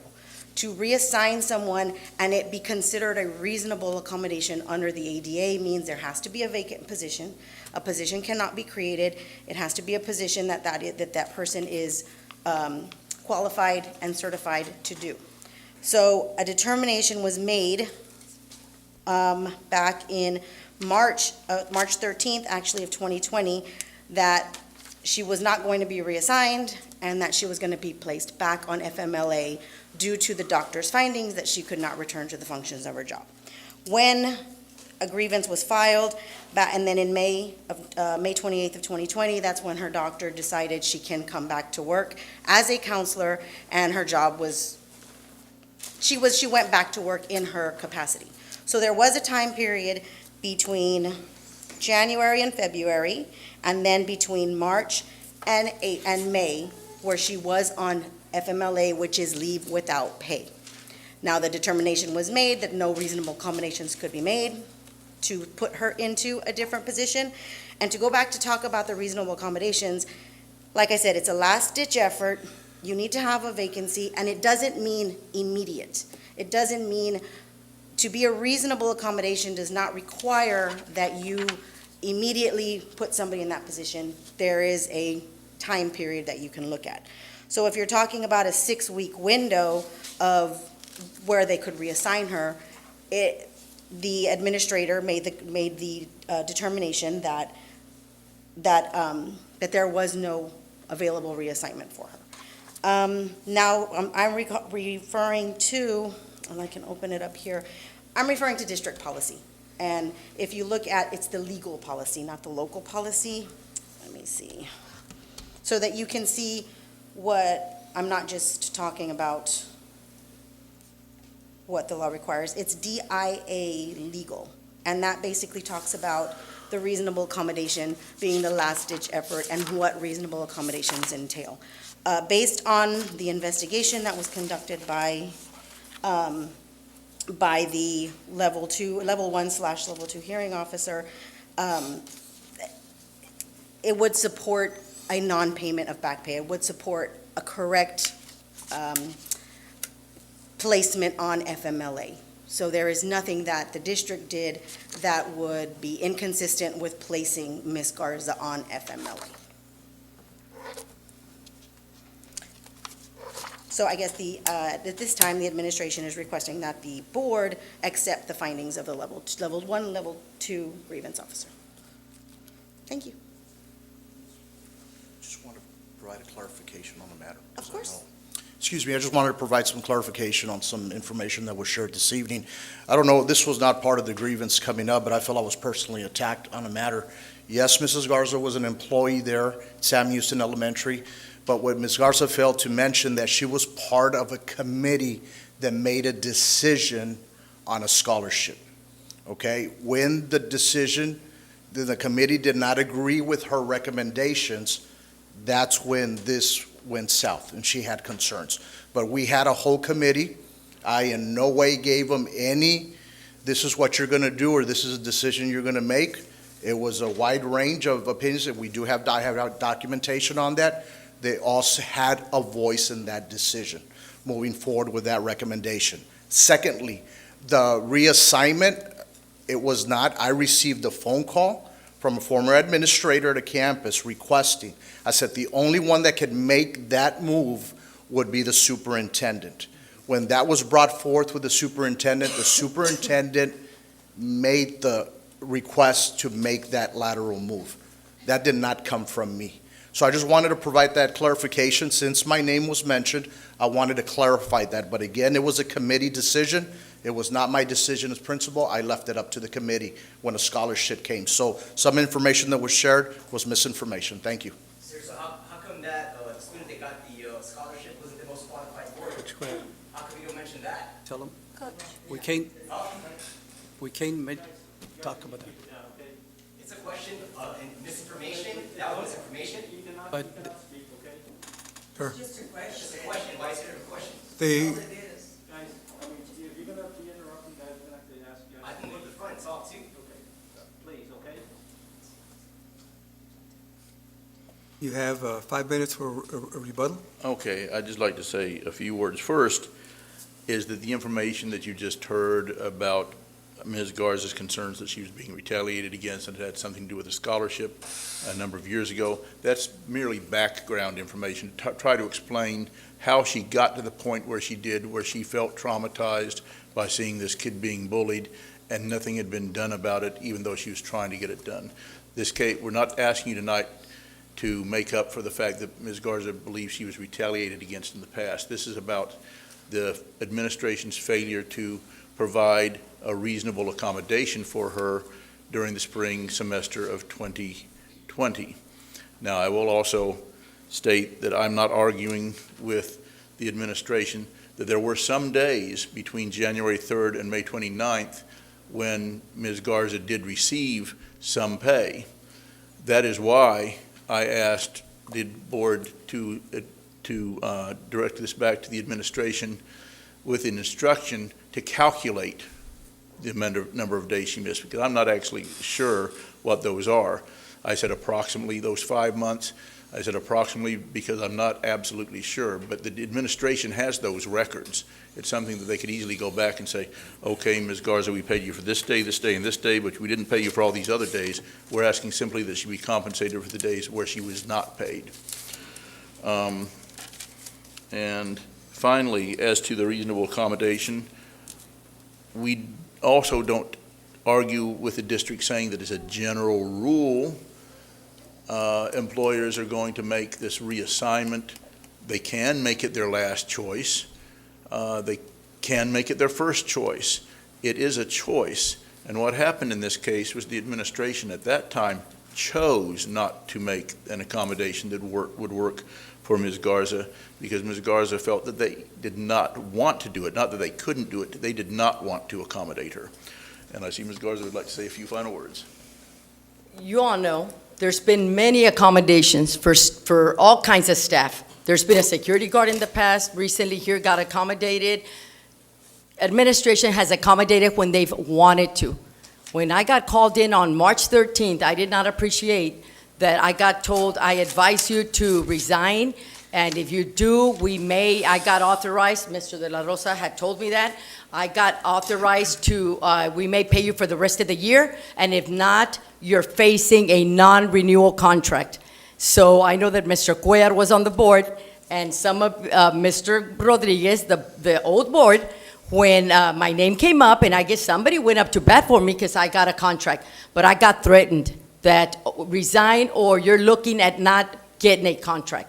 So yes, that's been recorded when I got called in on March 13th, advising me once again that maybe you should resign and we can pay you the rest of the year, or you're facing a non-renewal. Yes.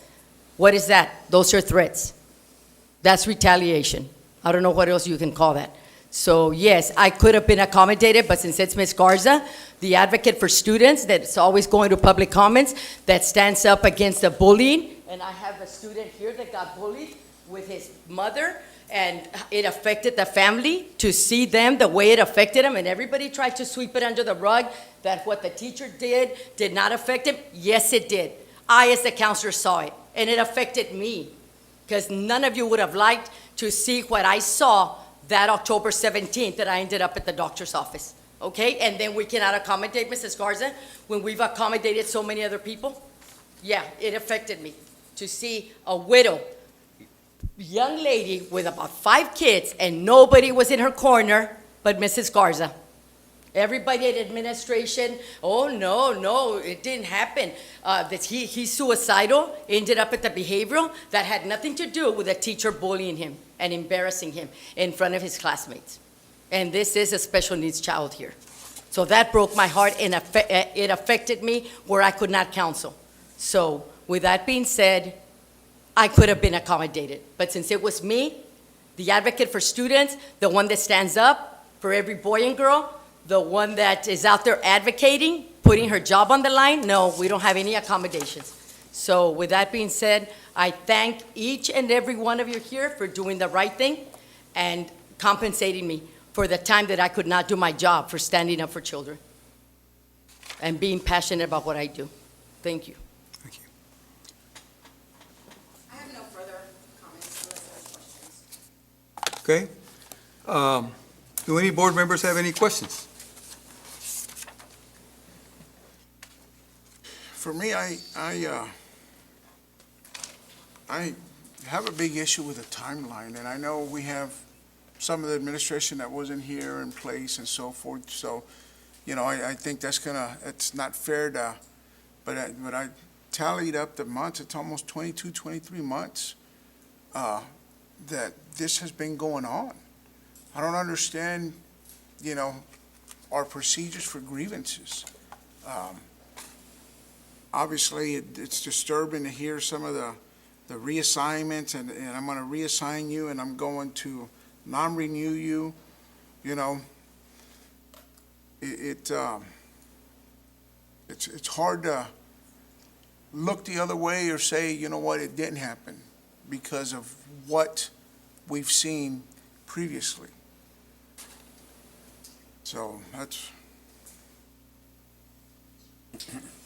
I have a question also. At level 1 or 2, Mr. Robinette asked for the hearing officer to not be the person who the grievance was against. But we started with the person that the grievance was against. And I think in policy it says if you're going to put a grievance against a supervisor or director, then you start at the person above them, which would have been Dr. Gonzalez at the time. But she was not the hearing officer here. She started out with the person who she put the grievance against, which just kind of seems odd to me. But then legal counsel wasn't here, and neither was Dr. Valdez, so they're not here to answer our questions. The only thing that I did find, I mean, I did the best I could reviewing because this was, a while ago. And like you said, nobody's here. Based on some of the documentations that were in the exhibits and the binders, it appeared as Dr. Gonzalez handed the job, the task, over to Mr. De La Rosa. Why I was unable to ask Dr. Gonzalez why that was necessary, but that was the decision that was made by Dr. Gonzalez. Yeah, that just doesn't make sense. It is, I mean, it sounds problematic, and I agree with you. I think the timing is, and I think this, unfortunately, and unfortunately for you, Ms. Garza, I mean, COVID has thrown a wrench in a lot of stuff, and I know that there's grievances that just, you know, we need to speed up the timing to get them before you guys, and you know, maybe we can. Well, there's actual time limits. There's time limits in place to avoid for some of this, right? But then there's, you know, by agreement and by reasonable, you know, there's reasonable times. Reasonable. And I think COVID really threw a wrench in everything because this COVID time has lasted a lot longer than anybody anticipated, and then in that, there's a backlog. So you're right, there are time limits. She did meet all of her time limits. This is not an issue with regard to whether it was brought timely. It's just, it finally got heard by the court. So, but yes, I mean, that's, you know, the timing of the hearing is problematic, and like you said, it would be nice if we had, you know, and I did see this was not something that Mr. De La Rosa did on his own. It was at the direction of Dr. Gonzalez handle it. I think it also, what the policy says is it has to be handled by someone that can remedy the situation. So whereas the grievance was filed, I mean, it's a technicality. The grievance was not necessarily filed against Mr. De La Rosa. The grievance was saying, I want my money. I want my back pay. So it wasn't, the retaliation claims that are being brought up today that's talk about Mr. De La Rosa was not the subject of the grievance when it was filed. The subject was, I shouldn't have been on FMLA. He was the person that could have remedied that situation. He did have that ability to remedy that situation. So him being a grievance hearing officer was appropriate. There was nothing improper about that. Maybe that was a poor decision, perhaps, but it wasn't an illegal or an unethical decision. So for him to threaten me that I was facing a non-renewal, how can you explain that? That, they allowed him to do that, or to tell me, okay, if, you could resign and we may pay you the rest of the year, and you're facing a non-renewal, because I did face a non-renewal. Board members that sit there, Mr. Cuellar, and I think Mr. Rodriguez, my name was the only one brought up by Canales, who ran already, who knows where she's at. That she's facing a non-renewal for no reason. 32 years of clearly outstanding evaluations. Mr. Aguilar, under his leadership at Sam Houston, I had clearly outstanding evaluations with you as well. So I don't know how it was that it was convenient for him to agree for me to go. The scholarship thing, it was awarded to somebody, he brought it back, and then he got a committee that said, oh, no, that's not the person. But that's already in the past. I lost a lot of money, half a year at that time as well, over 40,000. Yeah, that was in 2015, 2016. We're 2019, 2020, when I lost a big chunk again. So, yes, for being passionate about what I do, for standing up for that family over there that had nobody in their corner. Nobody in their corner. Nobody believed him that it affected him, except for the counselor, Mrs. Garza. So, yes. You have a question, Mr.? Yes, I have a question for our legal counsel. You made a statement right now, but I'm looking back at the level 1, and just correct me if I'm wrong, but it says, the nature of the complaint, including the individual harm alleged. My complaint is that I'm being denied my salary and threatened with non-renewal. So the non-renewal, the threat of non-renewal was, because earlier you said that it wasn't part of the alleged level 1, but here it states that on the level 1 grievance form. I just want to clarify. No, and I think what I said, and if I misspoke, I apologize. Oh, I think I said the retaliation was not part. There was no claim of retaliation in the level 1 grievance. And I think what I said in my earlier presentation is, you can interpret things, some people may interpret this as retaliation, some people may not, but there is a certain policy dealing directly with retaliation, and that policy was not stated in the complaint. As we've seen in other complaints, we see people say exactly what it is. I'm alleging all of these things. In this one, what she's saying, the nature of the complaint is her salary and the threat of non-renewal. That's not a claim of retaliation. And that basically, I really don't think that, and I think Ms. Garza will admit, that's not really what the issue is today. The retaliation is more, her allegations or claims of retaliation are more background facts, not what the grievance is based on. So I just wanted to throw that out there, that we don't need to go down the retaliation path. We need to focus on, was she properly classified as FMLA leave versus leave with pay, and that's just why I mentioned that, was to focus on what the decision to be made is. The fact that there weren't any accommodations for me to do, I could have done, they've accommodated hundreds of people before. So that is a form of retaliation because of who I am. The outspoken, vocal, passionate person that goes public comments, brings up facts, doesn't sweep things under the rug. Because it's me, they could not find any accommodations for me. Because it's me. Anybody else that doesn't do their job, there's accommodations at central office, there's a principal that got accommodated over here, that's a director of who knows what, coordinator. They just accommodate for who they want. They pick and choose who they're gonna accommodate. And I was one of the ones that, of course, no accommodations for me. Mr. De Los Santos, may I respond to your question, sir? Yes, I guess. Yeah. Well, she answered it for me, but no. Then the only reason I was asking is because I know she mentioned the reason that she said that part of it was somebody else was talking about Mr. De La Rosa being in charge of the level 1, and then you had stated that there was no threat or no retaliation, but in the level 1 it mentions that De La Rosa says that was threatened with non-renewal. So I was just kind of trying to confirm, well, what justifies what, or what's the definition of what, what's the justification of a threat, or those type of things. It was not, so the exhibits in, and I'm not saying you did it either. That was written by the level 1. Remember, only one person at a time. Yes. One person at a time. I apologize, and I would defer, since we've all discussed, no one was here at that time except Mr. De La Rosa, so I will defer to him. And then if there's any legal issues with regard to what he says, then I can jump in, but, he does have knowledge as to why he was the hearing officer, and Dr. Canales was. Now, before we go any further, okay, the question I made was, do any board members have any questions? So we've had a chance to rebuttal after the fact. So are we now in line with answering board member questions? Yes. Okay, continue then. Mr. De Los Santos' question was not answered, then you can decide whether you need additional. He answered. That's what I want to clarify. Thank you. Yeah, thank Go you. ahead. I'm okay.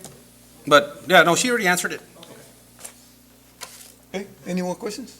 No questions, just comments. I think, if in general, the certain party would have worked to accommodate her at that time, we wouldn't be here right now. Yes, she worked for me and she did an excellent job, but I've always been the type of person that you have to work in order to earn that pay. That's just me, that's just the way that I work. Speaking on her behalf, yeah, she was a hard worker for me when she worked for 2 years. But had the accommodations been met, and maybe they were not able to accommodate. Oh, it was 4, okay, 4 years. So anyway, if they weren't able to accommodate you, I don't know why, we wouldn't have been in this situation. But again, that's my opinion. That's it. Okay, any more? Then, thank you. The level 3 grievance presentations are now concluded. I'll now review with the board members, or with the members of this board, the process for reaching a decision in this case. Having heard the level 3 grievance, the board has several options. 1, the board may vote to grant the remedies requested. 2, the board may vote to deny the remedies requested. Or 3, the board may vote to grant in part and/or deny in part any or all of the requested remedies. The board shall now consider and deliberate the issues and record before us. When all members of the board have completed considering and deliberating the record, the issues and evidence presented, we will meet again in open session for action, if any, on the matters presented in this hearing. The board will now deliberate in private. Time is 10:44.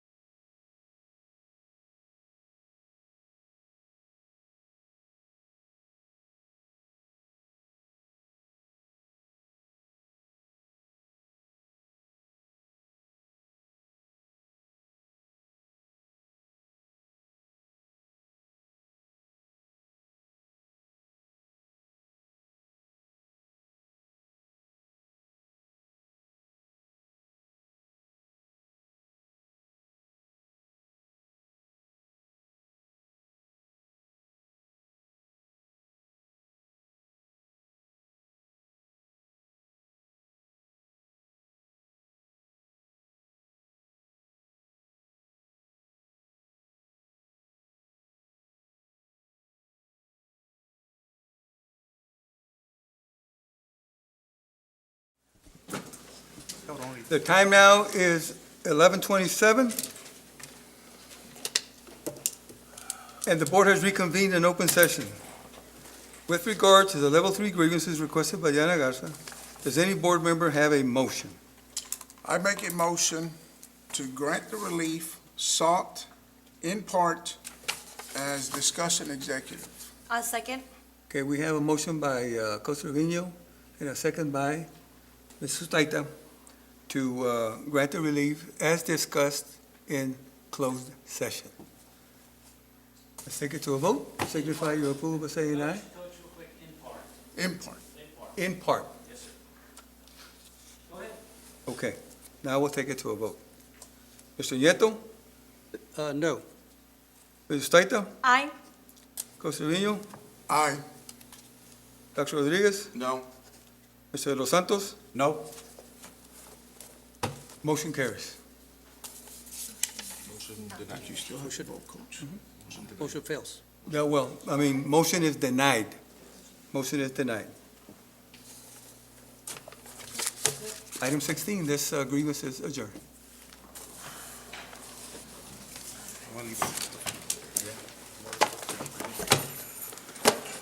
Time is 11:28.